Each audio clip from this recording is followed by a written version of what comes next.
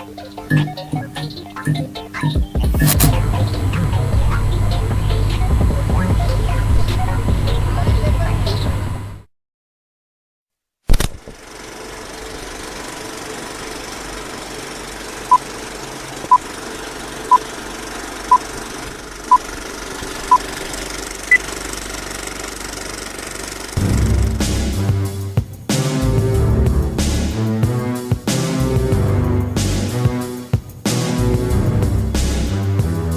you can catch it, match it, stash it in the cabinet. Listen to the chorus while let Ivan scratch it. This is real hip hop, we aiming for a classic. And if we can't approach it, screw it, we'll attack it. Catch it, match it, stash it in the cabinet. Listen to the chorus while let Ivan. This is real hip hop, we aiming for a classic. And if we can't approach it, screw it, we'll attack it.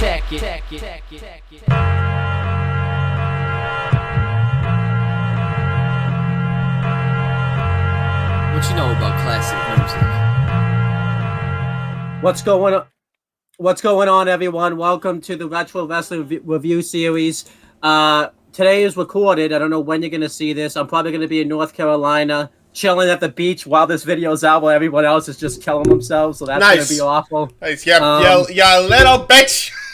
You little shit. How dare you? Yeah.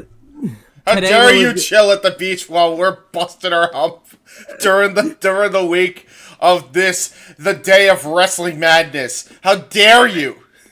It might not be that. It might not be that day, but it's gonna be at some point. But I'm Owen the Birdman Finch, and I'm here with. He's a simple man. He's the hardest working man in wrestling. He doesn't even really work in the business. Noah Foster, how are you today? I'm doing all right. Good to see you, gents. That's a moniker that I find very interesting. But again, I just do this for fun. I don't think necessarily I'm the hardest worker, but I certainly enjoy the work that I do in it. When you get a chance, Noah, honest to God, you should really look at the back catalog of shit you have done, because it's not really a lie, dude. Like, you've done a lot. You've done a lot, and you're doing it for fun, right? Like, I do the same thing, but then like. I've had people go and tell me, like, dude, you should actually look at the shit that you've done in this fucking landscape that you've done. And it's just like, oh, shit, I did that? And then you're like, oh, wow, that's weird. Yeah, I did do that. Huh.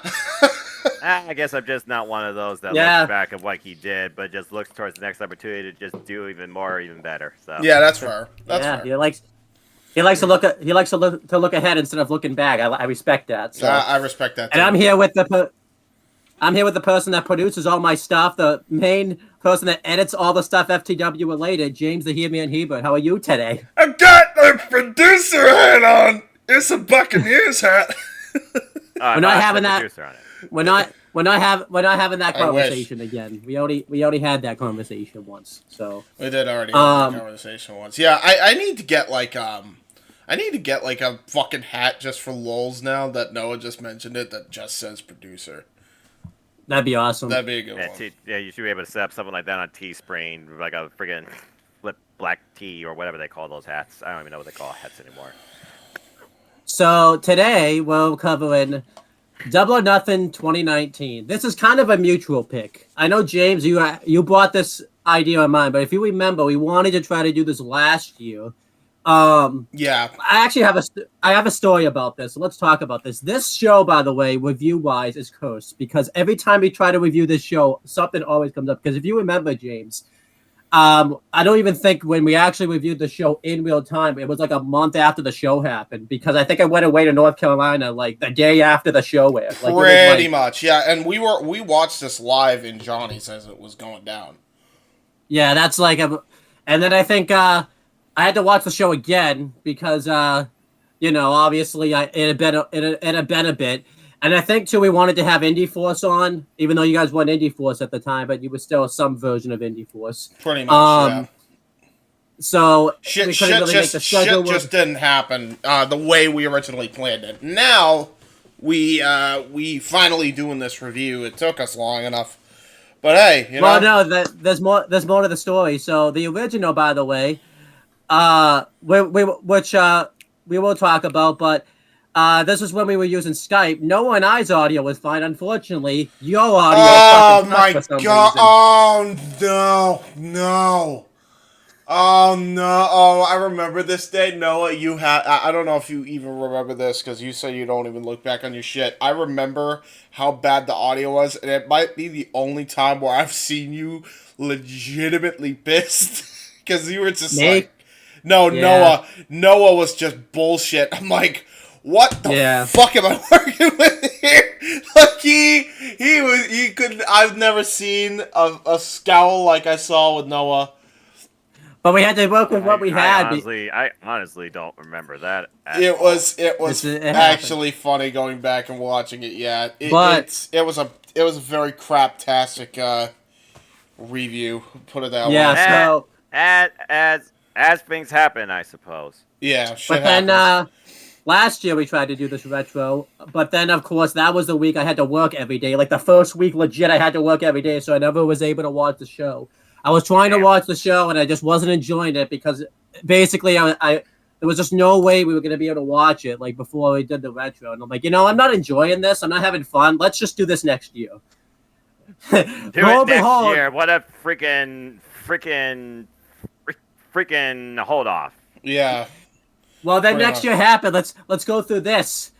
Basically, the same thing happened. I'm going away, so we have to do it early, and then I had to work. I think like legitimately like the day. So honestly, this retro was freaking cursed. Like we could just not. It just wasn't happening. Now we're finally here. And Yeah. the reason why we're recording it, I guess, is because it would have fucking died a death again if I'd have live streamed it. I don't even want to. Yeah. So this is like the world did not want us doing this retro, but we told the world. Oh, hold on, you didn't see it. But yeah, we told the world, and we're doing it anyways. We're doing it anyways. So there you go. All right. Well, that's an Got me interesting backstory. But completely hey, off you guard. definitely picked a interesting You time to did. do this. So I We mean, did. He flips the world off camera, and then he's like, shit, wait a minute. You bye. didn't see it. What are you doing, And son? of course, no one saw it. You did it off camera, but we saw your video, so well, technically they did see it. They saw it the second time. His second attempt was great. Take two. Take two. Got it. I went to- a second take. I'll let Owen Fitch do the flip off right, what? But anyhow, so let's kind of go through obviously where the state of wrestling was at this time and kind of how AEW became a thing. Yeah. So obviously we've talked about this before. Back in 2001, the last two legitimate wrestling companies that went up against WWF at the time went out of business, WCW and ECW. So basically WWF/E became the only game in town for a while. So Let's long. obviously, but Well, let's I obviously mean, not I try guess to- I guess you could say TNA too, but like then they fell Yeah. off in 2010. So Yeah, For- let's I was not gonna- talk about that. yeah, Yeah, Let's. so- I would say probably for a good. There's from 2013 to 2019. It's a good 7-year stretch where WWE was legit it. Yeah. Like, you had nothing going except for maybe So New I- Japan. I mean, I wouldn't say nothing because Triple H did try to bring us back to prosperity with the black and gold NXT. And then that fell apart. Yeah. Yeah. Which is funny because it fell apart for two reasons. One, because Vince was a stingy bitch, and two, because AEW was just at that point, even with this show, the first show, that much better than NXT was. well, then pandemic kind of killed the black and gold also. Well, so. yeah, I mean, there was multiple factors, but, like, even in the fucking beginning in 2019, dude, like, and this is coming from a guy that was there at what I consider the last great TakeOver event. You're not going to change my mind. The TakeOver New York, Brooklyn 5, as I call it. Last great TakeOver. This show blows it out of the fucking water. Like, it's Yeah, not we'll even talk close. about it. It's not even close. And that had a fucking Yeah. a 6-star match on it with Cole and Gargano. Maybe. Yes, it did. But yeah, going through it. So yeah, TNA tried to be the alternative, And they were doing really well with it up until, I would say, 2009, 2010 was really the ending point, though. And then other companies tried. Lucha Underground tried to take a shot, but the problem was is they were basically seasonal, so they weren't really around all that much. Yeah, contract problems pretty much just blew that all apart. Yeah. Yeah, they screwed the pooch on that one. And then, but, you know, then you saw this wrestling show was happening. ROH got really good, in 2017. Because let's talk about the biggest thing. Cody Rhodes got released from WWE in 2016 and basically went on like an indie resurgence for like the first half of his career. And then he joins up with the Young Bucks, and Kenny Omega joins Bullet Club.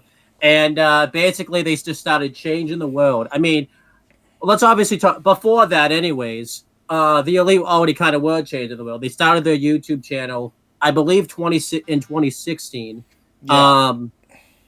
And they were just doing all these two different types of things on their shows that really were connecting with the audience at this time. And then Cody kind of came in, and that really changed. Cody was like the jump of adrenaline that show needed, because the minute he joined, that gave the legitimacy to the Elite. It already had legitimacy when you think of the shit that Omega was doing by that point, but like, yeah, Cody was the one that got the casual eyeballs on the Bullet Club name, and I think he's like the biggest reason why they got the Hot Topic deal at the time, right? It was I'm pretty sure, yeah. Because Cody was definitely the business guy with the business practice to push that forward. Right. And then that really turned like the indie wrestling scene. It became like the indie wrestling scene was becoming hot anyways, because then New Japan was on fire with the classic Kenny Omega versus Kazuchika Okada matches at Wrestle Kingdom. Impact started getting a resurgence a little bit also, because Impact was working with Ring of Honor at the time on the Jericho cruise also. Yeah. And then shit was falling into place. And then Slowly I feel but like surely. and then you were at the show, James. You can just watch the retro for it because you probably talked about it. But then Cody wins the ROH World Title. ROH gets like this big resurgence out of nowhere. Yeah, well, I mean, not that they were like really. It was more of a surgence in popularity, really, because they were always on the map, but they never Especially had the women's division. Yeah, the women's division for sure, but this was really like the high point of ROH. It was like, holy shit! Now they dropped the proverbial ball, if you will, for many reasons. Yeah, but we'll talk, but that's not this isn't the video for that at the moment. No, the state of Ring of Honor, the collapse and the resurgence. Stay tuned, folks, for a future feature presentation. Yeah, exactly. So then that fast forward. Rewind a little bit though, because WWE's bad book had actually. Let's just talk about, because Chris and I have even talked about this. Inadvertently created AEW, because let's talk about what happens with WWE. So Chris Jericho and Kevin Owens had the hottest storyline in WWE, like right before Chris Jericho leaves WWE. Pretty much, they had the hottest storyline 6 years ago. Yes, 6 years ago. And everyone was thinking because Kevin Owens was Universal Champion, this has to be like one of the at least the main event of WrestleMania, maybe semi-main event. 33. And then all of a sudden, Kevin Owens loses the Universal Championship to Goldberg, and they instead made that match like one of the. It didn't even semi-main event, but it was one of the main two world title matches. And not only that, because that's not even what pisses Jericho off. Their match was demoted to the second match at WrestleMania for the United States Championship between Chris Jericho and Kevin Owens. Yeah, and Chris Jericho. It made Jericho look so stupid in that storyline.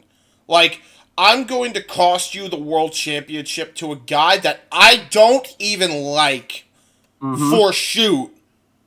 And then I'm going to freaking and then I'm going to fight against you for the United States title in retaliation to take that belt from you as well.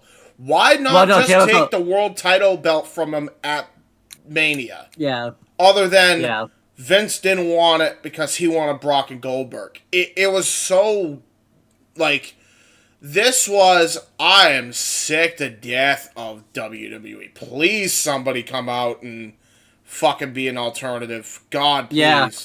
But not just that, though. Yeah, Jericho talked about it. It was buried in the second match of the card because Jericho said, "Yeah, we would have been first match on the card." But everyone forgets a lot of people talk about the first matches at Mania. Sometimes it being like classics even before then. Like, Yeah. they were buried second match into the card. And I don't know if you guys have ever seen this. I believe it's the Kevin Owens 365 thing, where Vince wasn't even impressed with the Kevin Owens Jericho match. Kevin Owens tries to go up. He literally went backstage and asked for some sort of thing, and he didn't get what he desired, and that messed with Kevin Owens mentally. For years. Yeah. For years, it didn't take. It didn't take until Triple H and Sami Zayn's storyline for him to get back into a prominent fucking role again. Well, did you ever hear For what happened that after damn that? long. Did you ever hear what happened after that, James? The match that Vince was impressed with was the. I mean, to be fair, that match was good, but I believe it was the United States title match that he has at SummerSlam later in the year, where Shane McMahon was the guest referee against AJ Styles. That's the match that impressed Vince McMahon. That was the match. And Kevin Owens absolutely fucking loathed it, as did everybody else in that arena, me included. The new face of America. It really showed at that point that WWE was literally only for an audience of one, and that one was Vince. Yep. That one was so Vince. So then the Jericho and Owens does a main event, and Chris and I still say to this day, maybe AEW still would have happened if that match main event in the state of wrestling would probably be completely different if they had made that match for the universe. Or at least in the semi-main, yeah, probably. I think that was the straw that broke the camel's back for Jericho, because he just wanted to change the scenery. The minute and he said, and he originally said it was going to be a one-off. He said, mind if I go to Japan and do this match with Omega? And he said, yeah, that's fine. And then Wrestle Kingdom 12 happens. Mm-hmm. Dude, I stand by this to this day. Nothing will top Wrestle Kingdom 12, and I watched that back again after Wrestle Kingdom 17. About to say, you put that up against Wrestle Kingdom 17, you were this close. You put that up against Revolution, you were this close. You put that up against a couple other shows this year, you were this close. Yeah. But it sounds like Wrestle Kingdom 12 is still your all-time perfect it's professional too wrestling good. pay-per-view. It's too good not to put as the fucking top number. It's the top to bottom best show ever in wrestling. Yeah. Nothing. I'm not going to argue that. Nothing will top what Wrestle Kingdom 12 did. The amount of star power was fucking disgusting. Like, it was disgustingly good. And then the undercard was disgustingly good. You know, like, it's really, like, the weakest match you had was what? The Never Openweight 6-man gauntlet, I think? And even that was a fucking belter. Yeah. So, like, at the end of the day, like, what the hell do you got to complain about that show? It's a perfect show. It's an S-rank show, you know? Still one of my all-time favorite shows of all time. Yep. There's a reason, we're going to announce it now, probably in August when they start hyping up All In and everything like that. We're doing Wrestle Kingdom 12 as a retro when that show happens. That might be your longest video to date. Yeah. I don't care. I don't think so. WYW. WYW will always be the longest considering how long that fucking show is. It probably has to be split go check into that out, two parts. folks. Immortal. Power bomb that like button. Just like that's a good one. That's a good one. But anyhow, Plant will Ninja Mac. So Mac beat Mac. There you go. But anyhow, Jericho goes to Japan and gets Japan like the exposure to the U.S. that it needed for a long time. Like he went there one time, and it was supposed to be a one-off, and he said, "Hey Vince, yeah, fuck that. This is what you get for fucking treating me with the absolute disrespect back there." So he fucking signs on the dotted line with Japan, and gets into a feud with, I think, first Naito. And then Tanahashi. And I'm like, holy shit, this guy is a New Japan guy. And then before that, actually, James, he took on Okada. Yeah, and then he starts the Jericho cruise. And then he realizes, wait a minute, I have way more freedom here than I ever did in the WWE. Back then, I had to kick and scream, whereas over here on the other side in the independents, I don't have to fucking do that. I could just do whatever the hell I want to do. It's great. I feel free again. And then the craziest thing about it too, Jericho was supposed to do both. He was going to do both at once. He was going to do WWE and the Indies / New Japan at the same time, and then that never happened. When All in happened, and he's thinking to himself, if I don't stay in this, I'm gonna be stagnant when I go back to WWE. It doesn't matter what I do in Japan. I'm gonna go right back to the status quo. I'm never gonna break that glass ceiling again.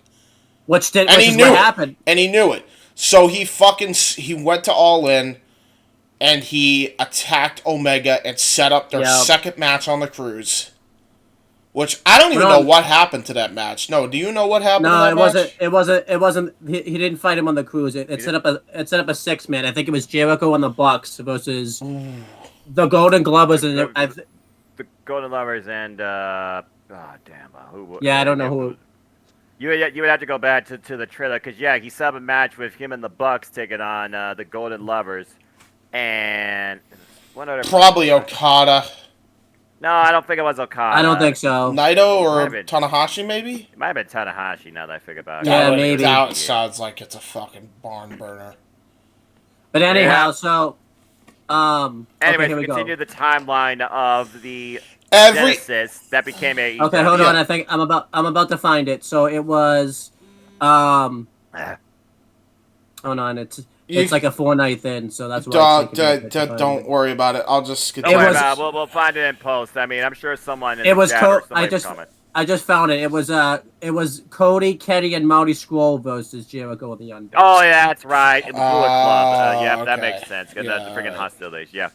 Well, again, when Cody Rhodes became part of the Elite, they all had a model, they all had a mission, they all had a motive to change the world. To change the world of professional wrestling, you couldn't do it just underneath one umbrella. And with a certain level of uncertainty in the industry at the time, where even the Elite wasn't sure what they were going to do, we saw what came to be eventually via one challenge by one insert name here, and they did it. Yep. That show, that show, All In, it wanted to be something different. It wanted to remind people what it means to enjoy and engage in professional wrestling. Brought every possible opportunity it could to so many independent darlings, unknown names, unforeseen promises that later became All Elite Wrestling. Because they said, what did they simply say? Well, I guess after you already hit it big once, you go double or nothing. And then double or nothing. That's a good point. That's a good point. That show was so monumental. They have a plaque on that arena in honor of that show. Still to this damn day. We continue through that year thinking this was so great. Yeah, I have NXT. Yeah, I still watch AEW. Yeah, I still watch Ring of Honor and other stuff too. But that something was special about that night. Yep. Yeah. And then we get the countdown to the end of the year for those that follow this, like me and the King. Check them out on the Donna Marco Show. So before we even get to that, too, don't forget too, because various people in the industry's contracts were coming up with various promotions. The Elites with New Japan / ROH, because Heyman technically was more ROH than New Japan. Yeah, Heyman was more so the ROH guy out of the Elite. Yeah. Yeah. SCU's contracts were running out. Like all these people's contracts were running out in big companies. It wasn't just. And this is after they sold out MSG, pretty much. Let's be real. Yeah, and then there's talks that the Elite and like all these guys are gonna go back to WWE, which would have been huge if they went back. Obviously, I would have preferred. No, I'm sorry. I'm glad they didn't go back. In the case of Cody, definitely glad at that point he didn't go back, because he wouldn't be the star he is today if he went back here. Yeah. And then the countdown, like Noah said, happens, and we get to be in the Elite episode. I think it's like, is it the last episode of the year or the first episode? Is it the last episode of 2018 or the first episode of 2019? It was the last episode because we were going from Tokyo Dome. We were seeing them come together, and the next thing you know, they show us something on their phones. The All Elite Wrestling. The All Elite Wrestling. But Heyman didn't have that. He had something else. Here we are. Yep. And then so it came to be. AEW presents to you Double or Nothing. Yep. And then going through it, some people have their takes on it. Other people loved it. Some people hated it because they hated the fact that they chose to go to a new company because they had let's also forget too, because WWE was going to pay them. Who you're talking about? Yeah. Let's not open up the freaking lexicon of Jericho for that. Just saying. A lot of people, because WWE was going to pay big bucks to get the Elite, more specifically in the company. Not to mention a very distinct contract with only had to wrestle so often or this much, that much. Triple H was pulling all the possible tricks he could. They were going to get one call from one individual with his own vision, not to change the world, but as a lifelong fan, wanted to support Tony Khan. Next thing you know, we have a press conference, and we learn particularly where the Bucks stood, where Cody stood, but there is still one unknown, and we were waiting as BTE kept on teasing. Tick, tick, tick, tick, tick, tick on a big red iPhone. Your questions no longer need to be answered. Kenny Omega made it official as a full-time member of the AEW roster. That's not even it, because then everybody thought that it was just going to be the Elite, and then all of a sudden they get SCU, which is like, okay, people that are familiar with TNA is like, oh shit, Daniels, Kaz, okay. And this guy named Sky. How about the mission statement? This was the mission statement, the groundwork for what became AEW. They wanted equal opportunity, equal payment, respect among both women and men's division, as Brandy Rose politely alluded to. We learned about the initial signings, like Dr. Baker, the very first signing, DMD. All the roads to Double or Nothing teasing this too. We learned about other parties getting involved in this, from Diamond Dallas Page to good old JR, Jim Ross. You talk about SCU, we talk about their influence in what they wanted to build in tag team and trios divisions. They talk about their partners, AAA, OWE. They talked about what they wanted to do with that, and we even saw them later at OWE in their home turf. We also, of course, by the way, this is from Las Vegas, folks, outside the MGM Grand, as we learned where this show was taking place, freaking rep by Conrad Thompson. And next thing yes, we get Cody Rhodes, all the pyro. He talks about this groundwork for this company. And yes, we get the Young Bucks, but then who attacks them on stage? But the Lucha Brothers. Yeah, of all people. They did not see that coming. And then, we learn about Chris Jericho, who talked about, of course, being all elite. And he didn't want to change the world. He wanted to change the universe. Then we learn about Kenny Omega, Alpha versus Omega 2, officially teased. And so we begin. And then what would become All Elite Wrestling. Not to mention, you bring up all these other names. Here's a few other names that are signed as well that would become like major fixtures of AEW. Obviously, Hangman Page, who didn't want to be an MVP, but he was signed. Right, and he got confronted by Pac. Let's not forget, there was a press conference, not just ahead of Double or Nothing. The very first press conference, as soon as that BTE went off the air, from Jacksonville, Florida, where we truly learned who was going to be the groundwork of All Elite Wrestling. Yep. Including Chris Jericho, which was definitely the biggest shocker of them all. The biggest four guys that were signed out of everybody were Hangman Page, and then the first three out of the four pillars, because Darby came later on the Fighter Fest. Well, Darby was signed, but he didn't wrestle on the show. He didn't wrestle yet, but he was signed. It would be Jungle Boy, Jack Perry, Sammy Guevara, and MJF, which is like crazy to me that these guys are like, they made such an integral impact on this show alone. Yeah. And now they're going to be in the main event of this year's Double or Nothing. The Yeah. 5th inauguration of the show that started all for this brand, where it all began. Oh, it's already been 5 years! I feel old. I know, right? Oh, hate it. The 5th AEW Double or Nothing, AEW's 4th year of existence. Time flies when you're having fun and or watching wrestling and or both. Or, when you're passionate about professional wrestling and having a good time while watching it. That's fair. So, yeah. So we talk about the press conferences, we talk about the ground, we talk about the guy, we talked about literally seeing this random man, Tony Khan and Chris Jericho, sign on the dotted line. We talked about deer in the headlights. We talked about deer in the headlights. Alex Marvez.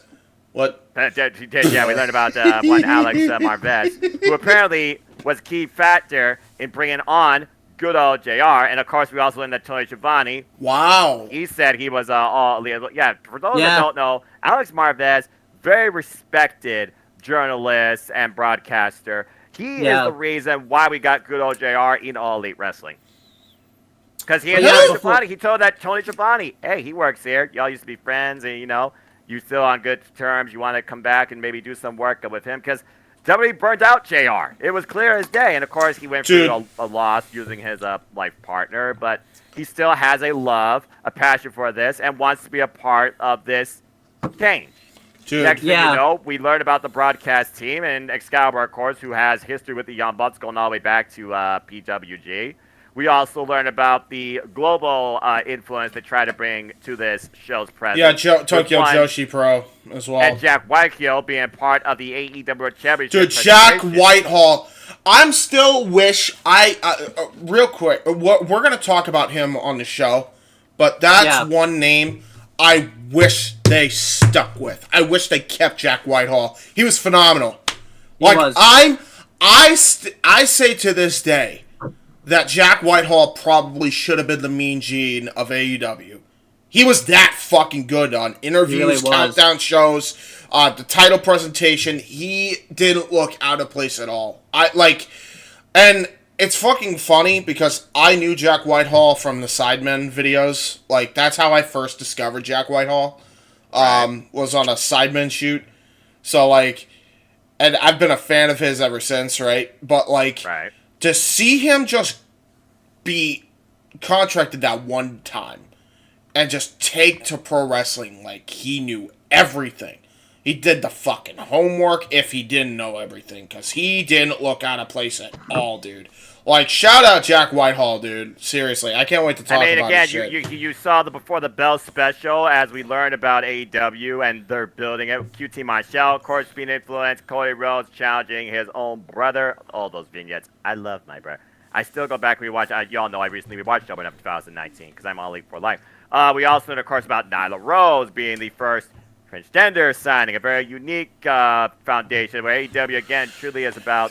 AEW is for all. Talk about, welcoming in those in need of accessibility with culture.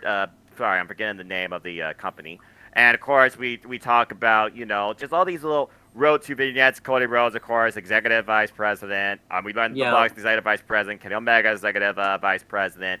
We see Tony Khan signing all these other talents like Kylie Ray, like you alluded to MJF. At one point, we saw MJF literally sign his contract for a long-term deal to AEW. And nobody knew who the hell this guy was. You didn't watch MLW. Just put that in perspective. So much went into defining this show, making it feel different, but still making it feel special. A positive change professional wrestling that's been missing for the last 2 decades. Why NXT Black and Gold certainly tried, but it was still WWE. Let's just say that, to say the least. Yeah, exactly. But of course, we learned about the Casino Battle Royale, the names they're going to bring into that, including Jazz, Glacier, Tommy Dreamer, AC Romero, so many. Big Chungus, man. Big Chungus. The biggest one you missed when it came to inclusive, Sonny Kiss was signed, which was a big one when it came to that too. Because I hated Sonny Kiss in this show, by the way. I still do.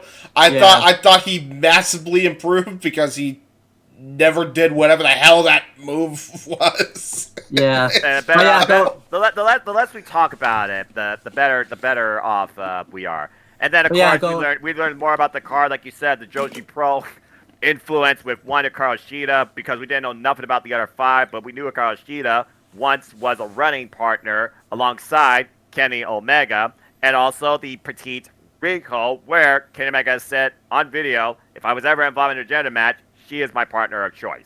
Which did happen on the cruise the second time. I think against Kid Sabian and Penelope Ford. Yeah. Which I think they did that more than once too, right? Because didn't Kenny go over to DDT Pro and do it again?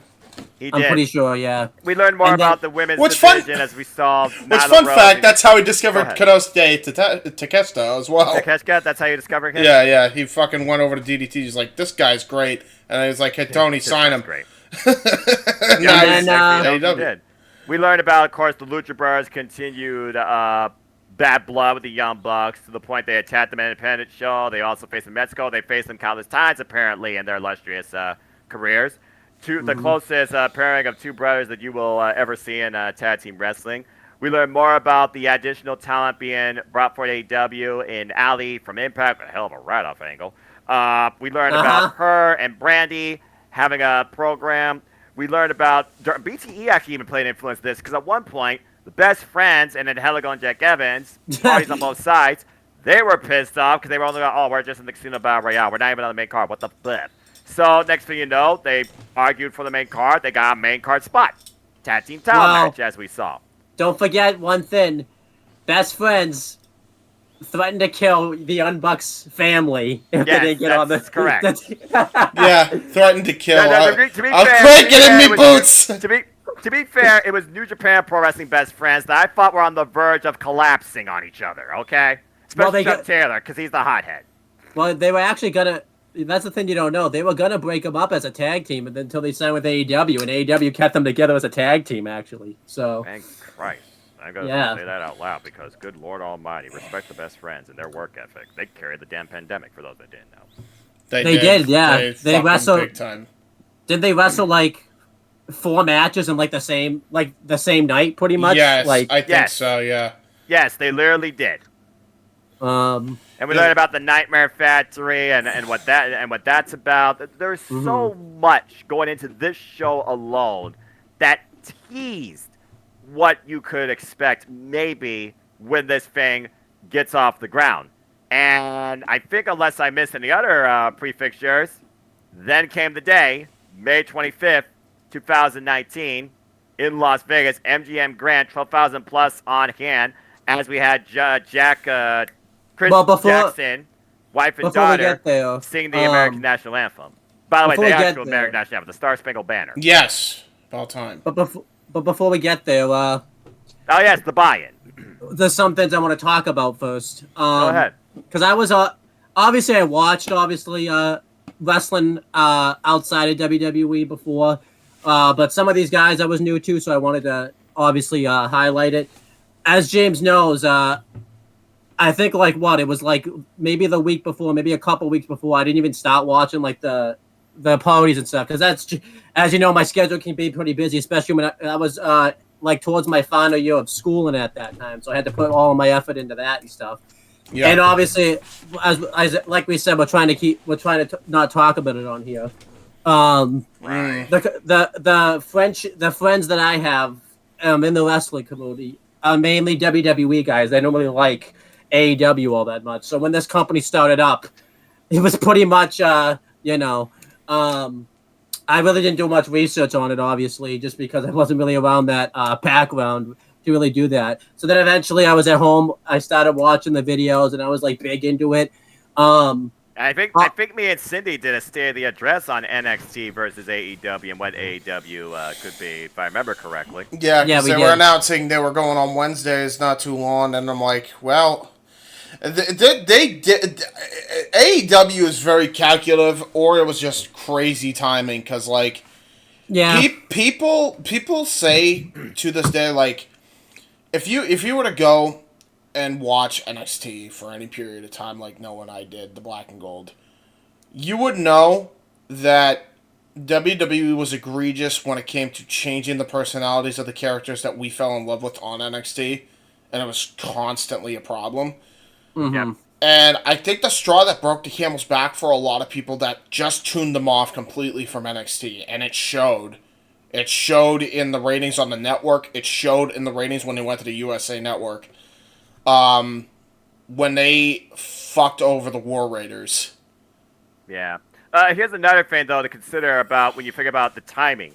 We learned that Tony Khan has been a lifelong fan of wrestling since WWCW and ECW, particularly. He's been writing this entire, let's just call it his, narrative for his own company.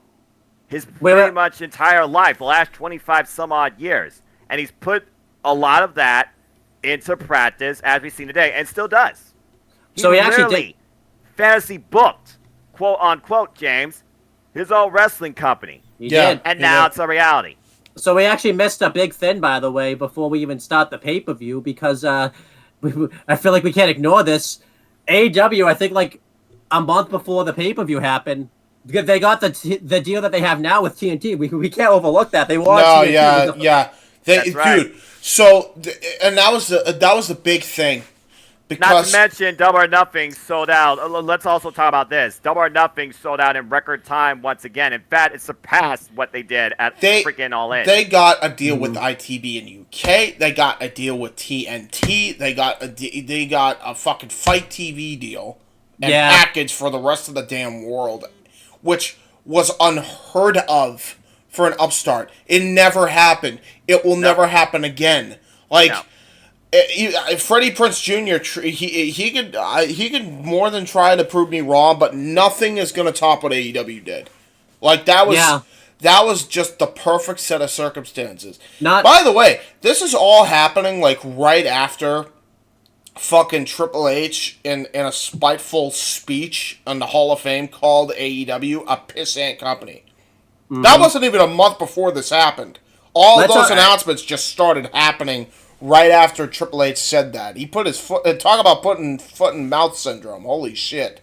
By the way, let's also talk about this. This pay-per-view happened at a perfect time, too, because let's talk about what was going on with the WWE at this time. Like, this was right after I quit watching WWE the first time. Well, I was gonna... Because they were doing the Saudi deal. Brock Lesnar won the Money in the Bank contract that he had no business winning before that.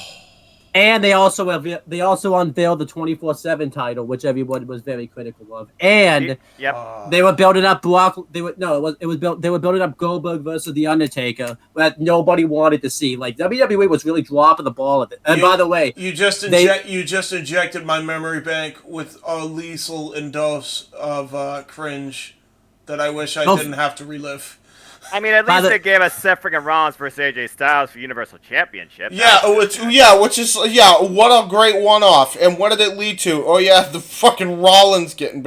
Oh boy, that's a no. Let's not talk about Stomping Grounds because that was after AEW. But yeah, so I think so that's but yeah, so like I said, I was really hyped up to watch this show. I thought Excalibur was cool. I know a lot of people didn't at this time because they thought it was weird that there was a luchador on commentary. I thought that was cool, man. I loved that. That was awesome. That was so unique. You don't see that a lot, man. You don't see a fucking guy in a lucha mask doing commentary. I thought that. And he's cool. He's a very everybody says, take the damn mask and fuck off, you fucking old timers. Like it's. And I think, you would say that if somebody like that'd be just as cool if Ray did that. You know what I mean? Like that's something you don't get to see often. And I thought that was a very unique. Like, oh, this is eye catching. A fucking luchador is doing commentary. And Excalibur's just a cool dude. Like he's really good at it too. He's just chill. Very good. He's awesome. Very good. Down to earth, humble guy that loves the business. So yeah, and don't forget, I want to mention one more thing, and then we can start reviewing the show. That when they did the pre-sale for the tickets, I think it was during like the launch party in Jacksonville. It broke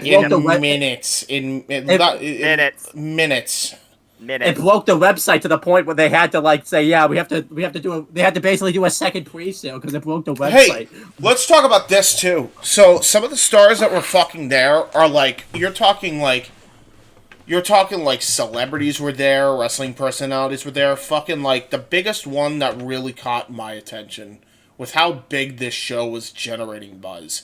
Amanda fucking Nunes, UFC welterweight, and at the time was trying to be a double champion. This was her journey to be a double champ in the sport of MMA. Yeah. And Amanda Nunes and fucking Chris Cyborg are both in this fucking crowd watching this show and loving every minute of it. I'm like, that's a big fucking deal if you are an MMA fan.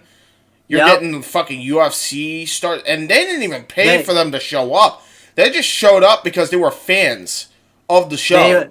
They show up in fucking What Culture out of fucking nowhere and make a cameo saying they love the show. Adam Wilborn's like fucking starstruck because here's fucking Chris Cyborg just coming out of fucking nowhere. Just, love the show.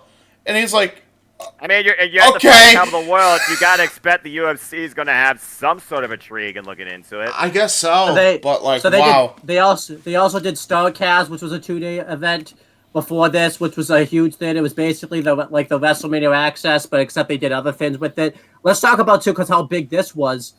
There was 18 different episodes, pretty much, on the road to Double or Nothing, defining this show and the tension, particularly with one Chris Jericho. Mm-hmm. But let's talk about the biggest thing because Starrcast that year nearly ruined the relationship between Undertaker and Vince McMahon. Because if you remember, Undertaker was going to do a Starrcast appearance. It was going to be like his first appearance he did out of character for like a while. And it got Vince pissed to the point he signed him to like a 25-year contract or something ridiculous like that.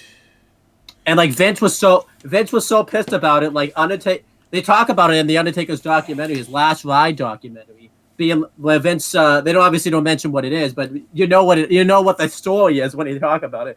Like it was to the point where Vince thought the Undertaker was going to jump ship to AEW. That's how worried Vince McMahon got. Like that just shows you right there. Like, and by the way, it's like I look back at that now, and it's like everybody was like clamoring for people to jump ship too, and I'm like, I think I may have been involved in that too. And I look back at this as like, it's really good for both companies to just do well and to jump ship whatever the fuck they want.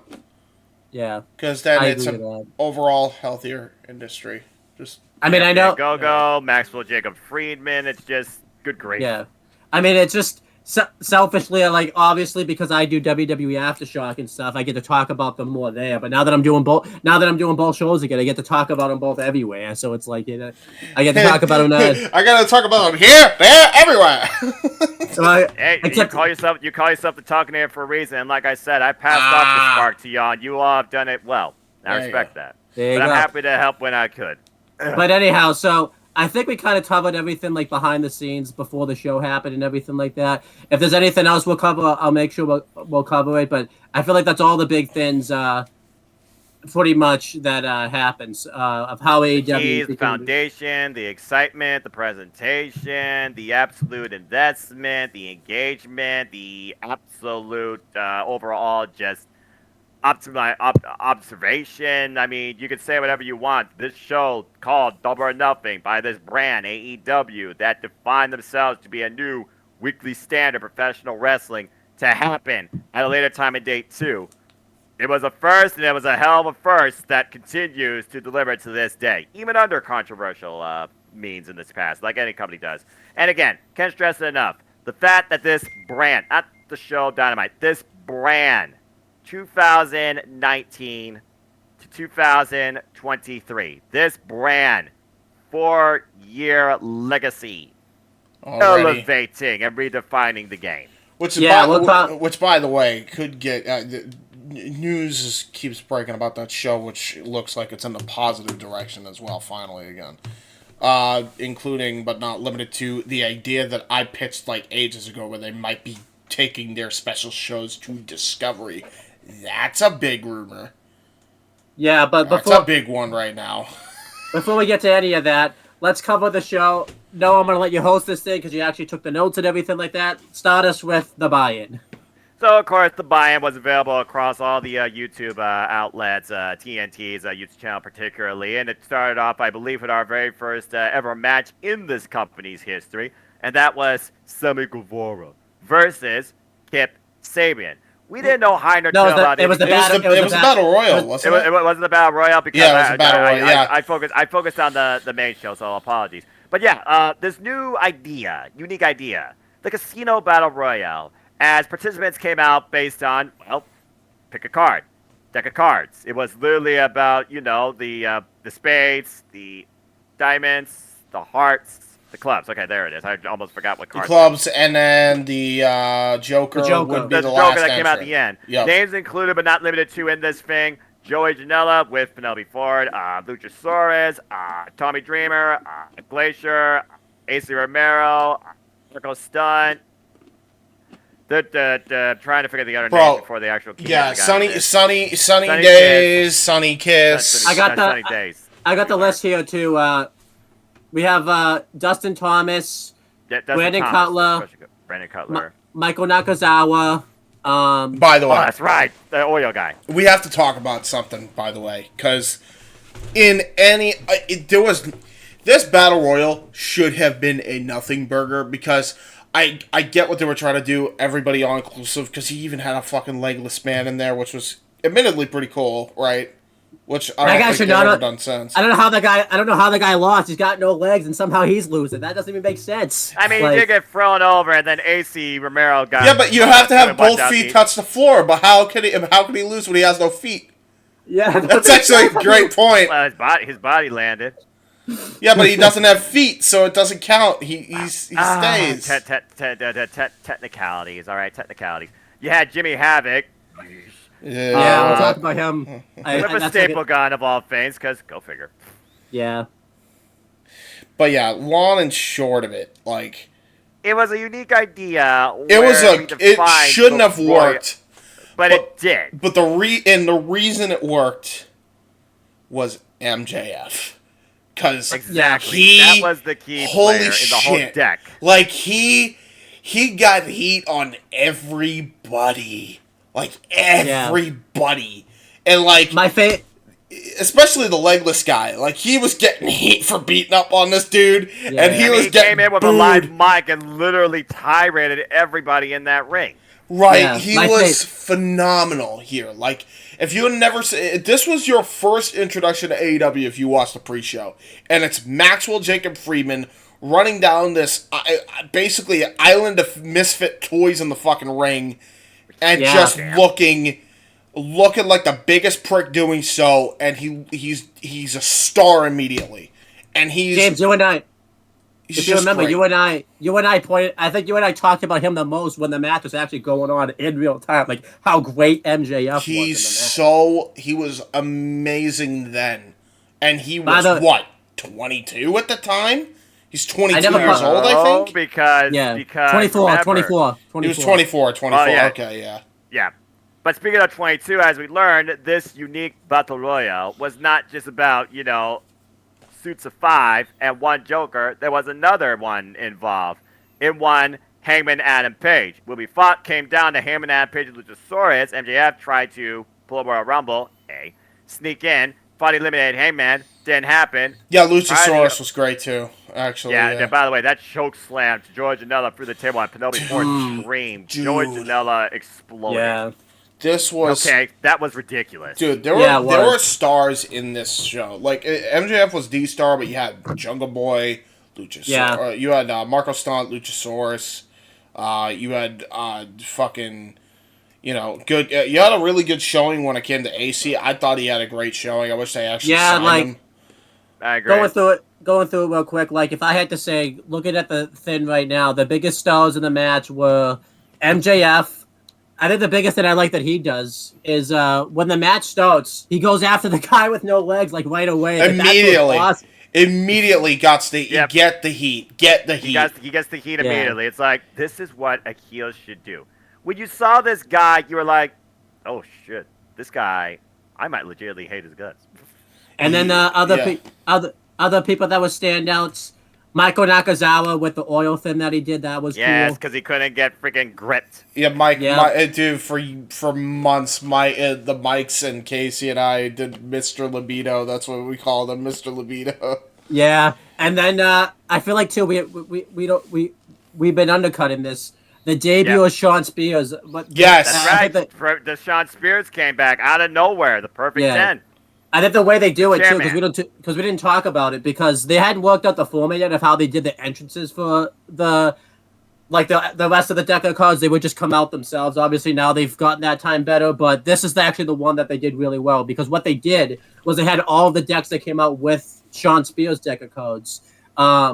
fight, and they let the moment play out. They had Sean Spears come out himself, and they let him get he pretty much did get his own. He was number 10. He was number 10 in the entrances. How fitting. How fitting. And what a pop.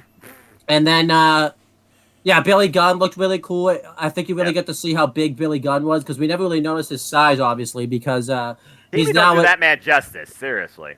Glacier was a cool surprise. Yes. He obviously froze somebody in the match, which was funny. And then, Luchasaurus, he's a pretty big standout here. I feel like I think because I thought MJF kind of took the spotlight a little bit, because I remember well, that's the thing. I don't think he did, because at one point they mix it up for a little bit, because MJF bounces back into him and Luchasaurus just stares at him. Yeah.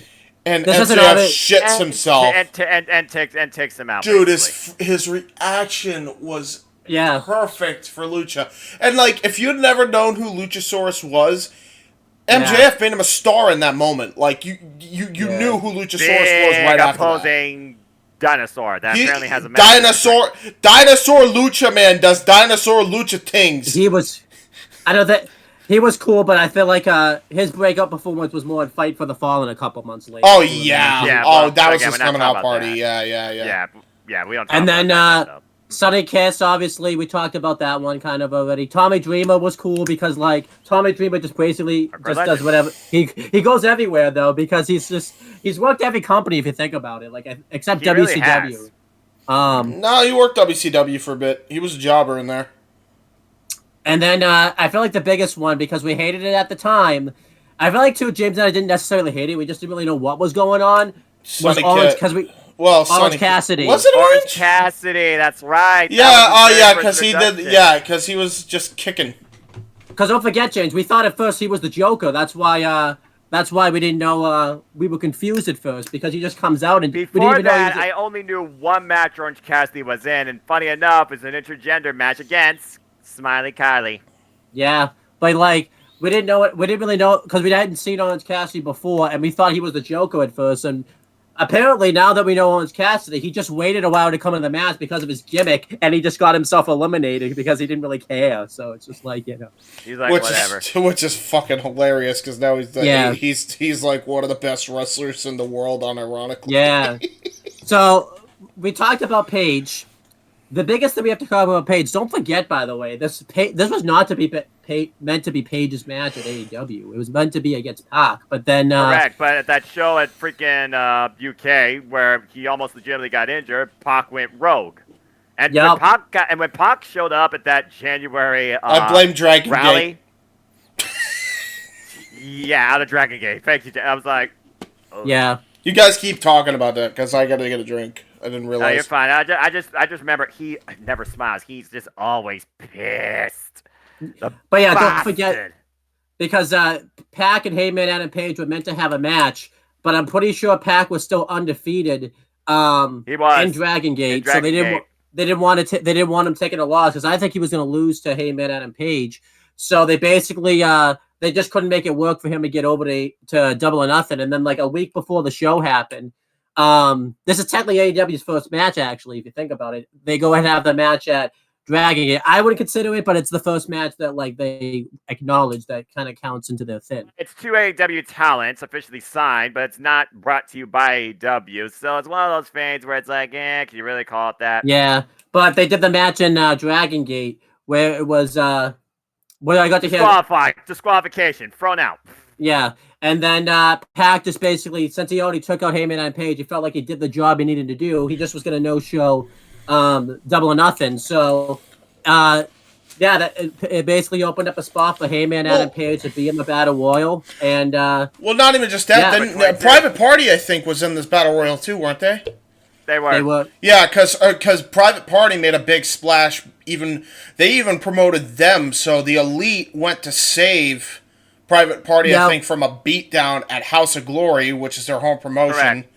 And it was a big deal. They came out to basically save them, put them over as a future tag team, and they were they got some freaking publicity. So they got the New York market immediately.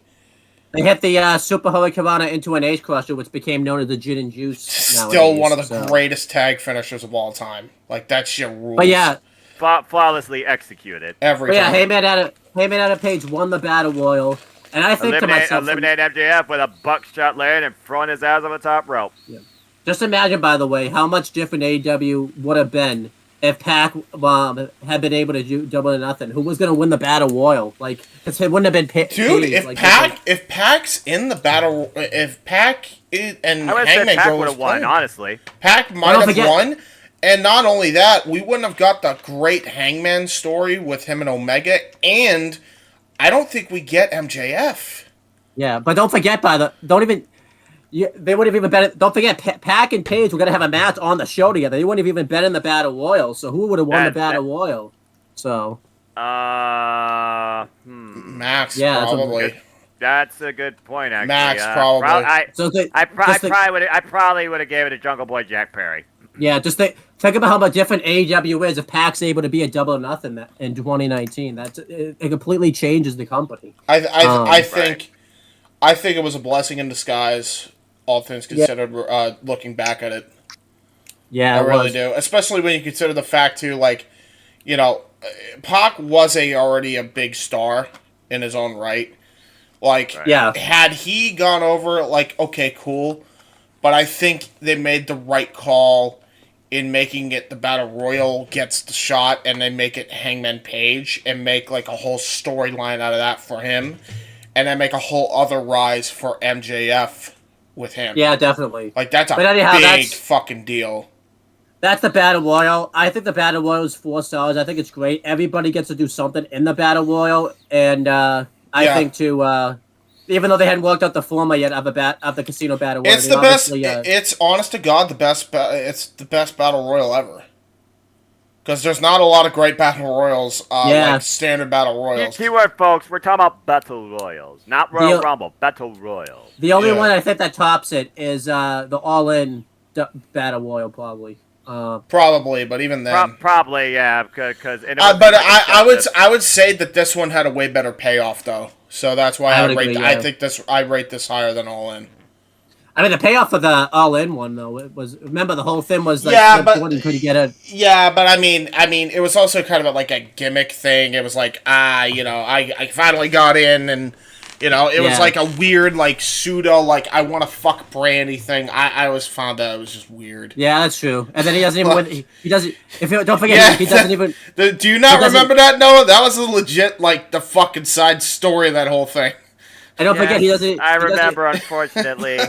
He doesn't even. Cringe. Yeah. He doesn't even win the. Don't forget too. He doesn't even win the ROH title later than that. He loses the ROH World Title. Yeah, he doesn't even win the belt. So maybe you're right, James. Maybe this is the best Battle Royal. It's the best Battle Royal. Let's go with that and just move on, because again, with a Battle Royal, you want a little bit of character, you want a bit of comedy, you want some serious acts though that you can buy in, pun intended, that can actually not only win this, but it can lead to something. And then you want some surprises too. I mean, Sean Spears, who saw that coming? This was really fun for what it was. I enjoyed this. And again, Georgia Nella, Jesus Christ, what a table bump. And then before you go to the next match, let me just do some quick career retrospectives on these guys. Dustin Thomas hasn't done much since the show. He's done a few GCW shows, but other than that, nothing much. MJF we've done before when we did Full Gear. The only thing that's changed about him is he's recently won the AEW World Championship. Goddamn right. Yeah. And then Sunny Days hasn't wrestled, but he's like the main video editor of AEW. He does all the road tours now and all that type of stuff. So that's cool for him. Wait, really? Yeah, he does. That's what he does. So. Wow. Huh. Well, good for him. Well, I guess AEW has seen some sunny days. If you get my. And then Brandon Cutler, obviously would be a regular. He's a geek, and I hate it. Yeah, that's pretty much what it is. He's still a solid wrestler, but he would go on to he would get signed by AEW. He was already signed by this point. He went from cool geek with the Dungeons and Dragons motif to the fucking I'm just a lackey with the fucking zebra suit. Hey, at least he's no longer on a 50-match losing streak. Yeah. And then give me back Dungeons and Dragons Brandon Cutler, god damn it. And then pretty much when that ended, I feel Amy Nemedy agrees with you. and then Michael Nakazawa pretty much continued doing his thing. And then that's a gimmick change I actually got behind. Even though he's not doing the oil gimmick, well, he kind of can every now and again. But no, I don't know, man. Let's not bring the oil back in the. For me, the Asian. I love that he's just Asian Bill Gates. I love it. Asian Steve Jobs just fucking running around looking like an MIT worker. That's great. Hey, I took offense to that. Hey, but he's good with technology, is he not? He barely knows how to use his damn headset. Hey, listen, he's not a headset guy. He's a computer guy. That's why he's MT Nakazawa. He works with a fucking Dell. He is a jobber of IT. Hey, you never know. He might be a fucking super genius, and he turned that thing into a gaming PC. You don't know. Oh, you're right, James. Okay, then where's Fight Forever? We'll get back to you on that. I'm not sure. He does know how to use a computer because he's used it to win matches before. Yes, he has. He's very efficient with his technology. And he has Dell bullshit product. And he does know. And you know what? It is better than a Lenovo, Noah. He does know how to fix his headset too, because he always has the same headset when he comes out, and it gets smashed every match he has. So yeah, one buckshot lariat later went fucking flying off one time. Yeah. At least he's no longer doing the hang tie, whatever the hell that face thing is. God. Yeah. Oh my god. Hey, remember when Michael Nakazawa fought fucking the leader of CEO Gaming or whatever the fuck? That was a month later, yeah. Yeah, that was a month later. Yeah, I do. What a freaking fucking weird match. Fighter Fest of all places. Yep. So continuing the career retrospectives, we've done Private Party before. I don't think anything's changed about them since Full Gear 2022. I mean, Isaiah Cassidy rose solo with the Hardys. Mark Quan's injured. There you go. Jimmy Havoc. He might be injured too, for all we know. I don't know. I mean, the firm tradition says otherwise, James. Yeah. Okay. Jimmy Havoc. We'll talk about him later since he shows up on the show later.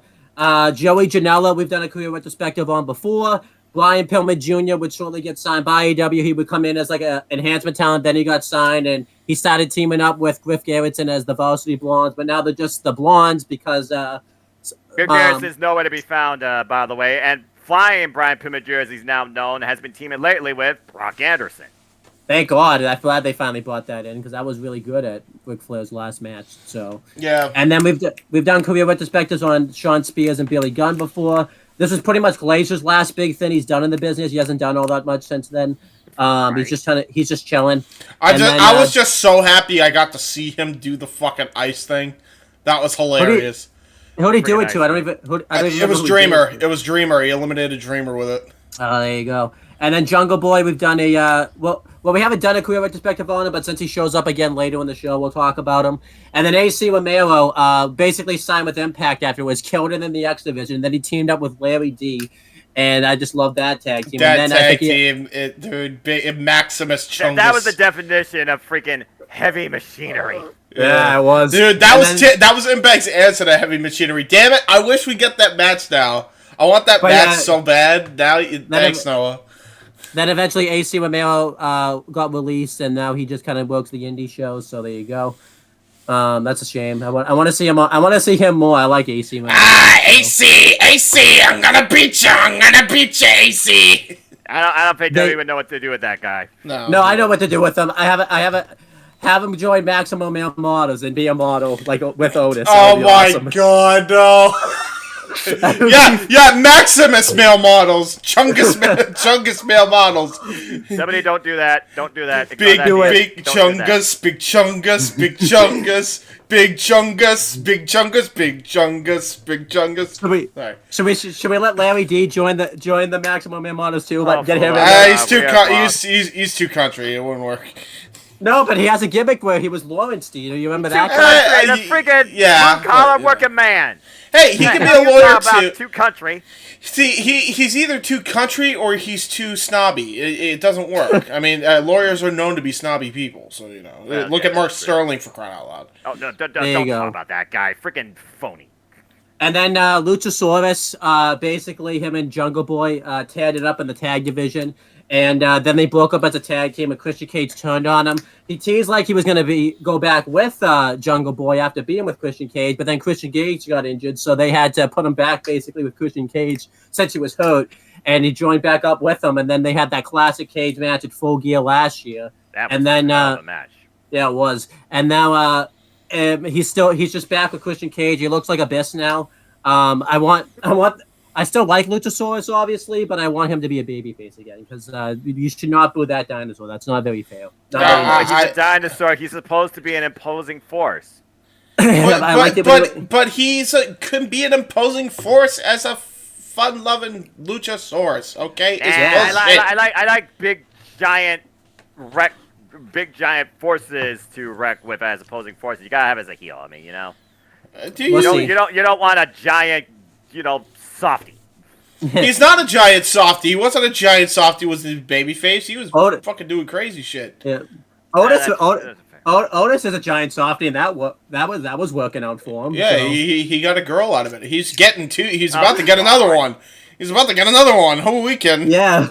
I think he's got like 3 girls with this gimmick. It's like, what the hell is with the big dude? I'm telling you, man, fat guys for the win. Fat guys for the win. We got the best stamina, All right, then a couple more career retrospectives. Marco Stunt basically joined up with Jurassic Express, and then he got released for no reason. I don't know what happened. Wait, who? Marco Stunt, he got released for no reason. I still don't get that. And they mentioned him on TV, and I still don't know why. What was the point of that? Like, that's what made Luchasaurus into heel.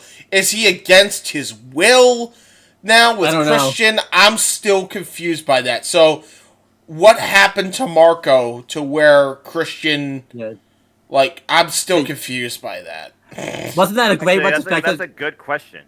Wasn't that a great retrospective I did, by the way? I just Marco Stunt, he joined Jurassic Express and then got released for no reason. You're right. No, that's honest to God what happened. Perfect summary at this point. We don't even know what Marco Stunt's doing. Marco Spud. I didn't mean to say that. And then Sonny Kiss pretty much won James and I over with this match with Peter Avalon at Fight for the Fallen, and then he really wasn't on. He hasn't shown up on TV all that much. He randomly torn heel with the Trustbusters, and now nothing. Just nothing for Sonny Kiss anymore. He doesn't get anything. He's not allowed to have nice things. No. So. I mean, he might have been on Ring of Honor tonight for all we know. I mean, I think it's ridiculous that they just don't do anything cool with Sonny Kiss. I think Sonny Kiss... Ever since that program with Joey Janela ended when Kayla Rossi was introduced, they really haven't done anything with him. Yeah.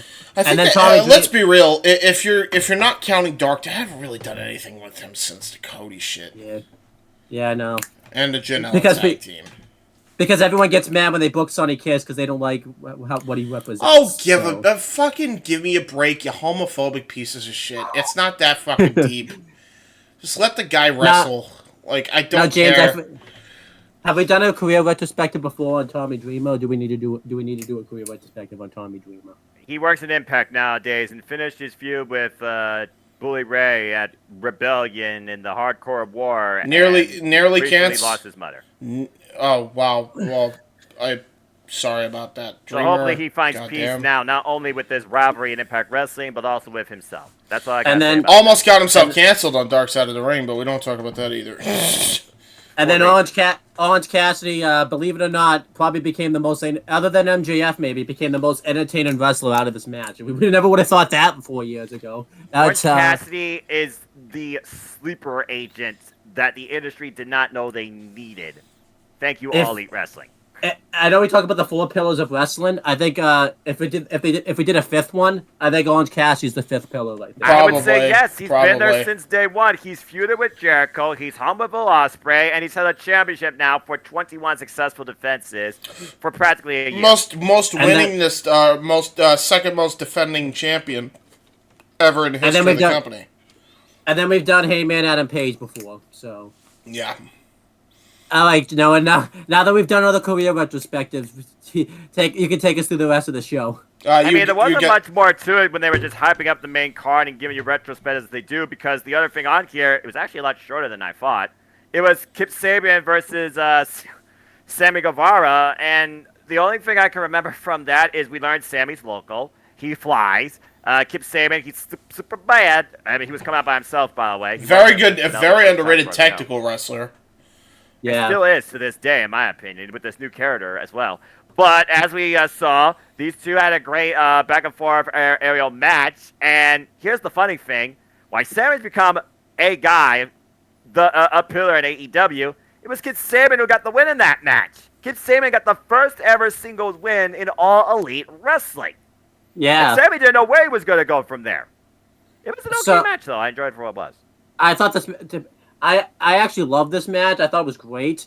So you got to understand where James and I are coming in, especially me, because remember, this is at the time, by the way, where if you were on the pre-show in WWE, you might as well just not even show up, because the pre-show was like the death spot in the WWE. They didn't care. You know what? And you know what the fucking funniest part is? So like, this is where I got the idea that the pre-show should matter, is put something on the line in the pre-show right at the top. And they did with the Battle Royal. Whoever won that Battle Royal was going to get a shot at the World Championship. Yeah. And then you have this kick-ass match right here.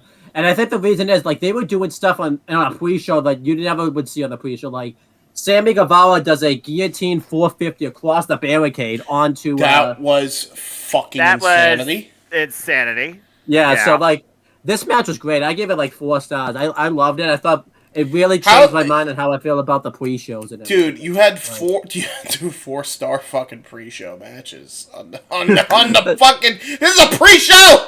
They're not even on the main card yet. Yeah, you got 4 stars. Are we sure Owen's not endorsed by freaking Dave Meltzer? As I'm looking back at WWF 2019 on my other screen, in case you're wondering, while looking also at Ring of Honor and Impact on 2 other screens. Oh my God. This was great, but like I just love this because again it changed my mind completely on pre-shows. Like, yeah, no, pre-shows can matter if you actually put some time into it, because this was at the time where, like, this was at the time, by the way. No, I hate to buy-in, not pre-show, buy-in. Also changing things up. Yeah, but this was at the time, Noah, by the way, where a big thing on the show, on the Wrestling Rundown 205 Live Matters, where you would complain that the cruiserweights were on the kickoff. I don't think you would have had that complaint if the buy-ins were treated like this. Like, no, exactly. There was one other thing that does happen on the buy-in that's really funny that James and I thought, and now it's even funny if you know the story behind it. Oh yeah. And we get the reveal of the librarians. It's Alicia Atute's doing an interview backstage. And we even noticed that the interviews are that's right. Alicia Atute was brought in as a correspondent. Yep. Yeah, she was. We even noticed that they don't call her Alicia Atute, though. They just call her Alicia A for obvious reasons. So they don't probably want to say that name. So, but anyhow, I was about to say, like, isn't she going by Alicia Atute now? I think maybe she wasn't at the time. I don't know, but the interviews were even different though. They didn't have the mics. It just looked like they were having a casual like conversation, which is what James and I noticed right away. Librarians like to shoosh. Yeah, they invented shoosh before Chad Gable was cool. Yeah, shoosh, a takey. But I hate to say it though. Chad Gable got it over because he's more. Let's be real, he's more talented. That's why he got it over. So. Yeah.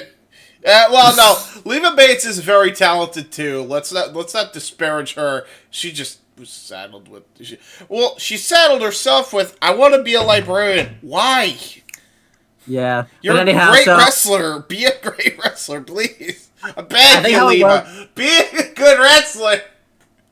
But I think how it originally went was Kylie Ray got interviewed, and it was just like them having a casual conversation, and then the librarians come in and shush them. I remember too, like the librarians were shushing each other, and then Kylie Ray went to say something, and then they shushed Kylie Ray. I was like, "What are you shushing Kylie Ray for? It's not very nice."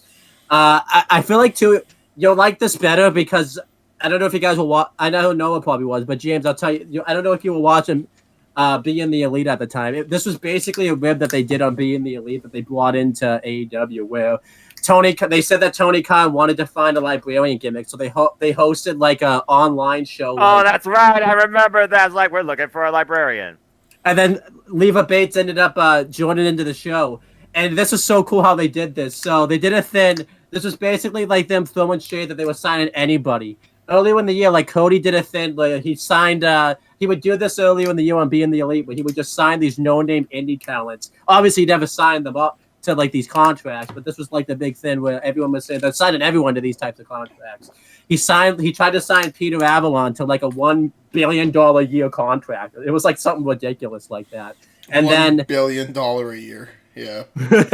and then all of a sudden, they did this librarian thing, and Matt, I think it was Matt and Christopher Daniels were having a conversation in an indie show, and Peter Avalon. They were trying to talk about this librarian thing, like they just didn't want they didn't want to deal with it. And then Peter Avalon came up and shushed them, and then left. And then Matt Jackson and wait, what happened? I don't know. It's weird. Don't worry about it. But anyhow, then Matt Jackson and Christopher Daniels had this great idea that they were going to make Peter Avalon the librarian. So then on another episode of Being the Elite, Kenny Omega and Cody Rhodes basically wanted to just use their power and basically just work together to make Leva Bates turn off one screen. Good grief. The librarian. And what happened is they both ended up signing with AEW, and they both became the librarians. And like I think a couple of like Brandon Cutler had to tell Peter Avalon that there was another librarian gimmick, and someone told Leva Bates. So this is like it was a whole storyline that this ended up being for Lowe's. It sucks this. And it just kept taking place on BTE, and then it became a running gag on Dark. And I'm like, oh, good lord. I'm really happy this is a gimmick. I know Leva Bates did it for a while, but I'm glad that Peter Avalon doesn't do it anymore. Like, it was not cool. It worked better for Leva. Respect your librarians. I have two cameras, I have two cameras. She made the most welcoming and cutest librarian. I mean, you know. I can switch cameras, Yeah. by the way. I have a 2-camera setup now. So that's cool. All right. Oh, that's cool. Yeah. But yeah, so that's basically and then one other thing is the Elite came out to do a promo, like hyping up everybody. And this is where we saw Brian and Vinny on screen because they mentioned the fact that they're possibly gonna, as we talk about all the time, that they're possibly gonna make up a number that doesn't even make sense, like the WWE tends to do with their pay-per-views when it comes to attendance. Yeah, because it's like, wait, you can't fit 15,000 people into MGM Grand, and then they're like, no, Matt, this is, you forget. This is pro wrestling. In pro wrestling or sports entertainment, we round up. Yeah, and then they showed Vinny just going, nice. I see. Yeah, because they always pointed out. Clicks. Yeah, it was just like, there you go. All right, little cameo from Vinny. We've done career retrospectives before on Kip and Sammy before because they show up at Full Gear 2019. So just go watch that retro if you want a career retrospective. I don't think anything else has happened to them since that show. I think Kip's now teaming with the Butcher and the Blade, which is cool. That's fine.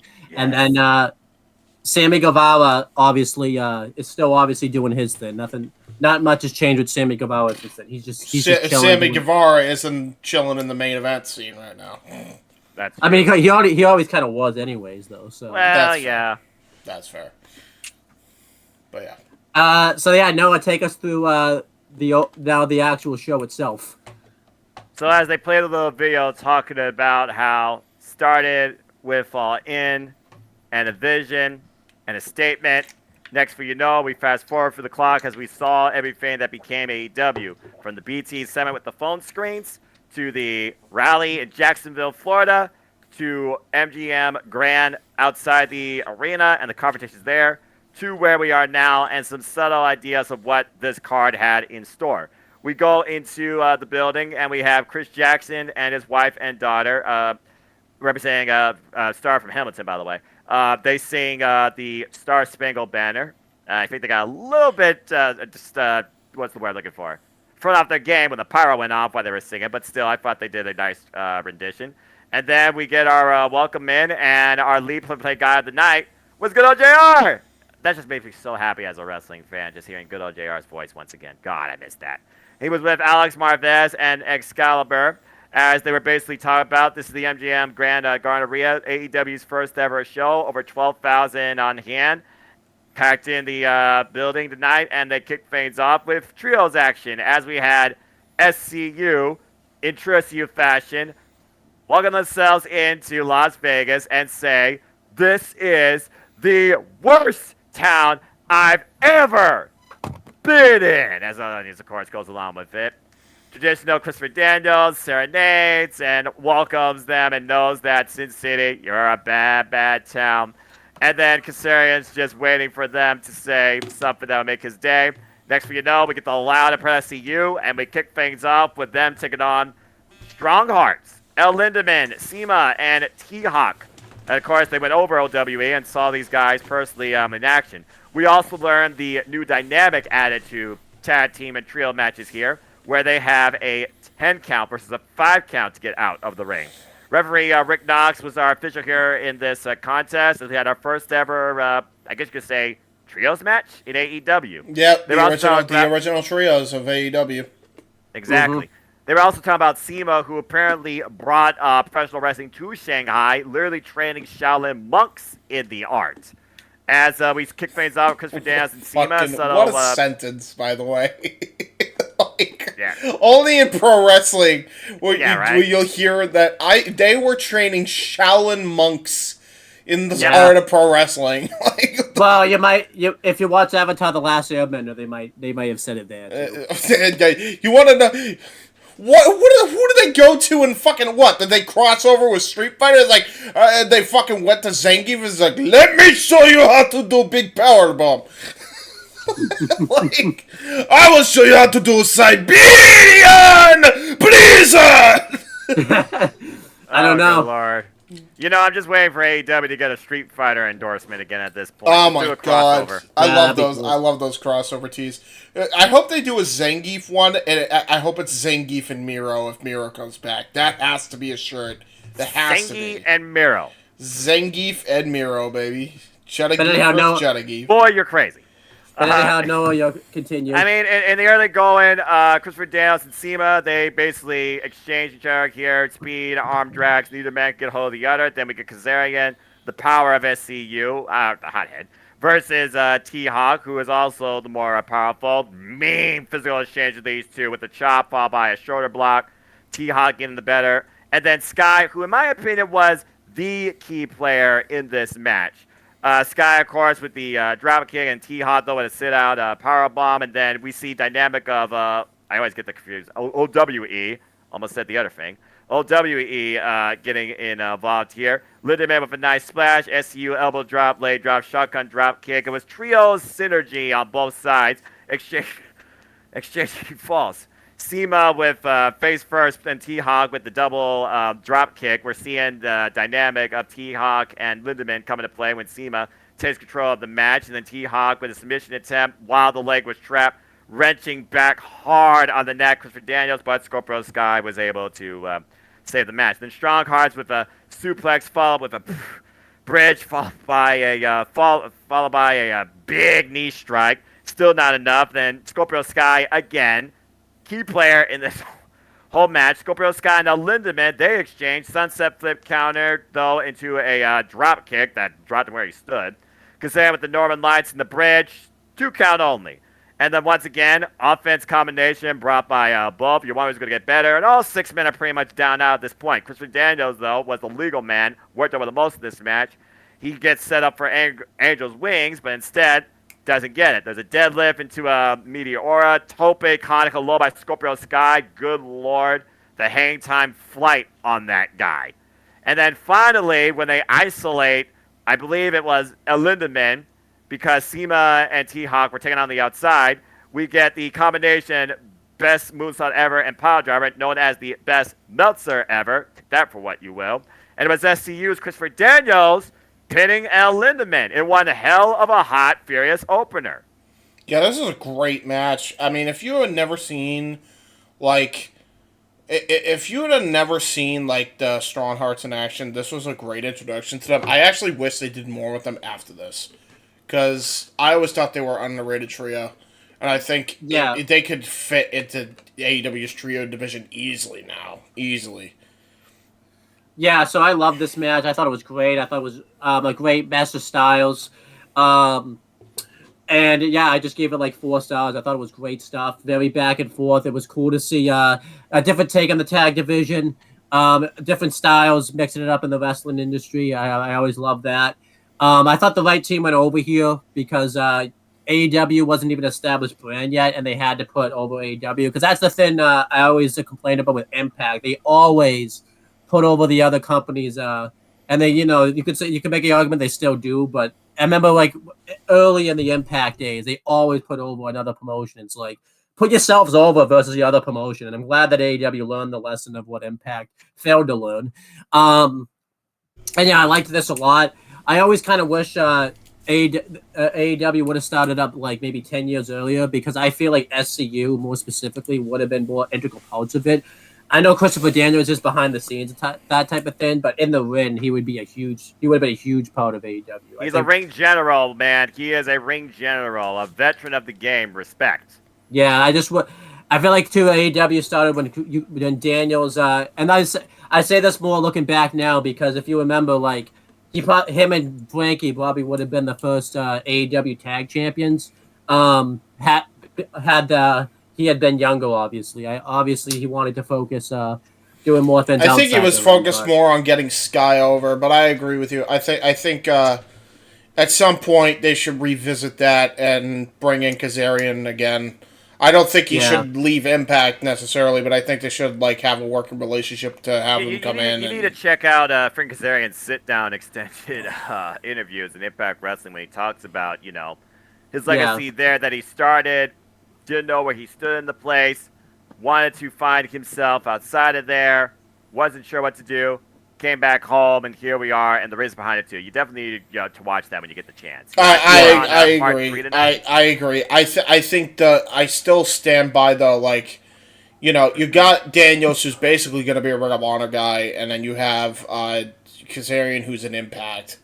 It only makes sense if you have Sky come back and he's still a part of AEW, bring him back as a babyface, and reunite that trio as as like a real Forbidden Door kind of trio, SCU, kind of forming back again. I think that would be the perfect candidate, honest to God, to be the ones to dethrone House of Black. I think there's no better candidate actually. Now that I think about it, that might be the team. Open house. I mean, anything's possible. And they said any three people too, which is a big one. That's the whole thing. I love the aesthetic. We'll talk about that in AEW Spark, folks, or Owen will, because I think Owen's back in the driver's seat, which means I can finally once again go back to my retirement bench. The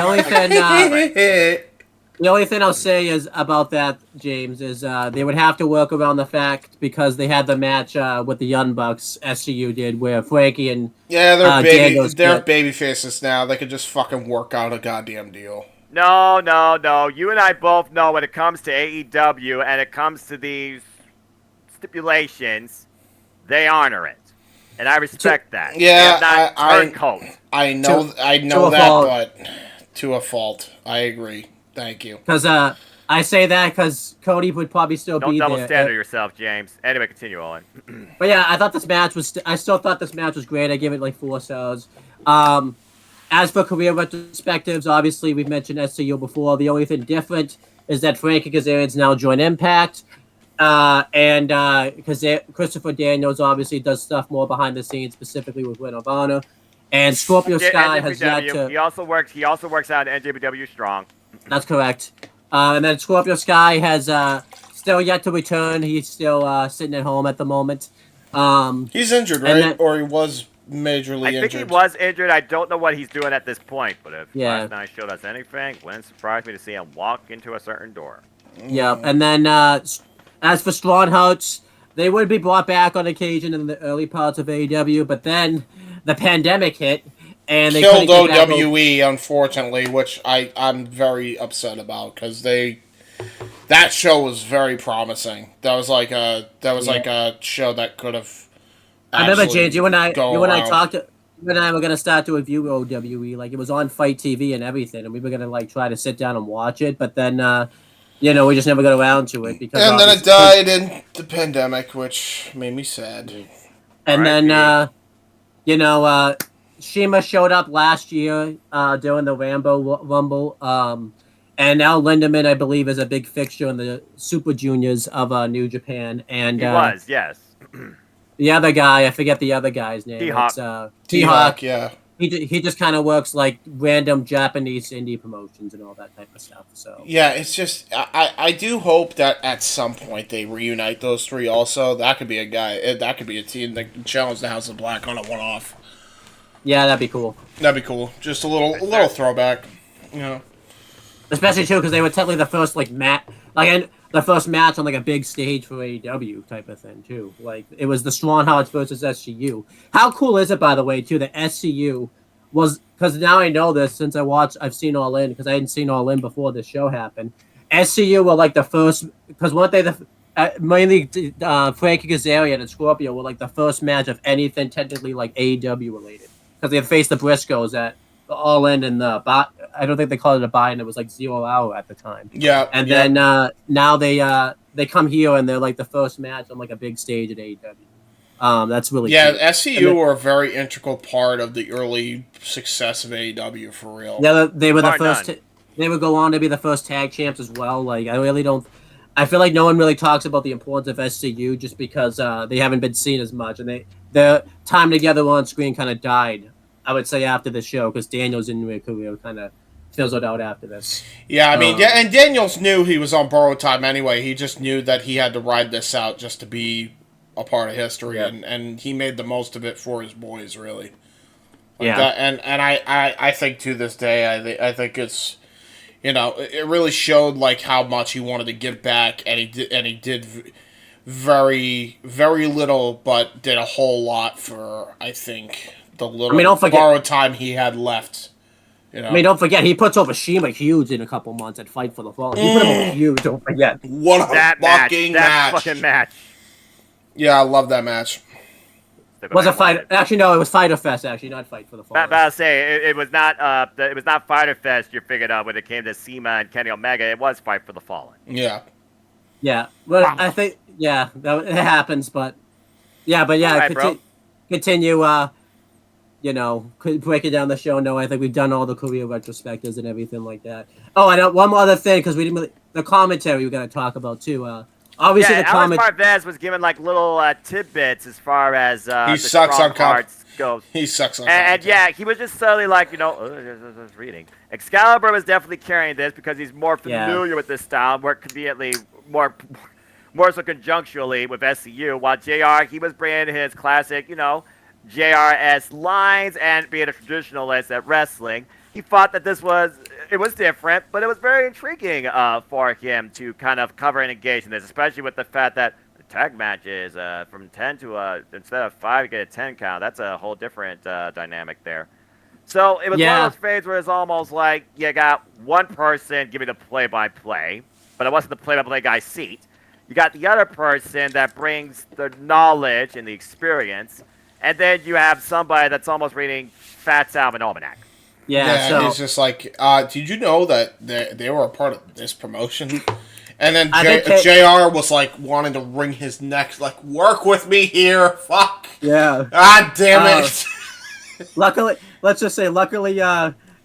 he wasn't on commentary doing Fight for the. Remember how grumpy JR was for that show? Good thing he wasn't on commentary there. To be fair, JR was going for a lot of stuff, man. Yeah. It's good to know he's in better spirits now. How's that for perspective? But anyhow, so I thought the commentary, JR and Excalibur were very good, and obviously Alex Marvez, which is really weird because it's not like he was thrown out of there cold, because Cody, as you saw on the road tours, was trying to train him. I guess he just wasn't TV ready yet, but they really didn't have anybody else at that time, if you remember, because that's why they brought JR in. Yeah. Well, Shivani wasn't even signed yet, is what I'm talking about too. No, he wasn't. I will say though, I'm still pissed that they have done, since they signed him, nothing with Golden Boy. I don't even know if he's still a part of the fucking company. Yeah. And he was really good. He was great on Fyter Fest. He was great at All Out. Out. I'm sure Golden Boy is an esports correspondent at heart, so that's probably why he's not with AEW. Well, yeah, but it's like, you can't have him appear for, like, something? I didn't say that, but I'm just saying, man. But I think Casey in the original review said it the best, because I remember JR doesn't enjoy commentary right away, and I'm like, Alex Marvez wasn't very good, and then I think Casey had this line which was really good that he said that basically kind of shows how bad Alex Marvez was. He said Once JR gets out there, he doesn't stand much of a chance, I think is what I said. And then Casey said, and before JR got out there, he didn't stand much of a chance before. That's basically what Casey said. So Yeah, that's accurate. That's accurate. Does that sound? And I think James hears that. He's like, "Yep, that's a Casey line. That's totally a Casey line." He's so right. He's so right. He's not wrong. He's not wrong at all. No, he's By the not. way, That's why I James- didn't say anything. By the way, James, let's also talk about. I know this is off topic. I feel bad for Casey because if you remember, he drove us to this show. He had to leave. He had to go to work, like to get it. Oh my god, that was I felt bad. Yeah, because he had to leave. Yeah. So yeah, Casey didn't show up until way after, and then he just got in here in time for the Cody Dustin match. What a match! We'll talk about. We'll get to that, but that was Casey's first ever match. Anything AEW that he ever saw. What a match to see! But we'll get to that later. By the way, can we safely assume that this trios match was another 4-star? Oh, I said 4-star. Yeah. Fucking hell. You on your damn rating systems. I'm just saying, that's 3-1. There's 3 4-star matches. The first fucking hour and a half. Well, considering that one match is actual pay-per-view and the other one was free buy-in that people can watch and spectate themselves and I guess rank themselves if they want to on YouTube because literally you can just Google search it. Yeah. But speaking of force, let's go into our next match. This was the first ever women's contest in AEW. And it was a triple threat between the first ever signing of the Women's Division, Dr. Britt Baker, DMD, don't forget it, taking on Nyla Rose, and Smiley Kyrie, that freaking entrance. Kyrie, man, I always loved Kyrie's entrance. She just goes face first in the ring and smiles, just poses. Can't help but smile when you see Kylie. And as we also learned, the Alley joined commentary for this match. And I was like, oh, okay, this is interesting. The referee for this match was Paul Turner. And so wait a second. Wait, I recognize that music. Huh? Randy Rose, and she's in ringer. Wait a second. She's not supposed to be involved in the match until she takes on Ali one-on-one at freaking Brady just Cody's the luckiest son of a bitch ever, but for real, she just wanted an excuse to get into her fucking swimsuit. That's it. That's it. She's just like, I am gonna get in my gear. I'm gonna tease that I'm gonna be in the ring, just so that way I can tease anybody in the fucking crowd, and then I'm gonna bring in my monster. Okay? And get heat for it. Well, yeah, I guess she had a friend that she was teasing with Ali, and we learned who that friend was because she simply said, I don't want a great match.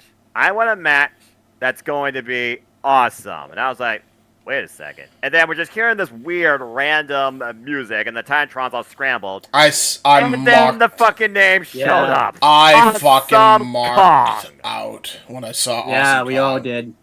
And the way they made her entrance look with this presence, this menace coming out of that tunnel back first, and that's like, oh shit. But before you continue, so I like this a lot. You talked about Kylie Rae's entrance, and it was an entrance. It was so popular. AEW just posted the entrance for free on their YouTube channel, a couple of days after the show happened. That's how popular Kylie Rae. Everyone loves her. It's really so sad that she, she had a. We'll get to that later. Okay, yeah, fair enough. Hey, you want to continue with pre-bell notes? Go ahead, or thoughts.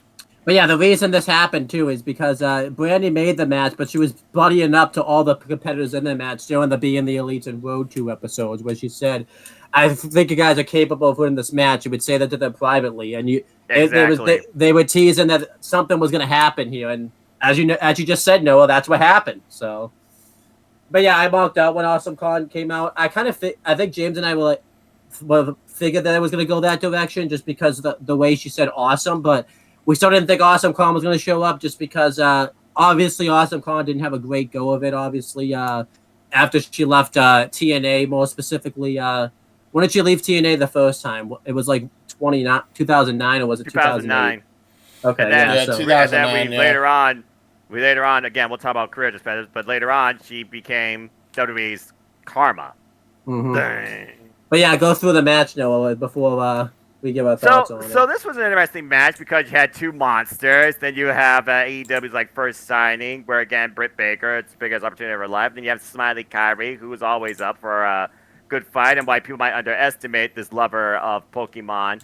She definitely wanted to catch them all in this ring, and did so. And Ali even said that on commentary. Good solo commentary by Ali. I wouldn't mind seeing Ali and Veda Scott as a female commentary team. Just saying.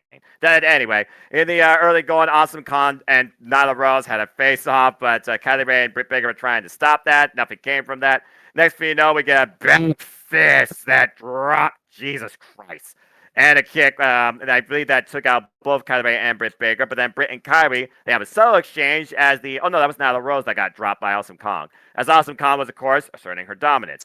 As the monsters were basically indisposed, we got Britt and Kylie, who have a subtle exchange, but then Khan came back in, caught Dynabreaker DMD out of midair off the planja, and then Kylie Ray suicide dives after her, finally taking her off. And then there's a mean leg drop, Jesus, to Kylie Ray with a nice spine buster. Planted! And a false Samoan drop, Nyla Rose, demonstrating her dominance, taking the better dot to Britt Baker, as was Britt and Nyla in this moment. Kylie Ray, though, comes in, though, with a nice sunset flip attempt counter to the Beast, I believe, for a near fall. And then we find the women's up in the corner. Tower of Doom.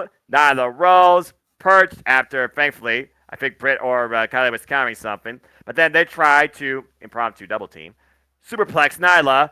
That didn't work until Kong came in from the base and gave us a Tower of Doom where Nyla Rose fell from the top of the Empire State Building.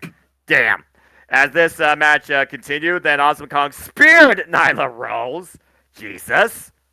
I think it's to the steel ring steps. Following this, Kylie Ray super kicks Britt. Then Britt hits a swing of the dice net breaker. Kylie with the deadlift German for a nice fall. Not enough, and it was down to Kylie and Britt again. You thought Kylie was going to win this. Then Britt super kicked the bow out of her hair. Jesus. Followed by a mean Ushigoroshi, which I can't remember the last time she used that. And your inaugural winner of the first ever AEW Women's match was indeed Dr. Britt Baker, DMD. But this was really fun four-way, to say the least. Yeah, I agree. I thought this was a great four-way. I gave it 4 stars also.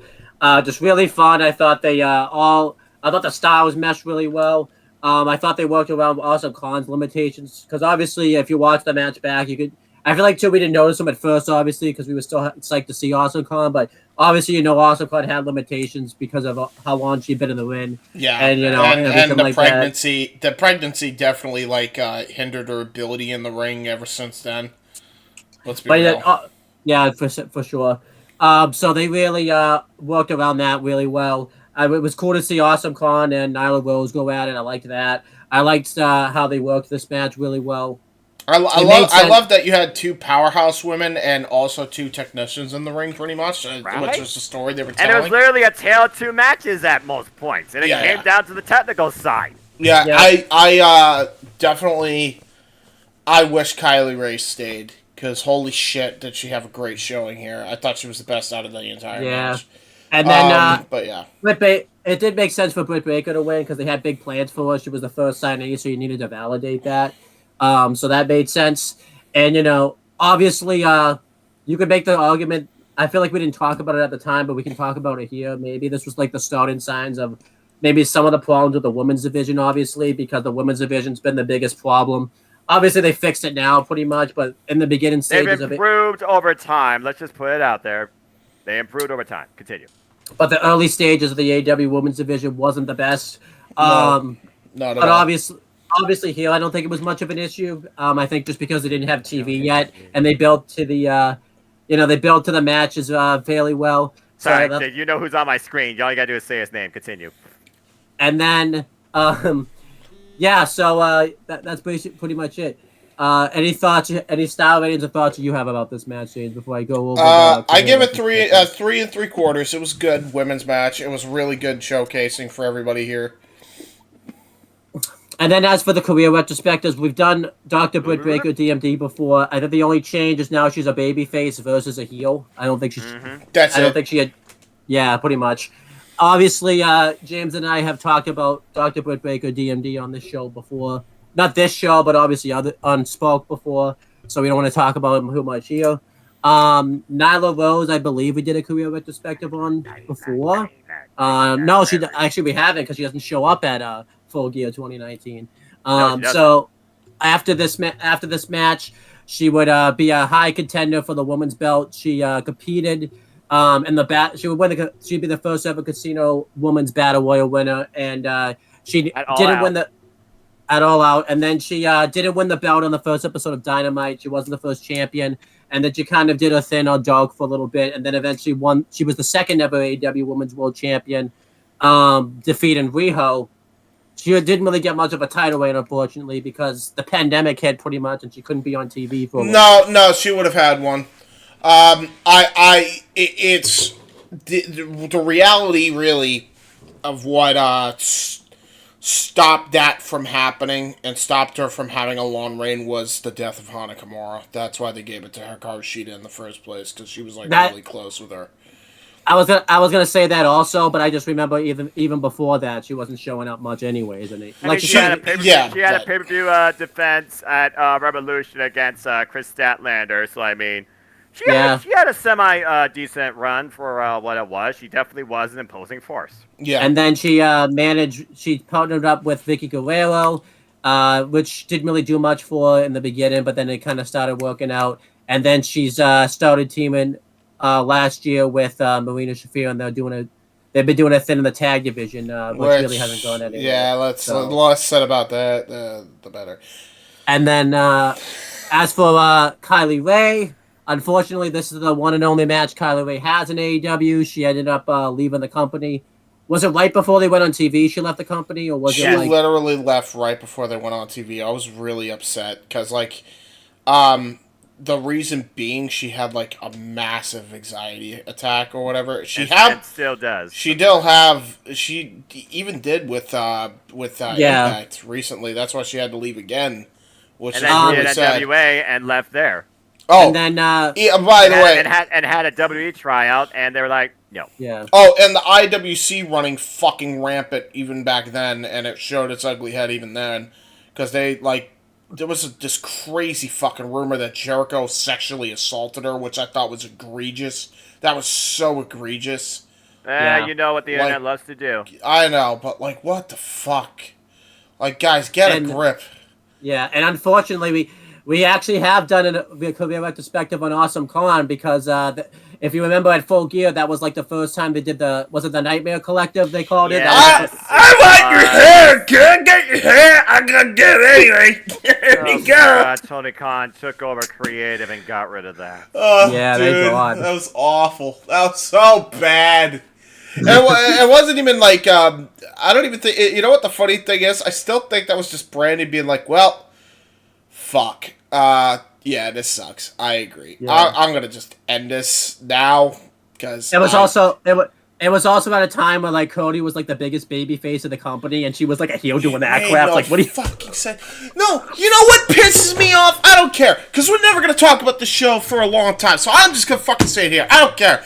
The thing that pisses me off is that Fight for the Fallen, she cuts this great fucking babyface promo. She cuts this great babyface, fiery, talking about her time as a figure skater, and she got sympathy, and I felt for her. And then she fucking goes out there, she's about to have a one-on-one match with Britt, and then she fucking swerves everybody, and I'm over here why?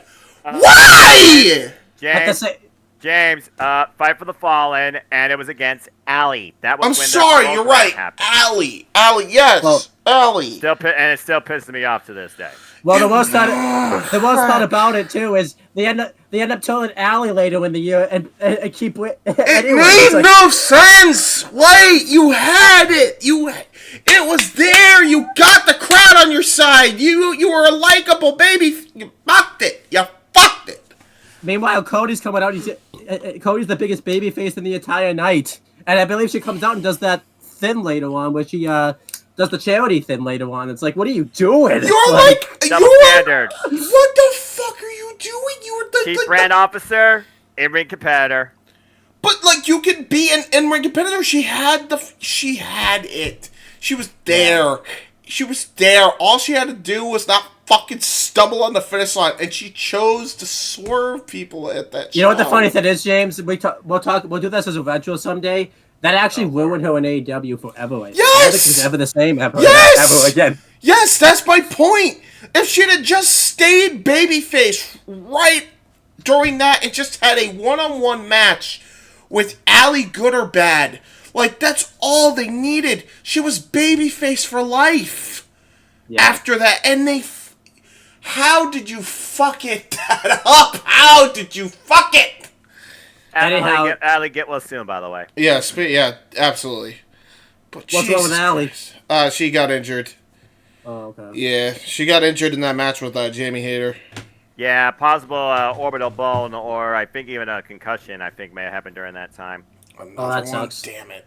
But anyhow, no, we'll continue through the rest of the, to get through the next match of the show. I don't want to go on a sub-tangent about that. Anyway, as we move on from there, it was the first traditional tag team match. As we were talking about in our pre-build to this show, it was the Best Friends, who again, before this, in New Japan Pro Wrestling, they were on the verge of imploding.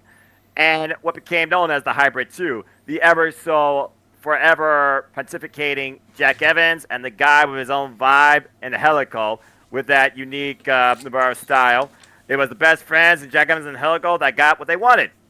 A spot on the main card in a tag team match against each other. We have referee Bryce Rensburg for this contest. In the early going, it was Trent and Jack Evans here with a very odd exchange here of arm drags and holds. Then Chucky tags himself in, backhand spring, stomp, sidewalk slam combination, and then the TH2, I'm just going to call them what they are, that's what they became. Tandem 450 splash, and then a Yabe submission, that unique Yabe style in Mexico that Angelico is so well known for, so versatile, of course, as Excalibur. Definitely pontificated on their work down there as singles competitors in a duo, not to mention highlight the fact that both these men were involved in Lucha Underground. Just saying. As this continued modified single leg crab with the arm trapped, good grief almighty, by Angelico, but still not enough. And then up and over into a rebound clothesline, followed by Chuck getting the better of Jack Evans. Falcon Arrow, though, kick out by Jack Evans. Nice Falcon Arrow. I like the fact they said, "Is it done the deal?" Which became a running gag for somebody else. Oh, I made sure they never forgot about that, yeah. Yeah, well, I mean, you forget Hikaru Shida every time she did it. Excalibur made sure you never forgot about it. Nobody ever kicked out of the Falcon Arrow when everybody kicked out of the fucking Falcon Arrow. Yeah. Just watch Eddie Seth Rollins match where he does the Falcon Arrow and they kicked out. It's weird because there was like one episode of Dynamite where Hikaru Shida did it and they didn't kick out, and I'm like, what? It made you believe that the Falcon Arrow can't do the deal, and then she came up with the katana. But again, that's a sub-tangent. As we move on from there, the standing that's Falcon Arrow Ultra. I don't know what you're talking about. Fair point. Trent with the DDT, and then Chucky T diving foot stomp. We get the soul food half and half combination, and after earlier they didn't do it, they finally to get the people what they want. They hugged, and then following that, crucifix into a crusher of sorts, near fall. A reverse Yoshi Tonic for those that don't know, Code Red or Sunset Flip, whatever you want to call it. And then corkscrew kick, assisted moonsault. What the hell, TH2? Good grief. And then they finally set up, I believe it was Trent, for the Crucifix Bomb 630 splash. Nearly got the win, but Chuck came in for the save. Trent's head, though, was basically getting hammered, so it was 201 handicap at this point. Trent being isolated. Trent got during this match. Absolutely rocked. Trent always is an underrated bumper and seller. Yeah. Doomsday, sexy Chucky knee, modified Doomsday device for those that don't know, by the Best Friends, another near fall here. And then we get the tag team Crunchy, as they called it. And the Best Friends got the win. The double stomp into the Strong Zero, for those that don't know. Best Friends getting the first traditional tag team win in AEW. But hey, all four men, they wanted this spot, and they came out and showed out. And there was a nice subtle, hug, let's hug it out. And then it's like, mutual respect. Jack Evans and Helico were reluctant at first. And it's like, okay. And then we're about to get the people what they want. Click. What the hell? We got electricity problems here? Well, it is our first show, folks.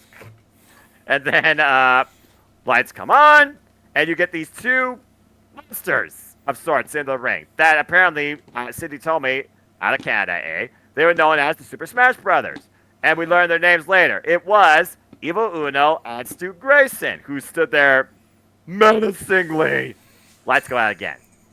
Lights come back, and you have 15 people coming out from underneath the ring, mobbing all four of the men. The earliest version of Dark Order, where they had purple men and purple masks and purple attire, and then the rest were in green, and they called them the Creepers, straight out of Minecraft.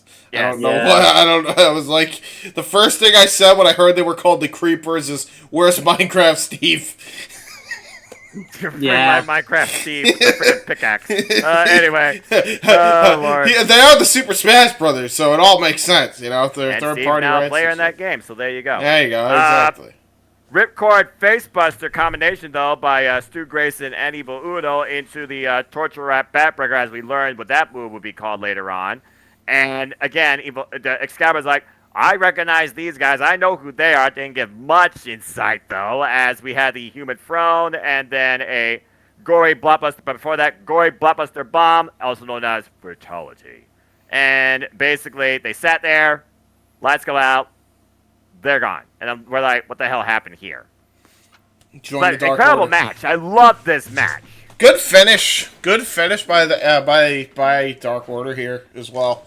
Like, when they first broke it out, I'm like, holy shit, what a great tag finish. I was like, everybody's still chanting, "Who are you?" And I'm like, yeah, who are you? Who are you? Who are you? Who are you? Yeah, I love the match. I'll talk about that first. I thought it was great stuff. I had obviously been, experienced before. This is kind of like the first match of the show where I knew about everybody in the match because I had seen Best Friends obviously from the ROH work, and I had seen, even though I had never seen Jack Evans and Angelico team up before, I had seen obviously Angelico and Lucha Underground, and I knew he was a good tag guy because he was in the trios division in Lucha Underground with Ivelisse and Son of Havoc, and then Jack Evans was just a good singles guy in Lucha Underground. So I thought they worked really great together. Actually, during this match, I got mad at Lucha Underground randomly because, like, why did you never have them team up with Lucha Underground? Like, what are you doing? Like, I just got really mad at them. Good point, actually. They were never a team at Lucha Underground. No, they were. I think they didn't become a team until AEW, right? Like, this is the first. That's correct. No, they were teamed. I think they teamed up in in Mexico, like right before, like that's my a little knowledge. bit before this. But yeah, I thought they had a great tag match here. I give it like 4.25 stars. It was just great stuff. I thought everyone came out with this match looking like a star here. The Dark Order attack, I remember James and I liked because we thought it was cool. In hindsight, probably looking back, it probably wasn't that great because like no one really knew who they were. It was kind of like the early stages of AEW where they kind of expected you to know who the guys were and not really tell you who they were. I don't know who you are. Who are you people? Yeah. Who are you people? JR's like, who are they? Who are these people? This wasn't as bad though as when the Butcher and the Blade show up and like they basically do it. That was fucking ridiculous. I like what JR said. The Triple B don't stand for Better Business Bureau. I'll tell you that much. Yeah, but I remember Tab was like, "It's the Butcher and the Blade," and JR was like, "Who are they?" Like he doesn't know who they are. Yeah, they just noticed the Butcher and the Blade. Yeah, who are they? Who are they, you dumb son of a bitch? A tag team that is rough, tough, and intense out of New York, and the Blade is Allie's husband. That's the Butcher and the Blade. Who? What do you mean? Yeah, the Triple B. I bet those B's don't stand for Better Business Bureau. I'll tell you that. I still go back and watch that. And it was on Cody, of all people, that they made their entrance, and the bunny came out from underneath the ring, raised up by B&B. I love that. Yeah. But yeah, this match was great stuff here. I gave it 4.25. What did you think, James? It was different. I enjoyed it. I thought it was 4.25. Both teams fucking came out and showed out. Honest to God. Yeah, going through career retrospectives, we've done Trent before. You can just watch the WrestleMania 26 retro. And I would say pretty much you could watch, because Trent and Chuck have pretty much done everything together, like in AEW. So you can just kind of watch that retro. Because, Chuck Taylor did obviously something singles because Trent's been injured. But other than that, he's just been kind of with Trent as known as the best friends, like tag team and all that type of stuff. So you can just kind of watch the same retro, I guess. As for TH2, they would go on to become known as TH2, and unfortunately, they didn't really do much in AEW. They were mainly a dog tag team, which I feel like they could have been so much more. Eventually, Jack Evans got released last year, and he went on to have a couple of killer matches with Mike Bailey in Impact for the X Division belt, Fellas, and now he's just kind of chilling, doing his thing. He's in AAA, doing kind of some things there and stuff like that. I don't remember what he did in AAA, but I remember he had like he almost got arrested because the corrupt Mexican police. Fuck them, by the way. Jesus Christ. Wait. I don't. What happened here? Tell me what happened there. So they planted drugs on Jack, and then tried to fucking say he was carrying drugs to the border of the U.S. and had illegal contraband, and then fucking like. Tony had to pay for like lawyers to get him the fuck out of there, and it was a whole ordeal. Like, thank God for Tony. Thank God he was working for AEW at the time, because he honestly might have not come back out alive. Honestly, we might have lost Jack for real. Yeah, I don't think he was ever the same after that, because after he got back out of Mexico, you could tell something was off about him. Like, he wasn't even the same performer, and I don't blame him to this day. I think, when you go something through that traumatic, like, you're not the same performer. I mean, and keep in mind, if you're an older guy and all you've known is the road, and you have to stop traveling during the pandemic, and then that shit happens to you on top of that, I can imagine where your passion just kind of gets zapped out of you, dude. Like, fuck. Yeah, for sure. And then, as for Angelico, after Jack Evans left, he pretty much was just in the Hardy family office or whatever that was. Yeah. And just kind of. Well, he ain't doing shit pretty much. Hey, no! How dare you? How dare you? How dare you, Owen? He's a part of the greatest jobber stable of all time. Spanish Announce Project. What's this stable? It's Angelico with Serpentico and Luther. Oh no! No. Yes. And it shouldn't work, but it does. It works so well, dude. No. Yeah, it works so good. It's so good. And they have Owen. When you get a chance, after we get off the air, I'm showing you the Spanish Announce Project theme song. It's so based. It's so good. No. It's so amazing. I'm getting no. It's so great. It's so great. What happened? I miss my vibe. I miss my vibe so much. What do you mean? That's the best vibe. What do you mean? What happened? No, trust me. You think it's bad. Coming together as the Spanish Announce Project, because I guess they do Spanish announcing sometimes. I don't freaking know. I don't know, dude. I don't know why they call them that, but it's tremendous, and I don't care. And it's stupid, but it works. And they're funny. You know what sucks? Now that there's no AEW dog, what's gonna happen to our boy Serpentico now? I'm gonna miss him. Ring of Honor. He's actually working with Ring of Honor in Ring of Honor with Angelico. So as of right now, it's Angelico and Serpentico in Ring of Honor. That actually makes a lot of sense. They still come out to that stupid theme. Yeah! I have a reason to watch ROH now. I already did, but like fucking hell. Damn it all to hell.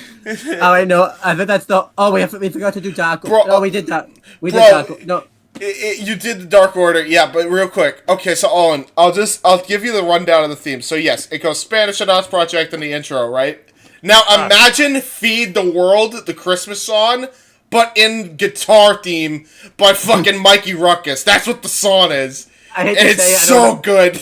I don't know that song. So. No, Feed the World. Oh yeah. Yeah, that one. Now, yeah. Basically, it's that. Oh no, this might be the best. I feel like it is. You might have just turned. Unironically, it's the most bass theme ever, and it shouldn't It's for a comedy gimmick, basically. You might have just turned me around on that song. I'm telling you, bro. You're gonna get one listen to this song, and it's gonna be phenomenal. Can we please move on? career retrospectives on Evil Uno and Stu Grayson because I forgot we actually Yes, did. go ahead. So obviously they would go on to form the Dark Order. It started off really bad. Like it was like the worst thing on the show most weeks, and that's saying something because you had the Nightmare Collective going on at the same time. I don't know how, but that was worse than that. I don't even know. Then all of a sudden Brody Lee came in and completely turned the faction around. It became like the best thing in AEW, and then sadly Brody Lee did, and then it made me sad. And then the Dark Order became baby faces, and then they were fun. And then they helped Hangman Page get to the world title. And it was cool. Yeah. And now they kept it around too long. It was still good, but like it wasn't as good. And I feel like it like should have ended like 3 times, and then it never did. And then it was just like they're just still around, and now it's just like 3 people. It's like nope. It's back to 4 people. It's 4 people again. It's the original 4. It's the original 4 that started. Yeah, isn't it Evil Stu Grayson? Oh, I forgot to count Alex Reynolds for some reason. Underrated. No! Underrated. No, not my boy Alex. No. I'm sorry, I forgot about him. It's just... Is he a forgotten son? Oh, God. No, he's not him. He is As I just watched Steve Macklin obliterate Rhino. There you go. But anyhow, that's the career retrospectives right there. So, and we don't know. We can't really say what happened to the Minions. Obviously, they just stopped showing up. They showed up in the next Despicable Me movie. You know. Not the Minions, but the Creepers. Yeah, no. Yeah. You know, the next Minecraft DLC. You know. And they exploded. Chain reaction. Well, we know what happened. We know what happened to one of them. One of them had bad punches and got beaten the crap out of. Oh, that's right. Wait, did he? Wait, what? He got beaten the crap out of backstage? What? There was a Road to episode where they played up to it and they showed. Okay, for kayfabe. Okay. Yeah, kayfabe. I thought that was for real. I'm like, who the fuck kicked the shit out of the dude who did the bad worked punches? Well, that's a thing. Yeah, that's funny. All right. Now take us through. We forgot one thing, by the way, that happened on the buy-in that I feel like we can't ignore. Go ahead. And that was when the Young Bucks arrived. They super kicked. I don't remember what his name was at the time, but it was QT Marshall. I think it was like his real name, but it was QT. He's now known as QT Marshall because they were looking for He was looking for pass and stuff, and they just super kicked him. Yeah, I think he was called QT Marshall. I think he was always called that. I don't remember his name. Well, I remember he used like his real name doing the Road 2 episodes, like building up to the show type of thing. Oh, so. Gotcha. Oh, he was the stan of AEW. Yeah, and then with an apple in hand, it took a big bite of an apple. There you go. And then Matt Jackson shakes somebody's hand, and he sees that it's Michael Nakazawa. And the reason I say this is because it was a big thing during the Being the Elite episodes that Kenny Omega signed Michael Nakazawa because he was his friend. And when Kenny called Matt and told him about it, Matt obviously approved of it because he didn't want to disappoint Kenny Omega. But he wanted Michael Nakazawa to be basically destroyed so that way he couldn't wrestle for the company anymore. And no matter what Matt Jackson did, he just could not shake the name Michael Nakazawa. There would be times where during Be the Elite episodes, all he would hear was Michael Nakazawa. That's all he heard. And then you get just a big old clip of... Yeah, that's great. I remember there was I don't know if you've seen this. You probably have seen this one, Noah, when he goes into the hotel room one time and all he hears is just Nick and Kenny just saying Michael Nakazawa at him. Yeah, that's all he hears. That's all he's thinking. That's all he's thinking. You can tell I've only watched a few episodes of The Elite because my favorite episodes of Being the Elite is when Eddie Kingston cuts a promo on a cookie.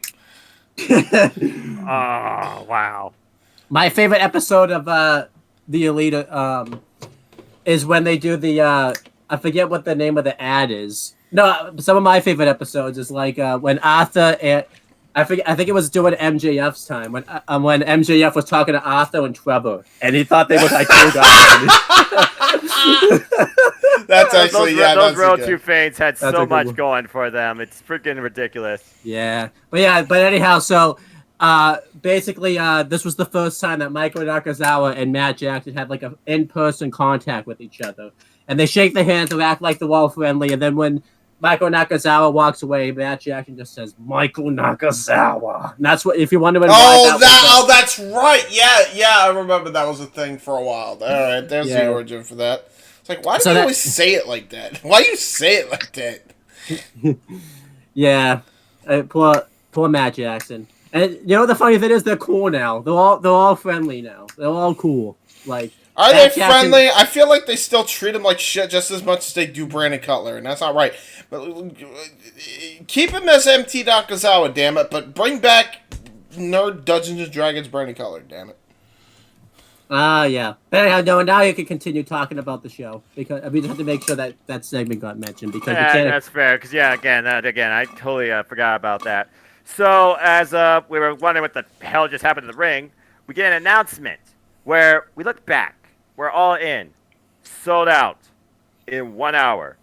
AEW nothing, sold out in 4 minutes. Where do you go from here? We learn what's next for AEW. They're gonna go all out in the Sears Center come August. And they make that announcement. And of course, JR, who gets a little bit confused, starts talking about tickets and stuff. And then we go back down to the ring and we get our first exposure to Joshi Pro Wrestling in the 6-woman tag team showcase. It was Team Shida versus Team Aja Kong. And again, Aja Kong, what can you not say about that legend? It was Riho, Ryo Mizunami, and Hikaru Shida. Hikaru Shida, of course, who was the predominant By the way, factor here on this side. recently checked out the Asian Con All Japan match in the Tokyo Dome. Fucking banger. There you go. And I feel that's what most people's exposure is probably that. And of course, they took on Team Aja Kong, led by Aja Kong, followed by Magical Girl Yuka Sakasaki and the Freddie Mercury reincarnated Killer Queen that became Your Highness. Emi Sakura. Our referee here was Aubrey Edwards.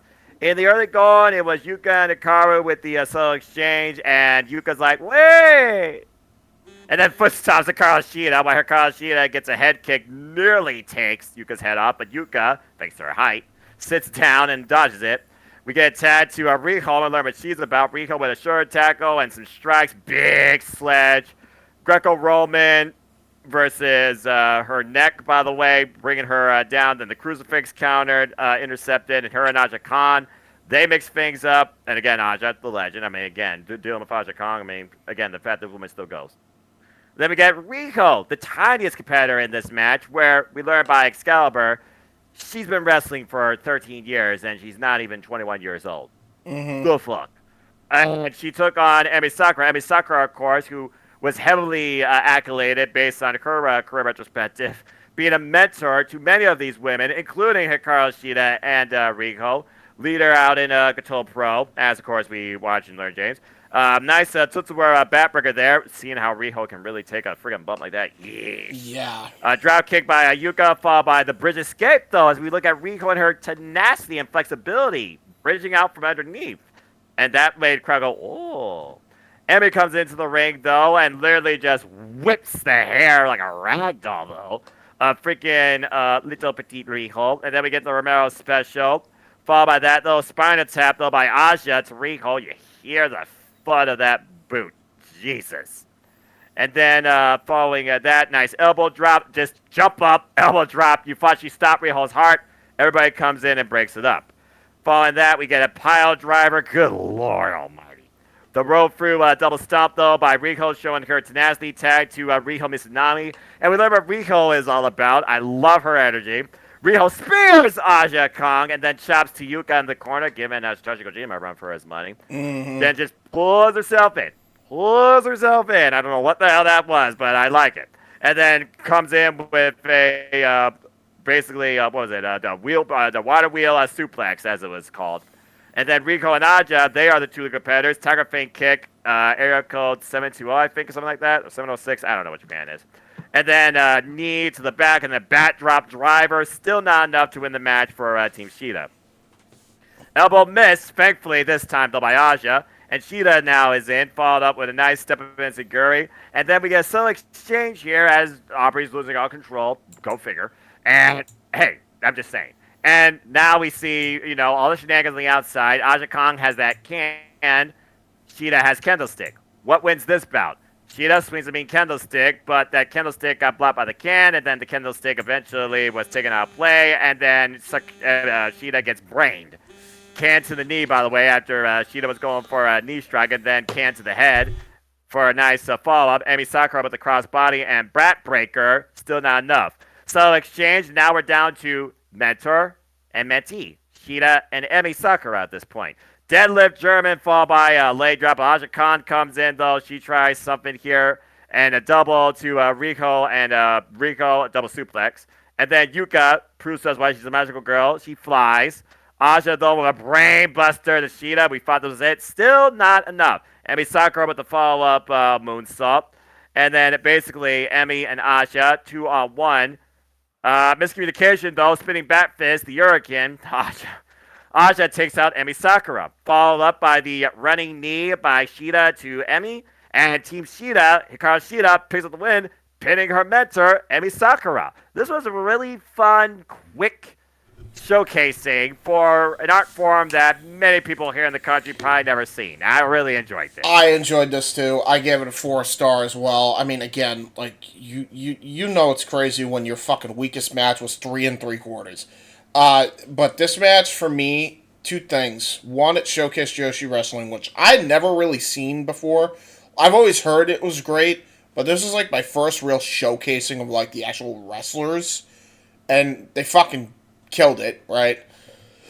Obviously we go on to figure out that some of the gimmicks do not translate well to America, some of them, yeah. But some of them do. And obviously they would adapt over time, especially Emi Sakura. Holy shit, has she reinvented herself in a positive way. On your highness! Love that fucking gimmick. Yeah. Love that shit. But yeah, the second thing that really stuck out to me is Aubrey Edwards' presence in this match. Because at one point, there's a legitimate botch, right? Yeah, Aubrey saves it! 3 count, by the way. Most referees would have just let it fucking happen. No, Aubrey said, fuck you, you ain't fucking overriding me, bitch. Keeps a hold of the 2, bro. And I'm like, wow. Wow, what a fucking star ref. Like, and you know what's crazy? Typically, in a sense, like, the whole philosophy of wrestling is they're supposed to be the background character, which is true to a point, but not when something that crazy happens where something could go wrong, or, fucking timekeeper mishears and they ring the bell too quickly. Nah. That's when you need to step in and show authority, and Aubrey fucking knew her place, man, and just fucking held that 2 up forever, and the crowd went, ooh. Like, they went, they originally were booing, and then they all of a sudden, they're like looking at Aubrey's like, wait a minute. And she's holding up that fucking 2, and they realize, oh wow, the match is still going on. She overruled the timekeeper, and that's like, wow. That was awesome. That was fucking awesome. Like, yeah. WWE at that time, like, they would have had to end the match or type of thing. Yeah, they would have just fucking that's it. That end of the match. Curtains. Aubrey. The other thing, if she does that, she goes backstage. We find out she's released the next day or something, or gets like a big fine. Or something And here she legitimately fucking holds up that 2, looks like a star doing it, and keeps that match going and keeps that match intact. And I'm like, wow. Fucking wow. Like, that's the reason she was a star. Yeah. You know? And I'm like, to be fucking, it probably wouldn't be fair, but I gave it a 4 1/4 in my fucking actual, like, mental, because that thing just put it over there for me. Yeah. It was already a 4, and I gave it like a 4 1/4 for that.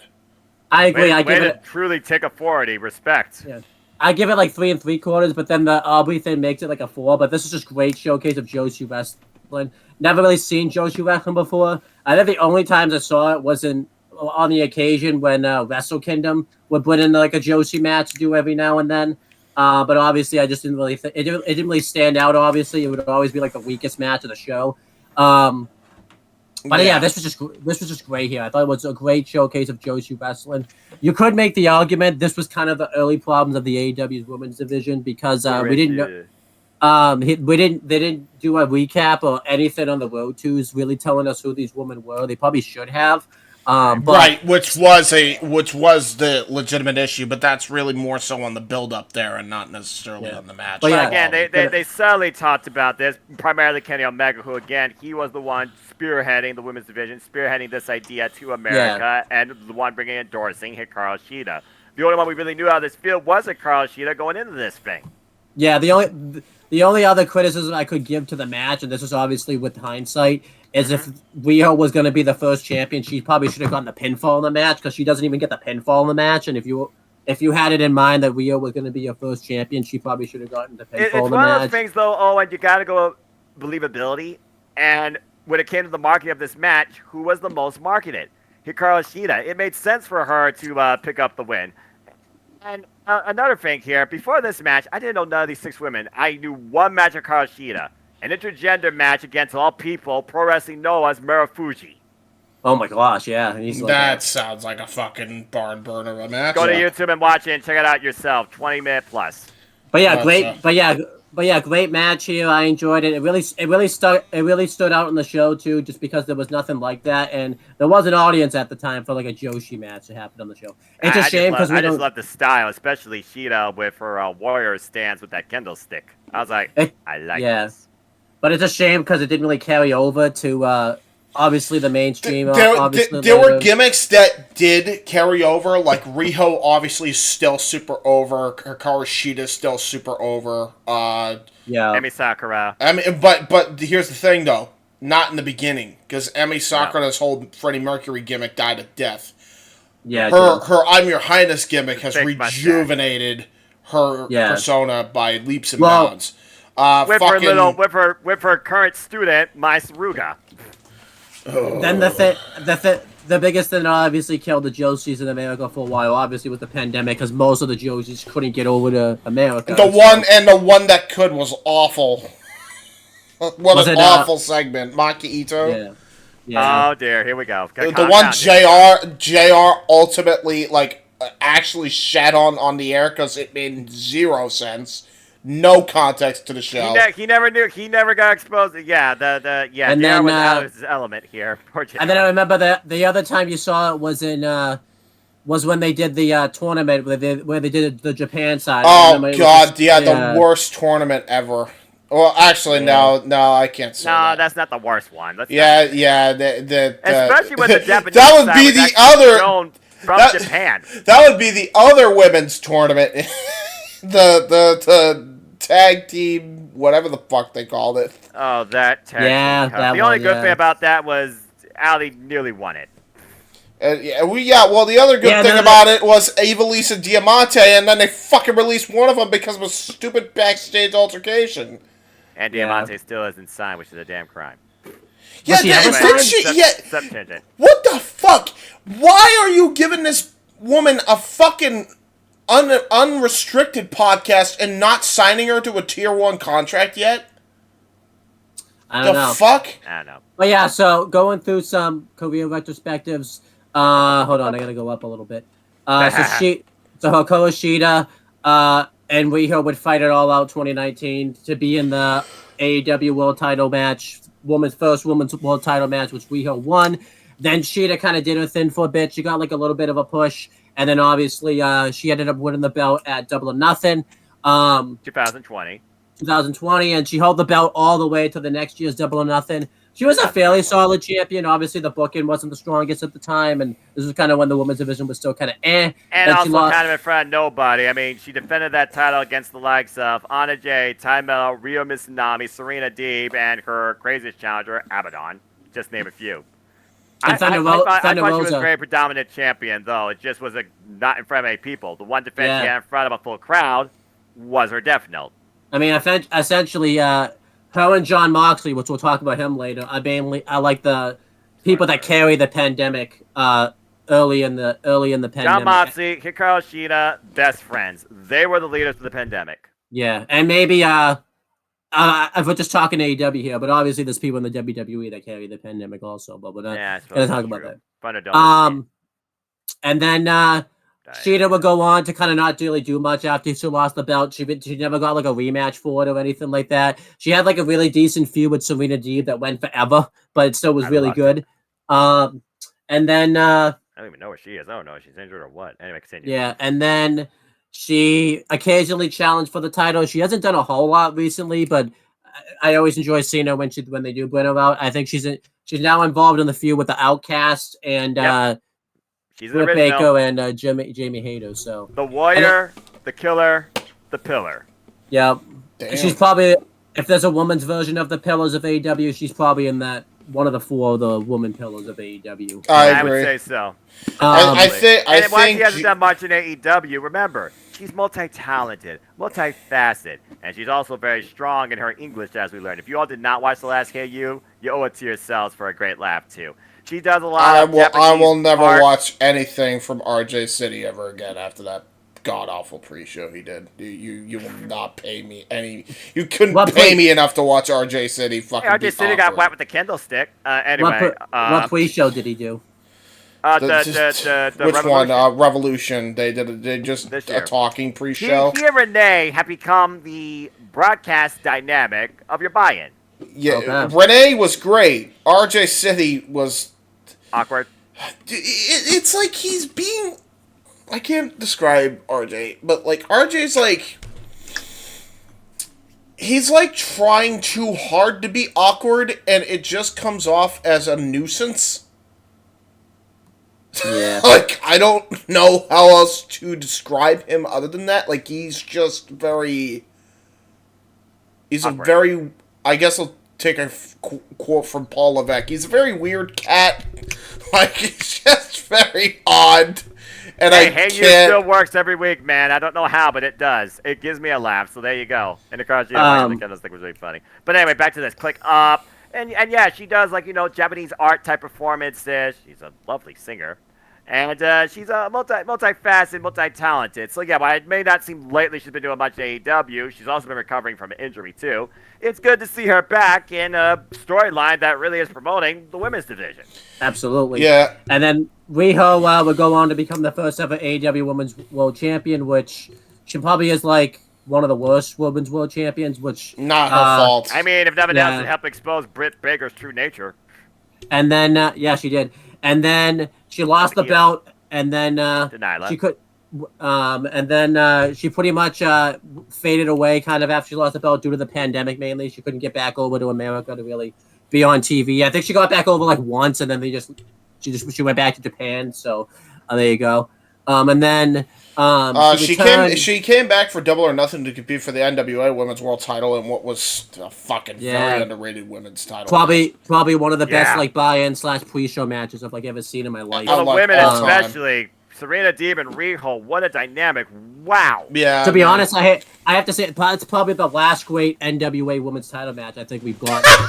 That might. How fucking sad is that? Actually, no. Camille's had some bangers. But hey, when you hang with the likes of Chelsea Green, legit Layla Hirsch, Haya Valkyrie, legit Layla Hirsch, I think would probably be the last fantastic. Yeah, that's probably the last one. Yeah.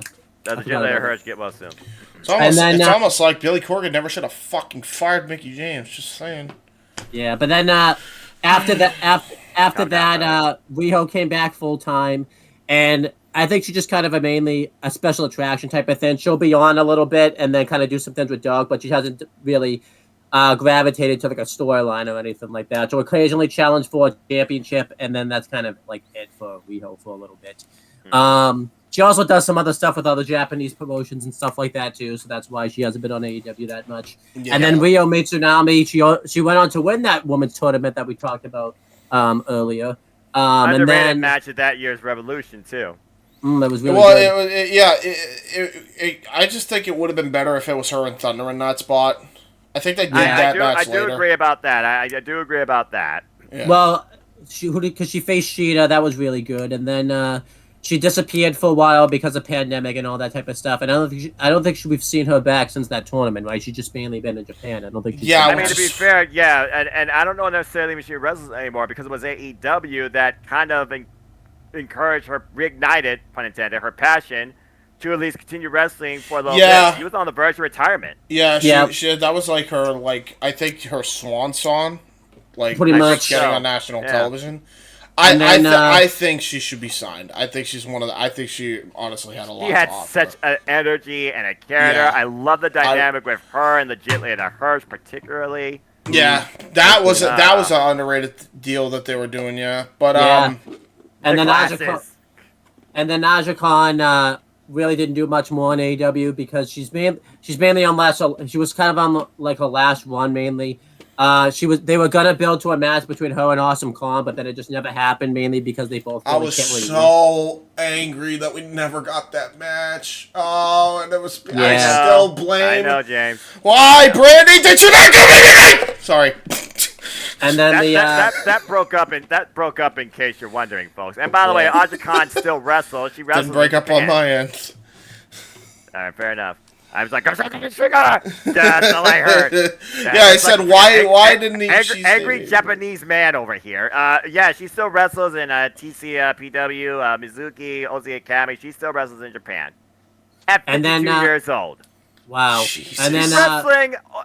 She's gonna wrestle probably longer than Keiji Muto did, who retired this year. Yeah, and then Emi Sakura eventually. She eventually challenged for the women's title at Full Gear. Oh wait, we don't need to do Emi Sakura. We've done Emi Sakura career. We've done Sakura. Okay, and again, Emi Sakura, what a fucking worker! What a match with both Jamie Hayter and Athena. Yes. And then Yuka Sakazaki. He needs to be a champion. Yeah. Yuka Sakazaki also competed for the NW. I'm sorry. Listen. Ring of Honor. Well, actually, she might have competed for both, but definitely for the Ring of Honor Women's World Title against Athena. Really good fucking match there at Super Card of Honor recently. And she was just all around. She was basically, Asian Kylie Ray. That's one way of putting it. But also keep this in mind, as we talked about earlier. Emi Sakura and Yuka Sakazaki are finishing up their time in Japan and coming to America permanently. Yeah, but I've always liked Yuka Sakazaki's theme song. I thought, and like that dance that theme gives me a headache sometimes, though. Sydney freaking singing it while going there live. Yeah, it's awesome. No, that's ridiculous. That's ridiculous. It's alright. Yeah, I like it. It's not Spanish Announce Project or anything. Don't start with that. One other thing that Yuka Sakazaki did before the women's title match, I believe she was the person that Britt Baker attacked originally to turn heel, where she kicked her tooth right out. And literally busted her teeth out of her mouth. You would be correct. Yeah. Wasn't that at the Revolution pre-show or something like that, or was it No, it wasn't the pre-show. It was on a Dynamite that she busted her teeth up. Okay, because maybe remember, the Revolution pre-show had Britt in a tag team match with Penelope Ford taking on, I believe, Riho and Yuka. Okay, so maybe that's what maybe I thought it happened there because they have a match there, but I think you are correct. It was earlier. I'm not going to argue with you when it comes to AEW because you're the AEW. I know AEW to a degree because I am all elite, even if I don't have a graphic. Anyway, you do have a graphic. It's been shown on JJ's show multiple times. Oh, that's right. I mean the actual company. All right. I don't know, man. They don't need to know it's fake. They know. No, they don't. All right. No, they don't. People talk about I should be a freaking Excalibur. Like, dude, I don't even have a. But anyhow, all right, get that out of your head. Let's talk about the three main matches here. The matches that. Oh my God. Okay, real quick. So the undercard, everything was 3 1/4 to 4 1/4, which means that was already a great undercard. Ready? Yes. So the last 5 matches, 5 fucking stars each one. By the way, also the last 3 matches, were fucking 5 stars, and you had a great fucking ending on top of that. That means this show's an S rank. Spoiler alert. I think there's no disputing that we're all going to give this an S-rank show. Not only for the historical fucking significance of the goddamn thing, but also because these 3 matches were the best of all fucking time, and you had the greatest fucking conclusion of any pay-per-view ever. Ever! Yeah. So, yeah. Well, Royal Rumble this year might want to talk to you. Might, and I do say might. That might want to talk to you. Yes, still. Story angle, to be fair, but that might be true. All right. First off, the subtleness in this. The setup by JR, who has so much damn history with both these two and this family. What was Deem? Generation, first generation. Yeah. 2 brothers. Nightmare vs. Natural. Nice marketing gimmick. Literally said by Cody Rhodes himself. You suddenly get a recap of what he said on the road to. I love my brother, but he needs to be put out to pasture, to put it in a summation. And then Dustin comes in and says, my career is already defined, but I'm not quite done yet. And then the subtle video background, just retrospective of these two.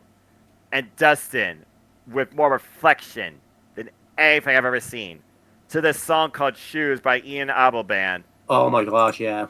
That song still hits me. And then we go in, as they subtly said, this is about killing the perception of attitude. Cody, we didn't know what was going on here. Some lights flickering up and down this weird chandelier said, like, what's with the chandelier said? Then it rises and exposes a throne for one king of kings.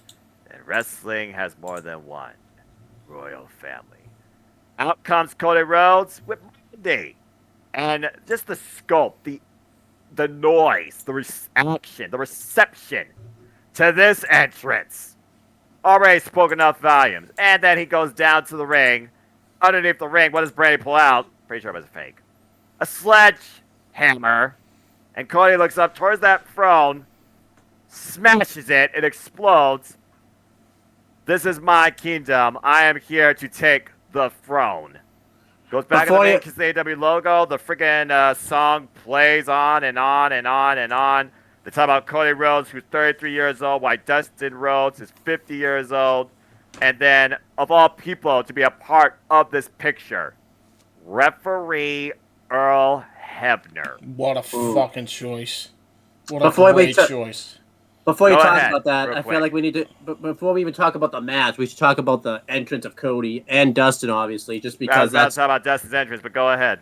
I want to get your obviously Cody's entrance was very, impactful. Even more impactful now, considering we won't do a career retrospective on it because we've done it before. But considering what happens with Cody later on in his career, how impactful was it that that happened? A lot of people point that entrance as a joke as why he didn't. Become the champion at WrestleMania this year. That's kind of the troll reason why they say that now. Right. But before you even break down the match, I want to mention one more thing because, let's just mention it for like the rest of the matches, so I don't have to say it again. Cody, the Young Bucks, and Kenny Omega did not have a match. Well, the Young Bucks did, but they were basically not really wrestling full time before Double or Nothing. So, and Cody just had knee surgery. Right before this match. I think it wasn't right before. He had that cane with Farrell S. Wolfhead on it. Yep. And it wasn't right before the match. I think it was like a couple months. But Cody hasn't. I don't think Cody had a match since like Wrestle Kingdom that year. I think he dropped the. Was it the U.S. title to Juice Robinson? He dropped the IWGP United States Championship to the flamboyant at the time, Juice Robinson. Yeah. So that I feel like we need to kind of show. And then we'll say it now. With the Young Bucks. The Young Bucks were wrestling very part-time. The only time they really got into the ring was just for the AAA show when they took the belts from the... Two tag team matches that year. Don't forget, they were also involved at Wrestle Kingdom. That's correct. And then Kenny had wrestled completely, pretty much. Since Wrestle Kingdom of the... no. AAA, maybe? AAA? No. I think Wrestle Kingdom was the last one, because that's where he dropped the IWGP Heavyweight Championship, version 4, to Hiroshi Tanahashi in the main event. WrestleMania 13. Which, by the way, what an underrated Kenny Omega match that people do not talk about nearly enough. I still watch it to this day. The reason I say that is just because we talk about these matches of 5 stars. I think we still would have rated them on it, but It's just I feel like I rated it even more that now that I know for the fact that Cody had knee surgery, the Young Bucks had been very much out of the ring, and Kenny Omega had not had a match since I was before. probably banged up even then. Like he wasn't Yeah. even as banged up as he would become when he was like the Yeah. champion of everything. And Jericho also, Chris Jericho too hadn't had a match since Wrestle Kingdom also probably as well. So it's like Like the you know. yeah, it's nuts. And Like, Dustin, by the way, Dustin hadn't had a match in WWE at all. oh my god, yeah, like Dustin, Lucha Brothers. I think out of all of those people, were probably the only ones that were actively wrestling after Wrestle Kingdom or something. You would be correct. They talk about it on the show. I think, believe it or not, it's Alex Malvez that says it. The Lucha Bros had a match like the night before the show, actually. So Yeah, They were the most ring ready, which is crazy to think about. Yeah. So now that we've kind of met that, I feel like that really should show like how significant like that was, especially with Cody getting a knee surgery. Because WWE always likes to tell you that was the only time he had surgery was the torn pec. It's like, yeah, this show would like to talk to you because he had surgery before. So WWE don't acknowledge history outside their company. Well, at least they didn't used to. I guess now they're not as death grip on that. But yeah. The subtle dynamic of Dustin's entrance with that subtle snake on the screen, and Dustin, he is here for one last ride, coming out to a total reincarnation of his theme, adorned in the red and black tonight. A different Dustin Rhodes, it seems. The two brothers, face to face, not even touch. Bill doesn't even ring. Dusty chants rain out. This was a moment in time. Dude, they were both in tears. They were both in tears when the Dusty chant started happening. Yeah, both. Which was nuts. And then, holy shit! And we're underway in this wrestling match, wrestling fight. By the way, this story. Yeah, this show, by the way, James and I noticed was TVMA. This match is the reason the show is TVMA. Big time. You are definitely correct there. The subtle nod in the early exchange as Cody Rhodes does a cartwheel escape. Remember this, folks? Stardust. Followed up by that kick and that uppercut that he does. Then Cody with a tope suicida taking advantage of his brother on the outside. A little bit of a fake out was going to send him somewhere else, but didn't. And then we got a flipping senton by Dustin from the apron to the floor. Yeah, how's that for a freaking 50-year-old man that's probably with 3 decades in the game? Used to got a chance right now, then he hits a bulldog. 10 shots in the corner, though, but Cody finds a way to regroup. And then Brandy Rose, who's also at ringside, gets involved, including a bottle of water to Dustin's head. It's like, get her out of here. Gutbuster, dragging a screw leg whip. Damn, that move has to suck. And then a power slam by Dustin for a nice near fall here. And the subtle just tone in JR's voice for this match, considering his history with not only these two, but their father particularly. This was definitely an emotional moment for good old JR. That was definitely JR's defining moment of the night, in my opinion. Well, besides what we'll talk about at the very end. Anyway, Dustin, though, with a big right, sets up Cody Rhodes in the corner for broken dreams. But Cody, very wise, rips the turnbuckle pad off. That means Dustin will be kicking straight up, not only into balls of steel, but solid steel itself, thus risking breaking his leg. Wise move. Then a follow-up with a spear by Brandy. And finally, she gets ejected. Earl Hebner with no lack of history of controversy. Ejects finally Brandy, but Brandy refuses to go until one, Diamond Dallas Page shows up, another member of the Nightmare family, and literally lifts her to the back. I freaking love that. As Cody, though, he literally has Dustin Rhodes, after the drop toe, by the way, into the exposed steel, and Dustin goes ahead first. Jesus Christ. Oh, man. This spot, though. Oy. All the blood, all the damn blood by Dustin, and Cody sees it, wipes it away from him, wipes his on his own chest. Bro. And freaking couldn't stop following that with a double sledge, but Dustin somehow still stays in this. Falls up again with another power slam. But Dustin is literally almost like a wounded animal. Cody said himself, when you need to put the animal down, you just have to, even if they refuse to die. Again, the subtle way that Cody... Go watch that Road to, folks, to understand what I'm talking about here. This was the last heel Cody match of all time. Yeah, bar none. Yeah, And I would say so. The figure four leg lock by Cody Rhodes, all-time great Nature Boy Ric Flair, and Dustin literally falls to the pain 2 times here, but refuses to let this be his end. Reaches the ropes to get a rope break. Manhattan drop, and Cody finds himself perched on the turnbuckle, and there's a full moon out in Las Vegas, and he takes the weight belt off Cody. And as good old JR says, oh, good grief, the barn's open. And the woodshed, basically, Cody was taken to as he gets spanked by his brother. A little bit of subtle punishment from big brother to little brother. Just saying. And a cold red by Dustin, but still not enough. A superplex out of the corner off the top rope. Jesus Christ. And then a crossroads by Dustin off the shoulder on a prone Cody. That became later on known as the Final Reckoning, the Final Cut. Yeah. And I thought he had him here, near fall again. As Cody looks to take advantage, mule kick, disaster kick follow-up into crossroads of his own. Dustin is not done yet, near fall again. Another ridiculous headbutt and another crossroads, this time by Dustin. Crossroads for crossroads. Where do the crossroads end? You tell me. Another near fall for Dustin here. Then following that, these two were just wailing away at each other. Yep. You forget these two are brothers. You're seeing just 2 men wrestle in the ring. No, it's much more than that. Overhead rights that would knock a normal man out, especially Dustin losing blood by the buckets. Mean exchange. And then a slip-off as these 2 men collide in the power slam. All that blood affecting both men. Dustin goes sideways. Cody goes sideways. I'm not sure who got the better of that exchange there or the worst impact. But following that, we finally get another near fall there by Cody, who just drags his way to Dustin, or excuse me, Dustin to Cody, not enough. And then Cody sets up Dustin, I don't know how he did this, for a vertebreaker, but he doesn't let that be the finish for who he might as well deem Old Yeller. Breaks the count, picks him up. Another emphatic crossroads. Cody Rhodes gets the win.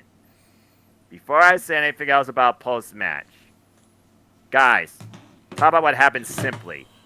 Bell to bell. Okay, so I'll go first on this. There's a couple more spots that we need to talk about. Number one, first off, this is the most gruesome blade job since Eddie back at Judgment Day 4. Right? Jesus. Like, he was fucking bleeding, Dustin was. Like, absolutely gruesomely bleeding. And then, like, to follow that up with a submission spot that, honest to God, tops the Austin spot from Mania 13. Dude, this is all-timer shit, man. Like, it's 5 all day.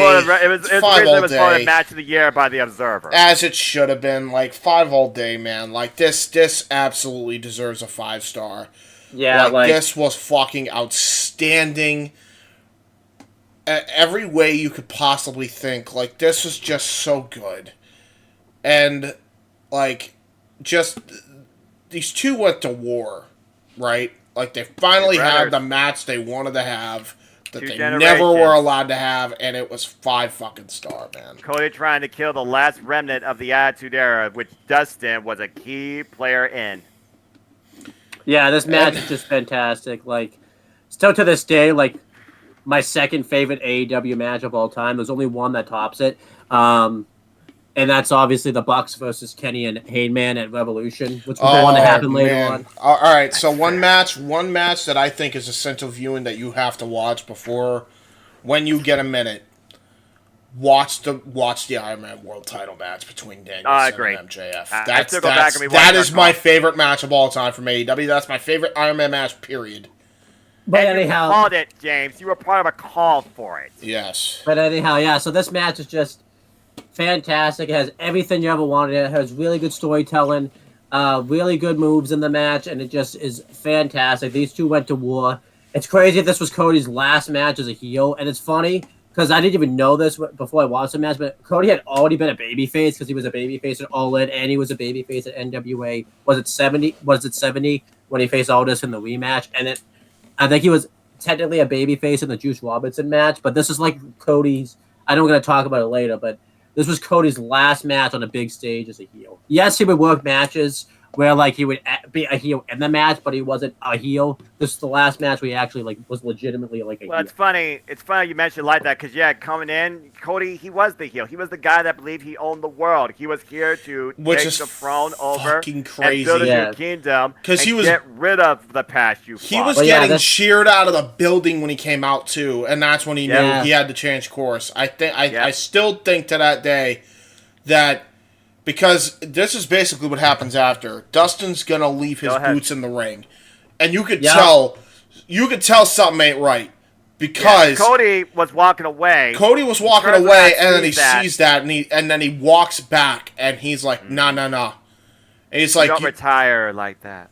No, you don't retire like that. And he said, "I need a favor. Because I need a favor from you now." Before at Fight for the Matt, Nick, and I, we started a revolution, and we wanted to change the world of pro wrestling as we know it today. In the sound of AEW, there was one particular match Cody signed up for. He and a tag partner of his choice to take on who he deems the best tag team currently going today and possibly of all time, the Young Bucks. He then say the line perfectly, James. I mean it. You better give me that emotion because this right here broke JR, broke the arena, and even rewatching still broke me. Broke James and I too. Number one. This is a reciting or a rephrasing of Dusty Rhodes' promo with his brother from like way back in the days of Mid-South, which is what a callback that was. Might have been WCW, but one of the two promotions. And so Cody goes and he looks at Dustin. He says, "Dustin, I don't need a partner." And the crowd, they're gasping like, "Boo!" And then he said, "I don't need a friend." And then Dustin, you can tell where he's going with this promo because he remembers what Dusty said.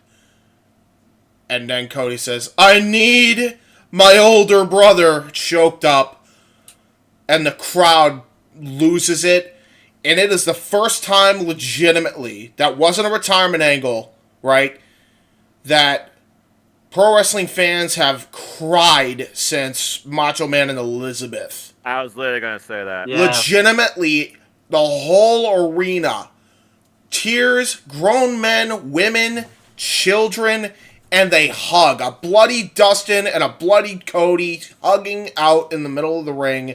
Tears in their eyes. Blood, sweat, and tears. Literally looking up to Dusty. Leaving it all in the middle of the fucking ring. Yeah. As Dustin's theme subtly plays. Just the opening part of the theme, by the way. Talk about like a dramatic finale with... You couldn't ask for a more poetic ending to what you think might be a lifelong sibling rivalry. No, it wasn't. It was more so the fact of the matter of we finally did this together against each other. Dude, there were people... Now we need to literally truly do this more time together. There were people at that media scrum after the match, like the early media scrum days where they just had like a bunch of people like interview all the wrestlers at one place. Yeah. And there were people, like, literally choked up, like, crying as they're talking to Dustin. Yeah. And, like, one guy was choked up about how's it feel knowing that you for the longest time, there was no alternative but WWE, and you come in and you have this match, and, this is a match that WWE said that you weren't going to ever have and it wouldn't ever sell. How do you feel knowing that you finally got to have the match that you wanted with your brother? And the one thing that Dustin says is, "Look, brother, I made it out of Papillon. I made it out of prison. Yep. And it feels good to know that there is life outside of WWE." And I'm like, holy shit. That let you know, like... Yeah. Holy shit, this wrestling industry just changed. This is truly a change. Yeah. Dustin even does, like, another interview, not the same day. I think it was, like, the Starrcast the next day, where he talked about, like... He wasn't even sure, like, how the AEW crowd was going to respond to him, because he hadn't been out of the WWE system since, like, TNA in, like, 2006, maybe 2005. And that was, like, during the worst time of his life, yeah. Yeah, right. So it's, like, it was crazy, but, like, I think too the biggest thing, like this moment right here is when Cody Rhodes became the best, like the biggest baby face in all of professional wrestling, ever. Because Like, he dude, like he single-handedly made one of the most iconic moments. One of the most iconic matches in AEW history. One of the greatest memorable ending segments of the match. I think Cody was finally made as like a main eventer, like he wanted. Oh, in this no match. doubt, and it took a match with Dustin. There was also, I feel like, some inner peace with both men.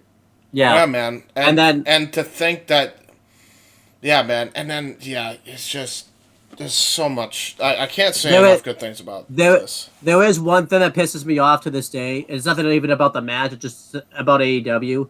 That they never did more tag stuff with Cody and Dustin. I agree. I agree. Especially after, I think even especially after Cody lost the World Tag Title. Yeah, the World Title. Like they should have been a prime candidate to fight FTR after FTR won the belts from. Definitely. From Hangman and Kenny, I think that would have been a great match to have on TV. They definitely, definitely. That's amazing. Like again, it would have been an interesting dynamic, but of course, again, you guys know he was also dealing with other stuff then too. That's true. Again, too, like, did they not do the match with Heyman and Kenny too? Because obviously, there's been reports that Cody and the Elite were infighting like later on, so like, and it was kind of like soon after the title run, so we don't really know what happened, but it's like, they debunked that there was never any infighting. There was infighting between Tony wanting to do this reality show, and Cody was down with it, but the Elite weren't. But it had nothing to do with fucking Cody and the Elite having problems with each other. It's just. But I still think they could have done more tag stuff with Cody and Dustin. I agree. They do like two. They've done they did only really 2 tag matches together. It was the Young Bucks match, and it was a match on Dynamite with the Lucha Bros. Especially too because I think if there was an issue with the Elite and the Rhodes, like Hangman and Dustin wouldn't have had their world title match because that did happen at one point. That is true, yeah. So. But I think too like the biggest thing is like Cody and Dustin too could have really done some stuff because I remember like. Early 2021, like Cody felt really directionless in AEW, and they really should have just put them as a tag team, like in AEW. Because I remember he was. I agree. Doing much. I agree, especially after Aldis pulled out on the deal, and they went with a Go-Go instead. Especially too, because they could have had the tag. Especially too when the Elite went heel, you could have done a tag title match with like the Elite. Yeah, that's true. Yeah, rematch for that. Yeah, sure. But yeah, other than that, man, like. I think we've done a career retrospective on both of these guys before. Yeah, the only thing new we can say about Cody is he didn't win the world title this year, but he's still like the biggest babyface probably in all of professional wrestling at the moment. Yeah, probably. Probably. So. But yeah, as again we see the faraway shot of that bloody AEW canvas and Cody and Dustin making their way up the ramp as commentary. Up in the elevated position. We just see Alex Marvez bawling. Yeah. JR, of course, kept up. He's like, I'm not crying. I have allergies. And Excalibur literally lifting his mask up. Like, Excalibur. We know, man. We know. Yeah. That was it was a so moment. Good, man. It was something that I truly like. Marvez was a blubbering mess. He was a blubbering mess after that happened. Yeah. That's like, holy shit. Before Noah continues, as I forgot, I know we've done a career retrospective on Excalibur and JR to death, but have we done one on Alex Marvez? Probably Does he show not. up at? I mean, backstage broadcast. He's a backstage broadcaster. That's really it. There's really not much else to say. Still a journalist too. So there you go. He's just chilling. He's just chilling.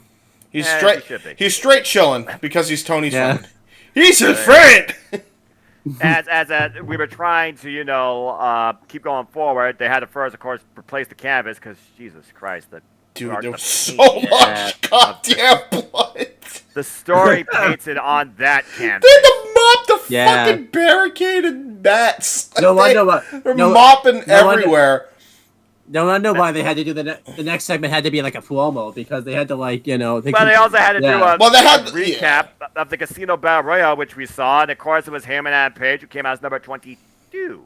And won Yep. at the end, eliminating Maxwell Jacob Freeman with the buckshot lariat, as we finally reestablished some decorum down at ringside. We have Jack Whitehall in the ring, and he introduces the best there is, the best there was, the best there ever will be, Bret the Hitman Hart. Bro, Yeah. what a fucking like pop he gets here. They give him a fucking theme entrance. He comes out. He's got the championship title. He's presenting it, and it's fucking beautiful, by the way. Yeah, I really like this a lot. Jack Whitehall, by the way, again, just His subtleness, he looked inside like, oh, that's what it looks like. Yeah. And they had that. They did that segment on Road too, if you remember, where like he tried to unveil the belt, but it was too heavy, type of thing too. Right, well, he is yeah, a comedian. He is a comedian, And of course, Bret, he welcomed Las Vegas. He's no stranger to that city, of course. And this is a very special occasion for him because he defended here 26 years ago a championship, and now he introduces someone who is truly first ballot candidate to be the first champion in this company. Coming out here, Hangman Adam Page. Bret Hart also too inadvertently says World Championship Wrestling. I don't even know if he realized he even made that reference. I did too. see that. The WCW throwback. There's for 2.0 finger go there. And as Heyman was making his way out, he made his way into the ring. and holy shit. Cut my music. Ladies and Let Noah gentlemen, you are take looking this. at the most promising man in all professional wrestling right now, the rising star, Maxwell Jacob Friedman. He insults Bret like, Bret, look how this is a fan. You fucking dickhead. Yeah, so we Yeah, Bret does. Immediately going to the Hall of Fame. The dude who attacked him. Get Bret, watch out! There's a man coming at you. it was I'm like, so holy I killed myself. This dude was made as a heel with that one line. Like that's when everyone And Bret's even smiling because he's like, wow, he went there. All right, I like this kid. This guy has no restrictions. He made all Las Vegas know that for sure. Dude. And he said that he will be the future face of this company because this company does not need a horse's ass as the AEW World Champion. Because I will be the best. Actually, scratch that. That phrase, he literally insulted everything that defines Bret Hart. There's at one point where Bret Hart's not even looking at him, and he gets up on the apron right before he says that catchphrase. He's like, "Look at me, old man!" Yeah, he's so good. Dude, like. And then Heyman tries to go for a shot because again we know that he's not 100%. How do you keep the crowd energy when you do, but also give them a chance to cool down and also have some breaks in between the cheering? And also a different set of emotions because this was a complete 360 from what we just saw. Yeah, prior. we were very emotional and happy and blubbering messes, and now we're angry and pissed off and want a Jewish boy to die. Well, he almost got freaking clothesline, and then he's like, "Oh, easy there, Seabiscuit." Seabiscuit. Yeah, he calls him Seabiscuit. I'm like, what the fuck? It's a horse, and then he gets confronted by Jungle Boy Jack Perry, but he says, "I don't want to be." What was the line he said about Jungle Boy? The freaking reincarnated Tarzan or something like that. Yeah, called him dude, and then Kip Sabian comes out. No, it's not Kip Sabian. It was something much worse. It was Jimmy Havoc, a walking death match himself, as Excalibur put it. Right. Yes. Yeah. MJF caught between a rock and a hard place. So he was like, guys, calm down. All right, guys, let's calm down here. I do like that they did Jimmy Havoc here though, because key thing, that was a big time feud that he was having in MLW at the time as well, which is like, wow, okay, Throwback. Yeah, exactly. Wow, and as he's ping pong between all three men, eventually he is thrown. Hey, you wanted him to be in the audience, right, Owen? He's thrown into the audience by his Burberry scarf and chased out of the building by force by Jack Perry and Jimmy Havoc, who beat him all the way to the backstage as Bret Hart holds one of the most beautiful straps I have seen in a long time in this wrestling industry. And Shia says, now that is a strap. Mm-hmm. The AEW World Heavyweight Championship. What a presentation. And what a couple of names to think about that could hold this title. Yeah. This segment was truly awesome. Everybody was made in this segment. And yeah, the belt looked beautiful. Obviously the belt doesn't look like this. I feel like they've altered it a little bit. Obviously, I think it's, I think it will go back to this once MJF loses the belt. I hear they have a new one coming, but I'm not sure if that's the case or not. But yeah, it was a beautiful champ. It was a beautiful champion. No, I don't think there is a new one coming. I think they have the new one. It's the Burberry scarp leather, but it's still those same world. This could be the big Burberry belt. Anyway, but yeah, this was a beautiful championship. I really liked it a lot. They had to come up with something big here, considering the fact that WWE screwed up the 24/7 title unveiling right before this. I think there was like the Raw before this, so it was like. Was it that fucking soon before this? Yeah, I think so. Yeah, Dude, and then oh my god, that's how much I just wanna. That's how much PTSD I have about that fucking time period of WWE. I just want to forget all the dumb horse shit they did. But anyhow, so. And they set up that awesome 4-way match at Fyter Fest with all these 4 guys. So I thought it was a great way to set it. I thought it was a great way to set that up. It made Paige look pretty good. It's really weird to think that Bret Hart was in AEW because he hasn't done a show since. Obviously, Bret Hart wasn't happy he did this. I don't think it was necessarily anything that happened with AEW. I just think he felt like he was like betraying the WWE in a sense because he felt awkward. Yeah, you could kind of tell he felt awkward because he messed up his lines a little bit. You could tell you could tell he. I don't think he had like a health issue or anything, but he was kind of barely able to walk too, like doing bits and pieces of this. Yeah. So it was, I'm glad the kind of Bret Hart isn't brought out anymore, really, to do much stuff like in Win Rise, just because I feel like it kind of starts to hurt his legacy a little bit. So I think this is like the last thing he's really done, like in the ring type of thing. Like he hasn't done a promo. I think it's a great way to really go out. You know, yeah, like unveiling a new belt and everything like that. Unveiling a new belt, putting over the young talent, and fucking really like helping the wrestling industry forward. I think is the greatest way you could go out. Yeah, so really good stuff. Like obviously, it would have been great for him to go out in the induction of the Hart Foundation. That would have been awesome. But obviously, pandemic ruined that. Yeah. Not the pandemic, the fucking fan ruined that by attacking him. Oh, that's true. Yeah. So, yeah, but anyhow, so... God bless Dax Harwood for fucking socking that motherfucker one, by the way.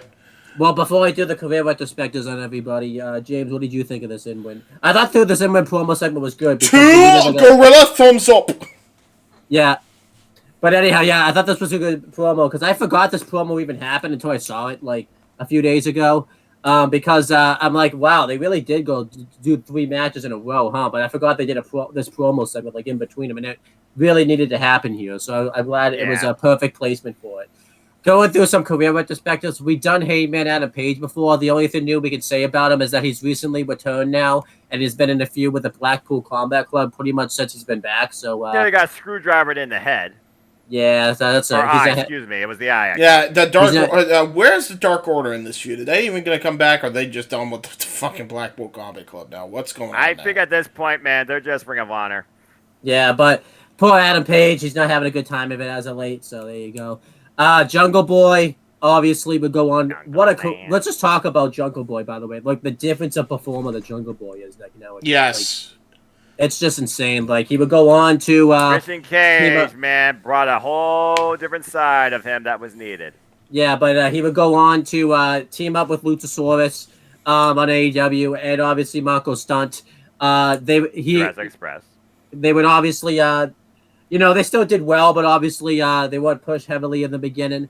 They had a thing where Jungle Boy had like the worst losing streak. Well, before Brendan Cutler had that, and Peter Avalon. And then eventually he had like this great 10-minute war with Chris Jericho where he lasted the whole 10 minutes. Clock. Yep. And then he had that great match with MJF at Double or Nothing in 2020. And then he had a really good feud with him. And then he had a great fucking world title match with Omega.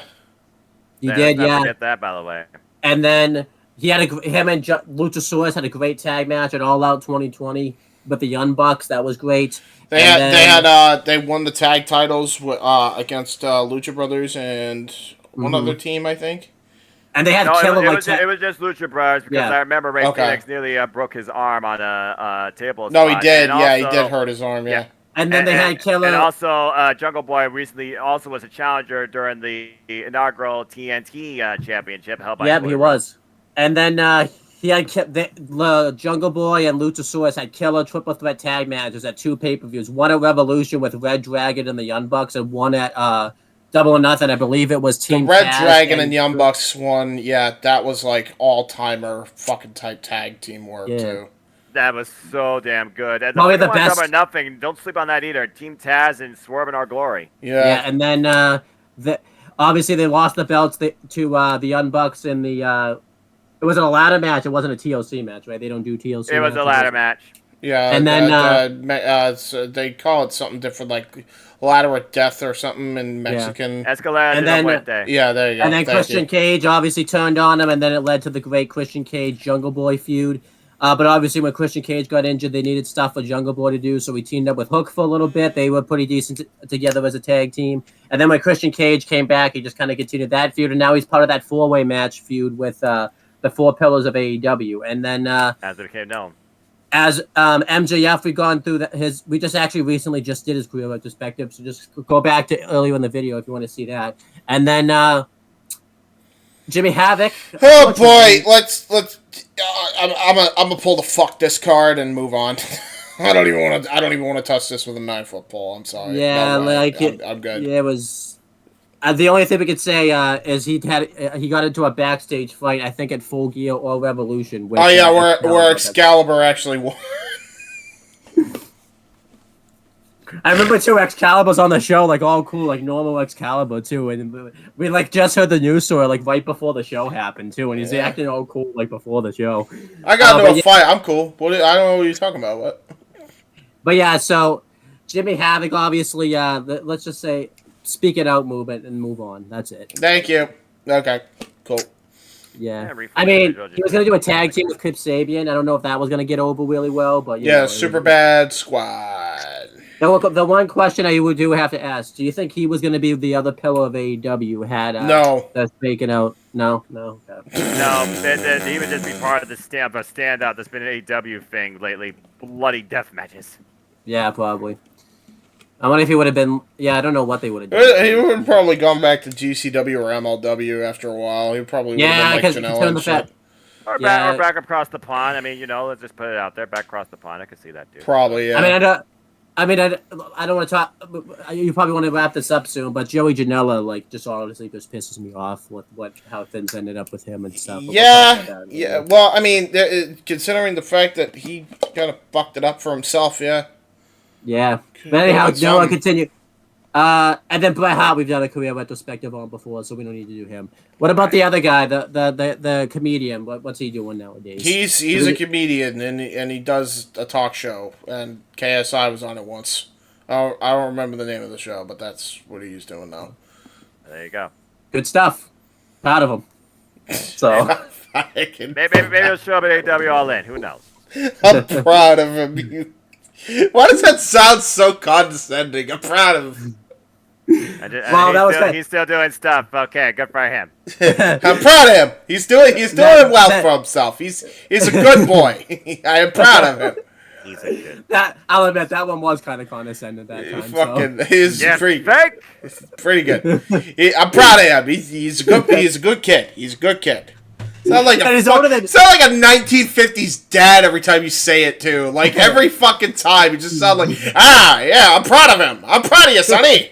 What the fuck are you talking about? Clearly might go on as long as the pay-per-view at this point. Yeah, probably. I like how I say I'm proud of all these people. I'm proud of all these people, and this show was 4 years ago, and I'm proud of something that happened 4 years ago. I'm proud of all these people.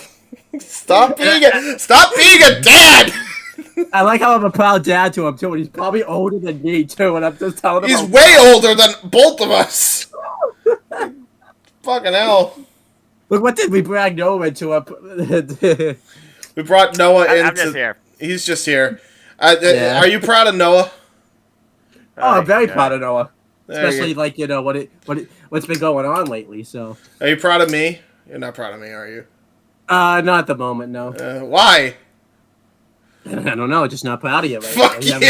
You're a piece of shit. How dare you? It's because I like the Spanish Announce Project and you don't. That's what this is. That's what this is all about.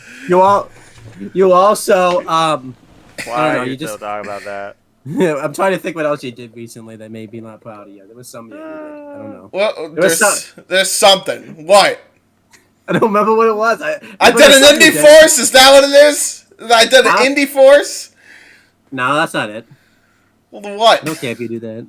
Maybe that Owen the Talkinator, Owen and AJ talk hasn't happened yet. Maybe that's why. I don't know. It's not my fucking fault when I got a freaking paid gig. I don't know. That's it. I want to do that stuff. So it's like, Listen. Well, you know what? Don't be. I know why you're disappointed in me. It's because of that bullshit Wi-Fi box. But that's not my fault. That's Xfinity. Yeah, that's it too. That's it too. You should be proud. That's not my fault. Be proud of me and not be proud of Xfinity, and then we're good. Maybe I'll let you be proud of. You know what? I decided now I am proud of you. I changed my mind. Okay, thank you. Now we can move on. What a fucking. This show sucks. What a sub-tangent. What the hell? This production sucks. Then we'll continue talking about AEW Double or Nothing 2019. All right. I guess we'll move on from there to our semi-main and our only title match of the entire night, as the Young Bucks defend the AAA Tag Team Championships against the Lucha Brothers with referee Rick Knox. The Young Bucks, who are set out to make tag team wrestling main event worthy and bring us the best tag team division possible. In the Battle of Brothers, it was the older brothers first, Matt and Penta, who squared off and couldn't get the better of each other. Wait, and then Lucha Brothers. You mentioned Lucha Brothers. Let me gives you a second to go and cough real quick. Lucha Bros. Mexican. yeah, the original version of that. Zero miedo. I missed that. Niños in the ring. Yeah, I missed that song so much. I missed that song so much. I The don't. new one's not that bad either. I mean, it's, you know. They just put. It was just them saying they were the Lucha Bros and pointing out their ethnicity. And that they have and they have no fear. And they have no fear and to meet us in the ring. It's a great hook. And It's they've very constantly memorable been wrestling this year. But the Young Bucks have been involved in 2 tag team matches. Nick and Ray picked up Fames with a mad speed exchange on the outside, ending with kick, miss for a kick, followed by drop kick and a skip up stalemate. And then we got a corkscrew drop kick for a follow-up super kick. Oh my gosh, the amount of kicks in this damn match. Well, I should have expected that. And then chop exchange between the two, and next thing you know, there's a stalemate. Again, these guys can't get the better of each other. Matt in the middle of everything gets hooked with a sling blade. Cazadora with a splash. Good combination by the Lucha Brothers.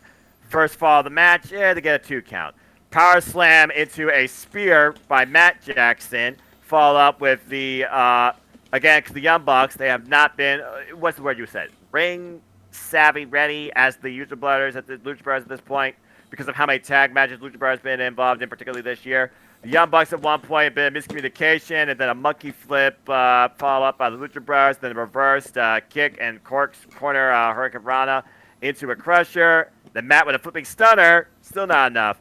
That flying Soba kick by Ray Phoenix out of the court. Good grief, the speed behind that, Jesus. And then Matt somehow with his bad back catches him with locomotion suplexes and turns into a sharpshooter. We got dueling sharpshooters in the ring. Followed up by a facebuster, and Matt floats in between. How does he do that? Floats in between the ropes, goes to the outside, see ya.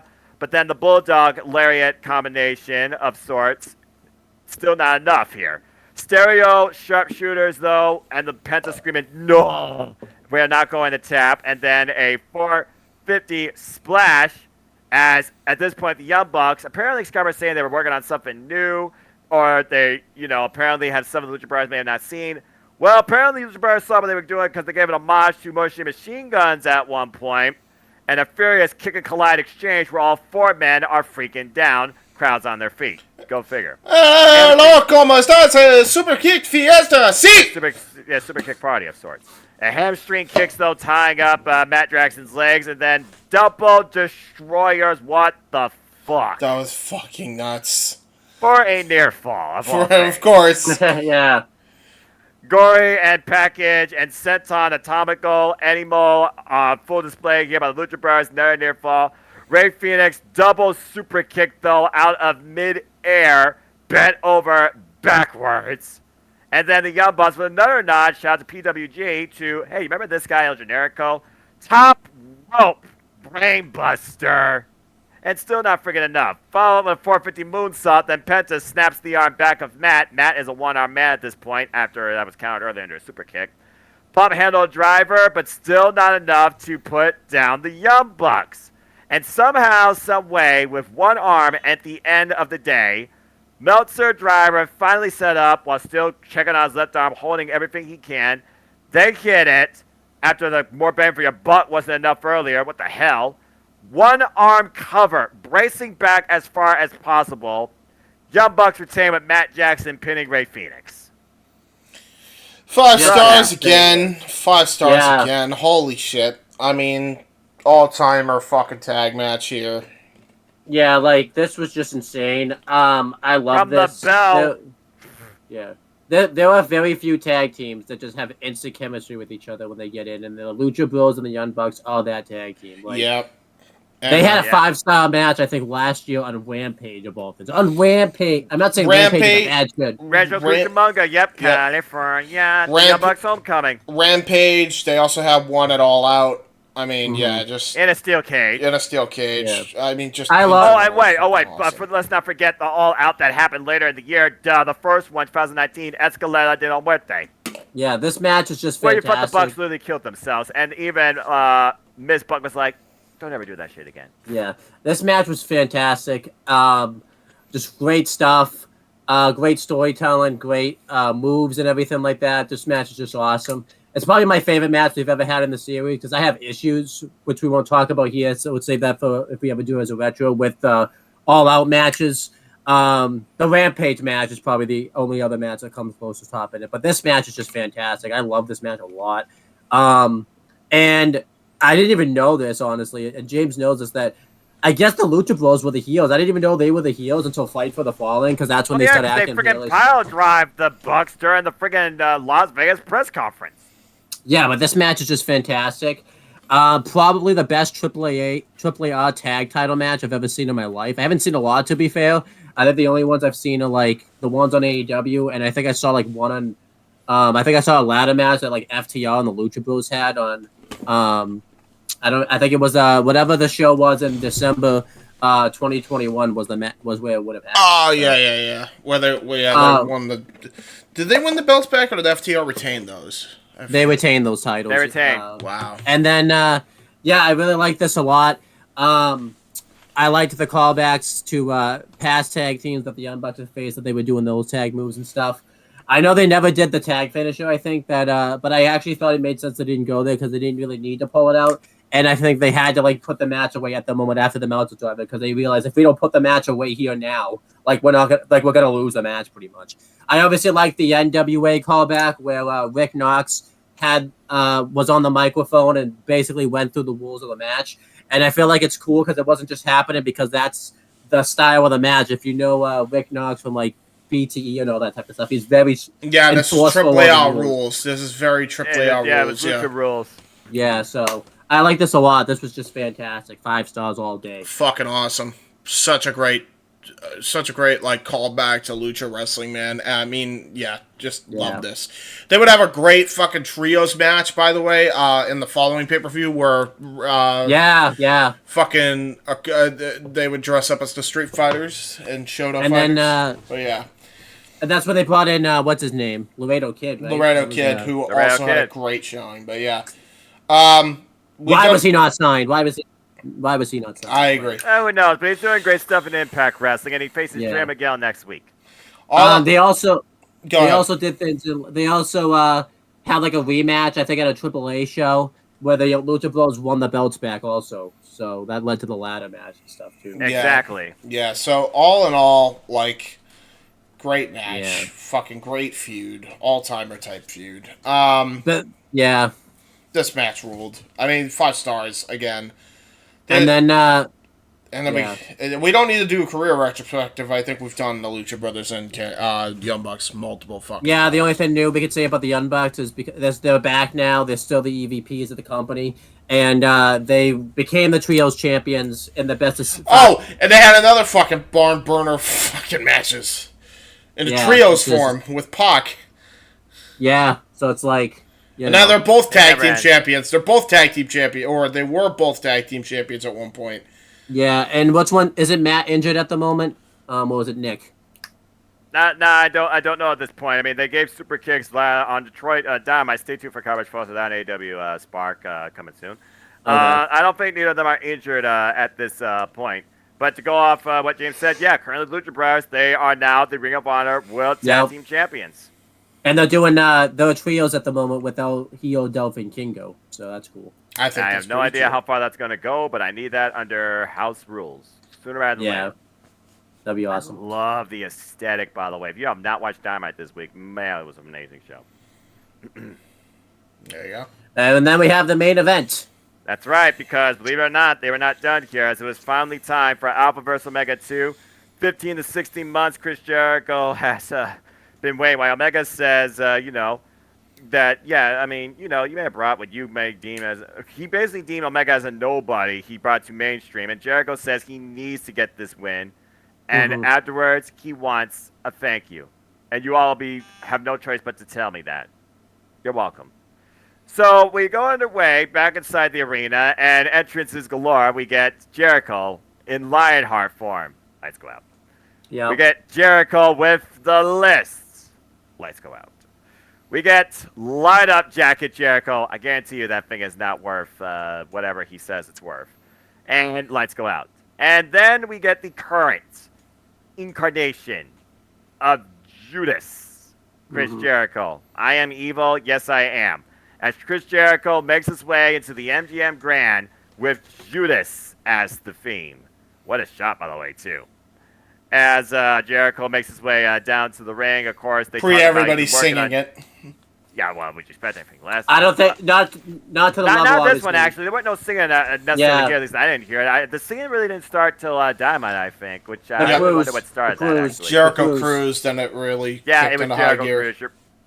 And then obviously, they still obviously said it, but obviously then it stopped obviously when the pandemic hit. But they kept it going in small ways with having Sammy Guevara sit it one week, and then I think they had all the. They had all the heels one week said it, which was awesome, and then I think MJF saying it one week. It was like, what are you doing, man? MJF and Sean Spears. That was so damn brilliant. What a strategy. Heel and face audience dynamics. Yeah. Tony Khan, thank you for what you did during the pandemic. You allowed us to survive as wrestlers. I hope that never happens again, though. So. Yeah, you and me both. Let's not go back down. I third this notion. Yeah. Anyway. I didn't watch wrestling for like a whole year after that. If I didn't watch wrestling, I probably wouldn't be alive right now, and that's saying something. So to Cindy as well. Again, AEW was founded through AEW, keeping us alive as fans and as human beings during the pandemic. Anyway, back to this. And referee, by the way, for this match was Paul Turner. As Jericho makes his way to the ring, we wait for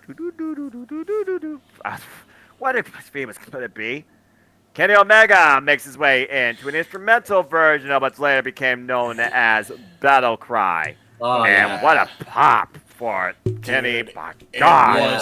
Such a great song. Such a great song. I feel like the thing I want to talk about is it is kind of, even though Kenny Omega was pretty big, it's still kind of crazy that he was the pop that he does get, just because this is the biggest audience that Kenny Omega had like ever been in front of. On American soil, yes. On American soil, yes. I was just, and not just on American soil. Like this, this is probably because obviously this is the only time. You're talking about on in general, like pay-per-view buys. Yeah, probably, yeah. That's fair. Yeah. Yep, for sure. Because of global outreach versus the domestic market. Yeah. So. In the early going, as they were introduced, first off, Cracker Barrel in the ring, as the show was brought to you by that. Paul Turner tries to get out of the ring. Chris Jericho's like, the fuck you, man. Bringing Chris Jericho gets the bear out of the ring. And in the early going, subtle exchanges here, at this point. Chris Jericho, as we finally get out of the ring, takes advantage, gets the better of Kenny Omega, shades what he does at Wrestle Kingdom. He rings the bell, calls himself a winner. As Kenny Omega gets himself back into things, he tries to leap off the barricade, loses his balance. Jericho just pushes him off into the front row. Good grief. And apparently he grabs a camera and wants to give a Winnipeg salute to everybody in Las Vegas. Before he could Hold on, go, you gotta do it the own way. Oh shit! I'm never gonna live that down. No yeah. way, no way. I'm clipping that shit.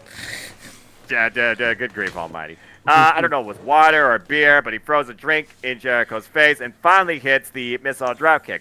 As he brings Jericho back into the ring, we get the patented "you can't escape" steamroller, hikes the overalls, hits the moonsault press perfectly, gets a nice fall. Then a clothesline literally wipes out Kenny Omega. I think at this point it hit Omega in the nose because Omega was bleeding.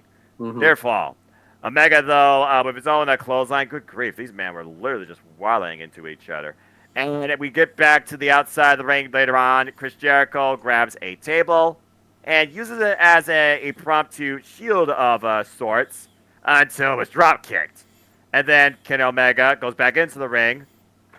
And, of course, we wait for the rise of not T1000, but the cleaner. You put in the power level here, over 9,000. Rise the Terminator, goes from one side of the ring to the other, picks up speed, 0 to 100, flies, crushes Chris Jericho, particularly left arm, underneath that table, which, by the way, still didn't break in half. Just going to put that out there. And I'm pretty sure Chris Jericho's elbow planted into the ramp. Yeah, bad. It was hard way too. Yeah, well, Yeah, on the then- replay, you could tell. And And of course, he then follows up from there with a diving foot stomp. That might as well Through the collapse fucking Chris table. Jericho's chest cavity. yeah, Brings it back into the ring, hits the Katara Crusher, gets a nice near fall again. And at one point, Chris Jericho's just trying to get back into this thing, despite his MMA training ahead of this, which definitely came into play. That rolling leg lariat that Kenny Omega did, good grief, in the back of Jericho's head, to the attempted Snapdragon that Chris Jericho did counter. He still rocked Jericho's world. Bang! V-trigger finally hits to the back of the head of Chris Jericho, who was hung up on the second rope. Attempts an attempted avalanche Snapdragon, but instead we get a superplex by Kenny Omega. Gets the better of a topper exchange, don't know how. Still a near fall. Back elbow strike though, Chris Jericho finally is able to hit the Lion's Salt. Gets a fall of that, but not before he eats another V-trigger. Good grief, I still think the V-trigger is the most lethal knee in the business. Buddy Matthews might give a run for his money though lately. Finally goes for the one-wing angel, but gets countered into a release German suplex, and Chris Jericho then hits Lion Salt perfectly. No knees up this time. Still don't do it. Another V-trigger, rocking Chris Jericho back to his knees. Goes for the Tiger Driver, that gets countered to a bat drop suplex. To that table that somehow was set up, people forgot about, on the floor, and literally crashes through it. Brings it back in the ring, gets another near fall.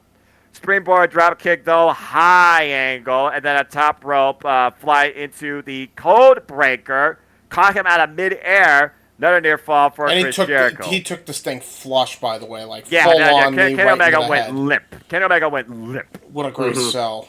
That instinct of the ring, your hand hit the mat. A couple of Snapdragons following that, and then a roll through, planting Jericho with a nice Tiger Driver 98, but still not enough.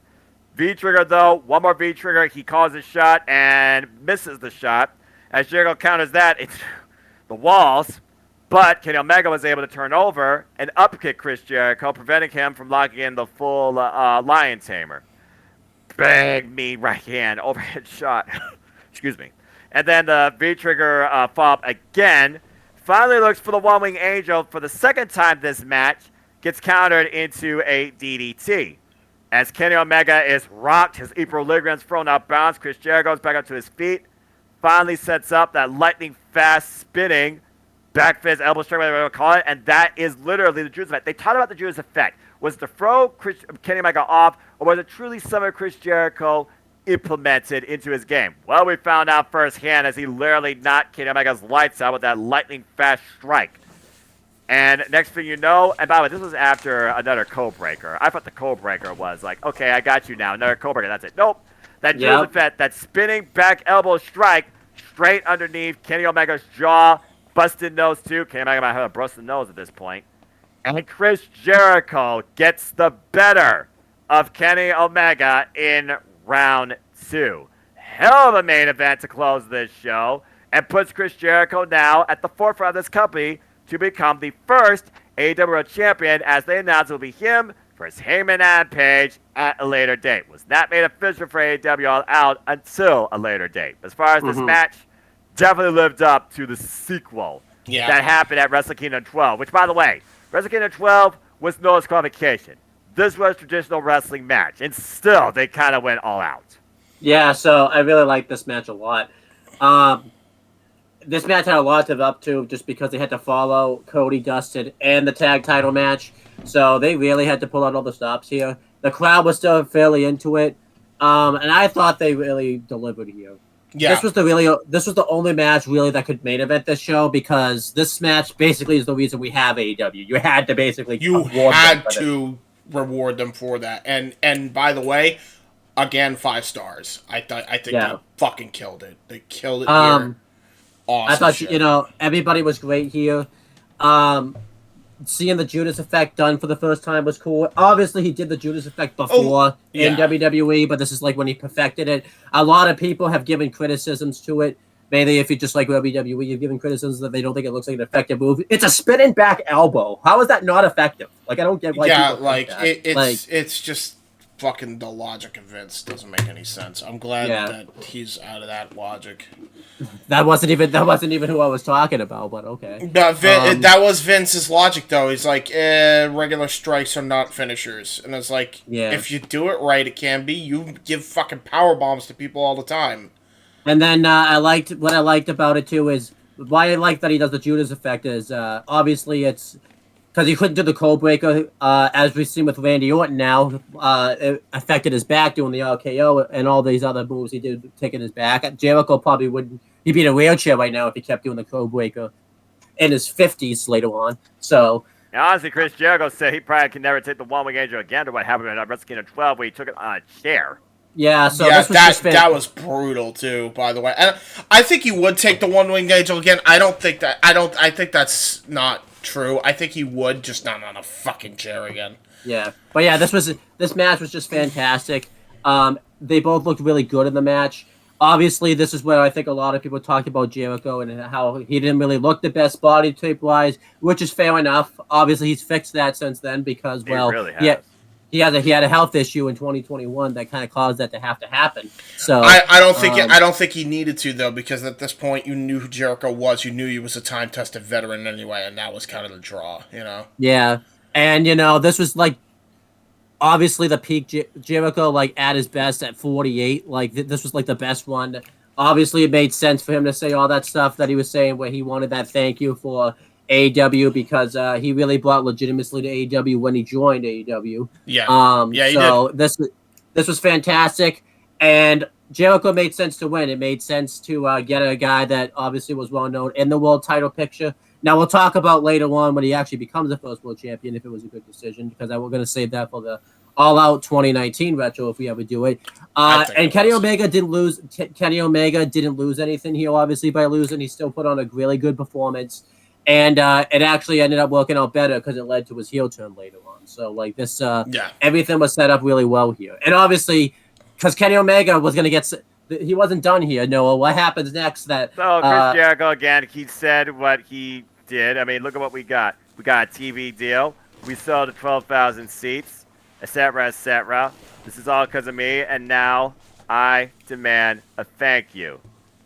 I said I want to thank you. And the audience is like, okay, we're cheering. And then they turn around subtly. It's like, wait. And JR, this is when JR's golden moment of the night. JR was on point here. Hey.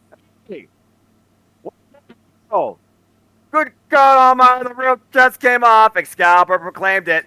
Jon Moxley! So before we get to that, building came unglued. Let's talk about this because this was big at the time. So Jon Moxley was in WWE as Dean Ambrose, and his contract was coming up like a month before this. He literally he called his shot on a WWE pre-tape, said he was going to cash in his chips, and he was going to sink or swim. Not even that. Let's talk about this. WWE acknowledged the fact that his contract was going to come up in January. They did everything they could to get him to stay. They tried to put him back with the Shield, and they just could not get him to stay. And eventually he left, and he didn't get released or anything. He just left. He literally talked about the whole thing in this. Mm-hmm. He lied about saying he was going to go into retirement because he didn't have the passion for it anymore. Not just that, which was partly fucking true, but he said he was either gonna just do local indie stuff. That's what he was gonna do. He was gonna do local indies and then AEW. CCW, John. CCW, Dean Ambrose. For those. Yep, and then this was not even a month after he left WWE. His last match was I think it was the final chapter Shield show he did, where it was the Shield's last match together. On a house show circuit, because I saw his last pay-per-view one at Fastlane 2019. What a show that was, bleh.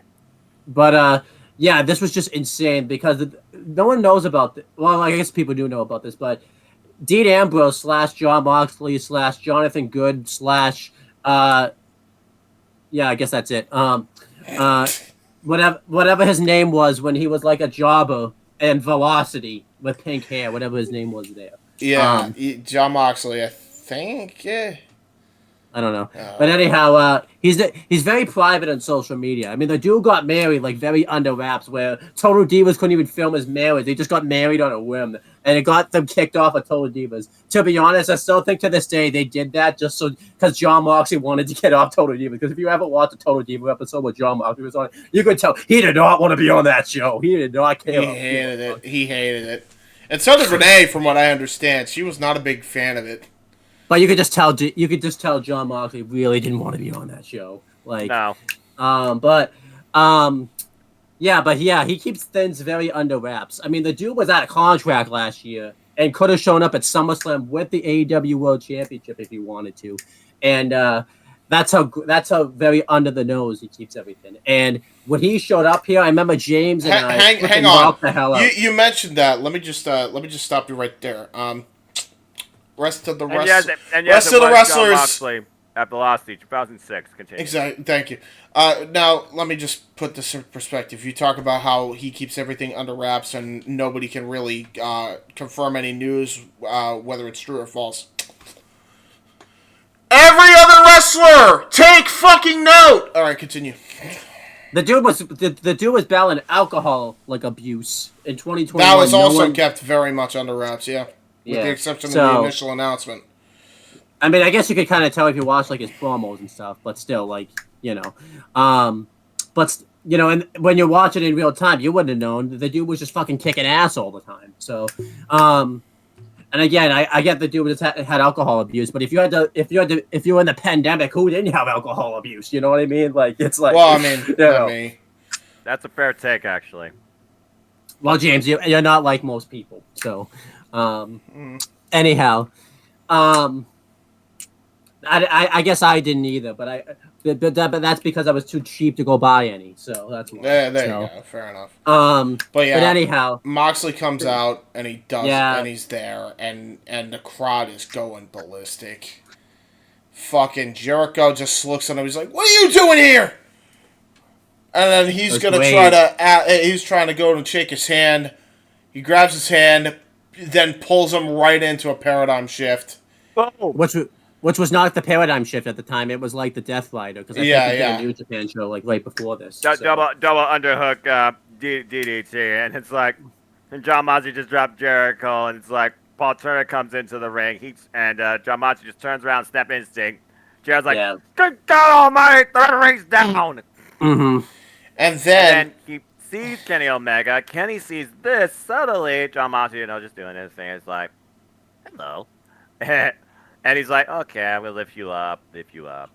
No, I'm gonna do it. Well, and then all hell breaks loose. They are on the outside camera. I was like, "Oh, fuck that! I'm not taking this." I'm a bar fight. There's a bar fight. Full on bar fight all over their audience, and then they have a set, and it's poker chips. Right? Yeah. And those so are expensive. They're climbing on the poker chips, they're fighting on top of them, and then Jon Moxley DDT. He reverses a one-winged angel and then gets into the DDT, the fucking Death Rider, which was the Dirty Deeds back in WWE.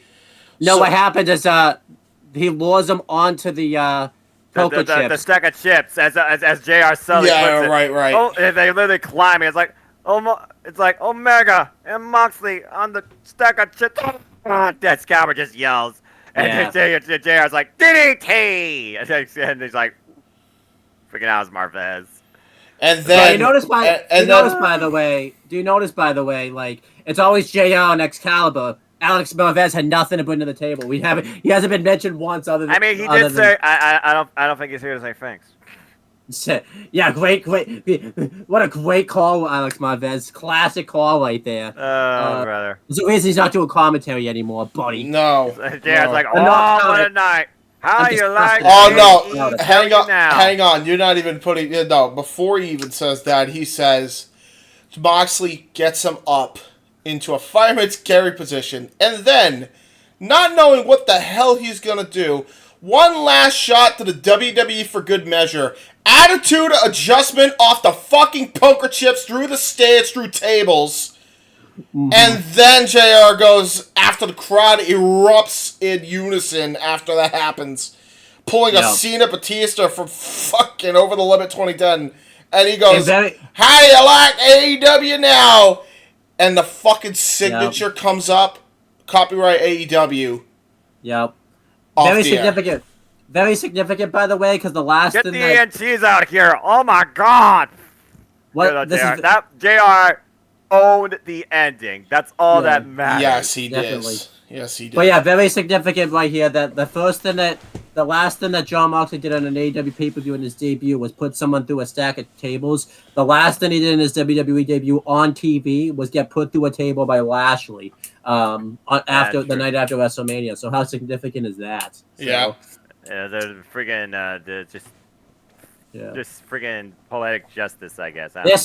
This debut is probably like this has to be the best debut AEW has ever done. Like I feel like too because of how much it paid off. I will say it paid off, but if you're talking about more impact, I think Punk has it beat.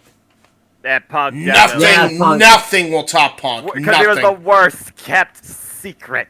But it's the one everyone wanted. To be fair, I didn't get to watch it. I didn't get to watch Punk's live, and I got spoiled, and it got spoiled for me. So that's why I say Punk doesn't have it beat for me because I got spoiled. Fair enough.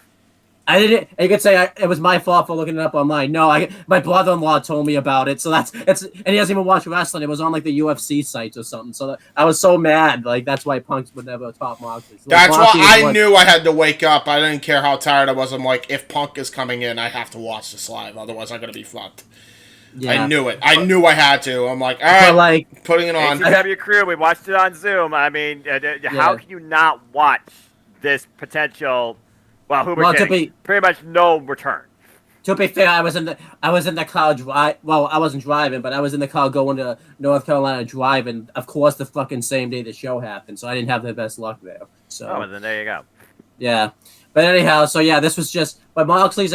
I think like Moxley's paid off too because CM Punk's there's been some backlash with it recently. Like John Moxley's hasn't had a lot of backlash. Like, and he's also been like, and he's been the guy for AEW. Like, he's done everything that AEW has asked him to do. He's been there when they needed him most. Like, think about it. The dude gave up going on vacation twice. He was supposed to go on vacation twice last year. There was that one point.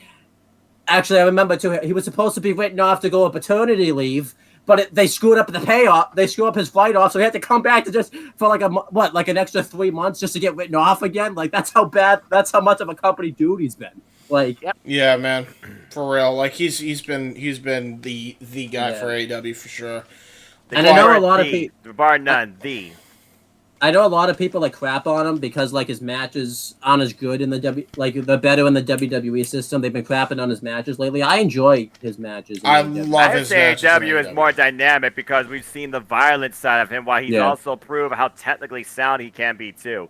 He is a hybrid wrestler. He is a different animal. And what he said after WWF went off the air backstage, he felt alive. This is what you call a paradigm shift. And it's safe to say that AEW Double or Nothing, May 25th, 2019, was the paradigm shift the professional wrestling industry needed. The one thing we should talk about, too, when he debuts here, like, the way that he just soaks in the audience. Like, you could tell this is a different guy right here. Just the way he's not even Dean Ambrose. He is unleashed. He is once again back in professional wrestling. Yeah, man. That's why it's starting off phase with Kenny by God Omega. Yeah, that's why this is the only time I'll call him out right here because I've told him this before. Anyways, it pisses me off every time Chris Dodd tells me that John Moxley is just like a different Dean Ambrose ranked. Like you can't even mention the name Dean Ambrose when you see John Moxley come out in AEW. Nope. No. You can't even mention it. John Moxley's a simple guy. He had a game plan. He literally sat on Talk is Jericho. Because he and Jericho, they talked about it. They're like, hey, we're going to start stuff in here. Maybe you should be a part of it. But, again, it's in his book, folks. Read the book. But also, again, he wrote out his contract. He waited till he was done. He planned in advance. And he took a chance. And now look at him. Set for life. In and out of pro wrestling. Renewed spirit, even. Right after this, too, one of the greatest shoot interviews anyone's ever done. Just cursing out the WWE. Pretty much. There was. You also gotta realize too. Great after show promo as well on the channel, where he talks about how he was alive, and it's the first time he utters, "This is what you call a paradigm shift," referring to the whole company. And then he mentions, he meets Joey Janela, which sets up their unsanctioned match at Fyter Fest, and then. By the way, after that, poor Kenny Omega and he had to do a fucking promo like right after the show too, like doing his catchphrase and everything. Like poor Kenny Omega, the dude had to have a match with Chris Jericho where he broke his nose and lost. Chris Jericho is an Excuse me, Kenny Omega is an EVP. I know. I'm just saying, like that.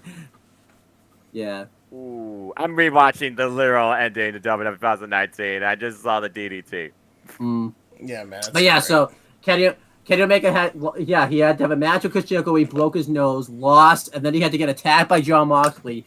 Death Valley drive it off the stage and had to do a promo right after the. He had to do a promo. Hey, it wasn't even a Death Valley driver. Death Valley driver, he lands you on your neck in a fucking sitting position. That dude just straight up attitude adjustment and Cena style. Attitude adjustment. Cena style, bro. Up on the shoulders and just drop down off the stack of chips through that stage partition. I just don't call it attitude adjustment because this isn't that show. We're not allowed to do that. Okay, do you call it? I'll call it an adjustment attitude.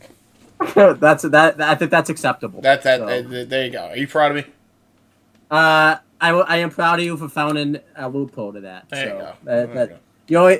You and Noah always. I feel like you find the loopholes when it comes to that stuff. Noah doesn't give a shit. He calls the wrestlers the names that he wants to call them, and he calls them the moves he wants. As he should. He's a head commentator, and so am I. Are you?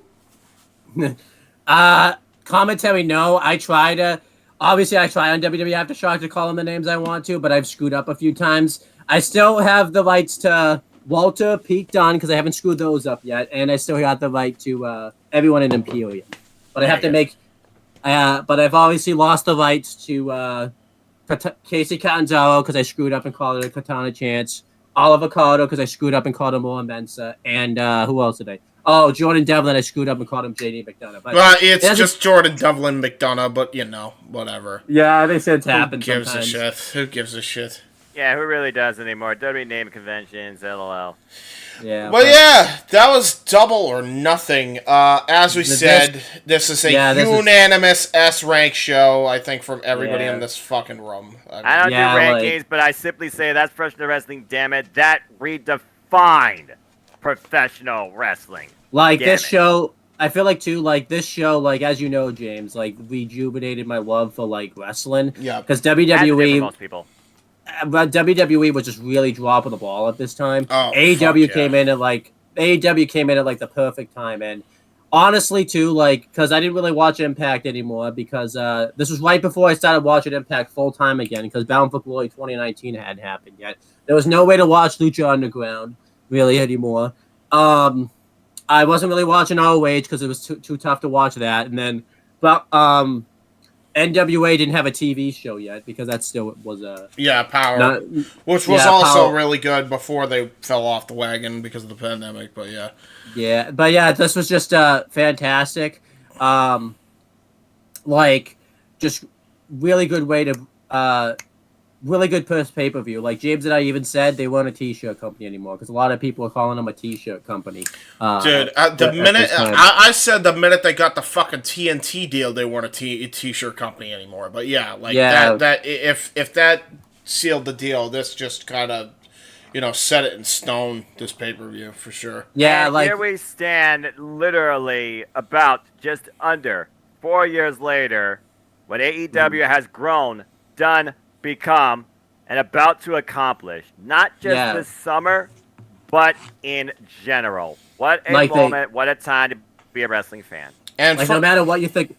Go ahead. No matter what you think of AEW, good or bad, they've proven themselves to be a complete alternative to WWE. They've obviously had their issues, but I don't want to spend too much time talking about them here. Nah, it's all about the positives here this week.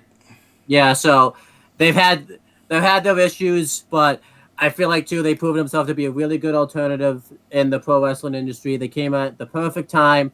I feel like too the fact that they survived the pandemic shows that they were going to be around, because any other company that started out brand spanking new would have died during the pandemic, because companies did die. Or would have lost popularity, and AEW actually regained popularity. Yeah. To be fair. The biggest thing I think that sucks about the pandemic is they were really catching fire like right before the pandemic hit too. Like they had the best TV show. Oh yeah. They had the best. So it's they like still were the best thing to watch during the week during the pandemic, and they were, the fact that they did this for us in front of nobody, but still gave an organic crowd environment and weekly presentation. Yeah, that goes the testament what AEW wanted to stand by and still wanted to become too. The buy rate for this pay-per-view, I'll just say right now, too, was between 109,000 to 113,000 buys. I assume they don't know the exact buy rate because this show obviously didn't air. Like, you couldn't. There was various different ways to buy this show. You could buy it on Fight TV outside of America. You could buy it on traditional pay-per-view. I stand by it. Probably got like 200,000 buys. I still stand by that. Probably around a little under like 190. The number will really never be known. But it was phenomenally fucking successful to the point where it was a money-making alternative. Like, it wasn't just... This was far exceeding what TNA did, like, when they signed Kurt Angle. This was not even close to what they did there. Like, this was a history-defining wrestling moment, this pay-per-view. Yeah, various wrestling sites and various wrestling, like, news articles, like, praised this show. Obviously, like Dave Meltzer and the What Culture, Cultaholic, Wrestle Talk, and Fightful.com. That's about every fucking publication. Yeah. Inside the Ropes. CBS Sports were fucking praising this show. Yeah, like it was like one of the best pay-per-views. And probably is like the best pay-per-view I've ever seen in my life live. It's just fantastic. Yep. And it's just, it's great. It really benefited the wrestling industry more than anyone I think ever will know and ever want to know. So, there you go. So there you go. So with that being said, we're not gonna do career retrospectives for Kenny Omega, Jon Moxley, or Chris Jericho. We've already done them to death. It's been 4 hours now. We're not gonna go any longer. So here's the deal. Everybody is gonna be in the description, including Noah Foster, when we post this video. Okay. So you're going to go and do this thing. You're going to go in the description. You're going to go into the iCard.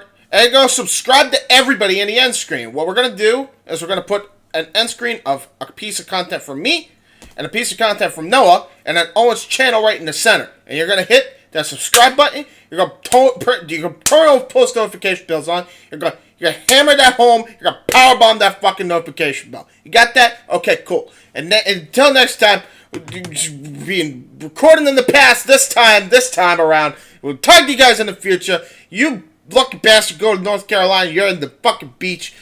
Yeah. Fuck you up. I did it again. I bet you're hoping I'm getting a sunburn right now too. Like probably. Yeah. How dare you? The Spanish Announce Project. Watch it. Damn it. Yeah. Have a good night, folks. We are AEW. See you later.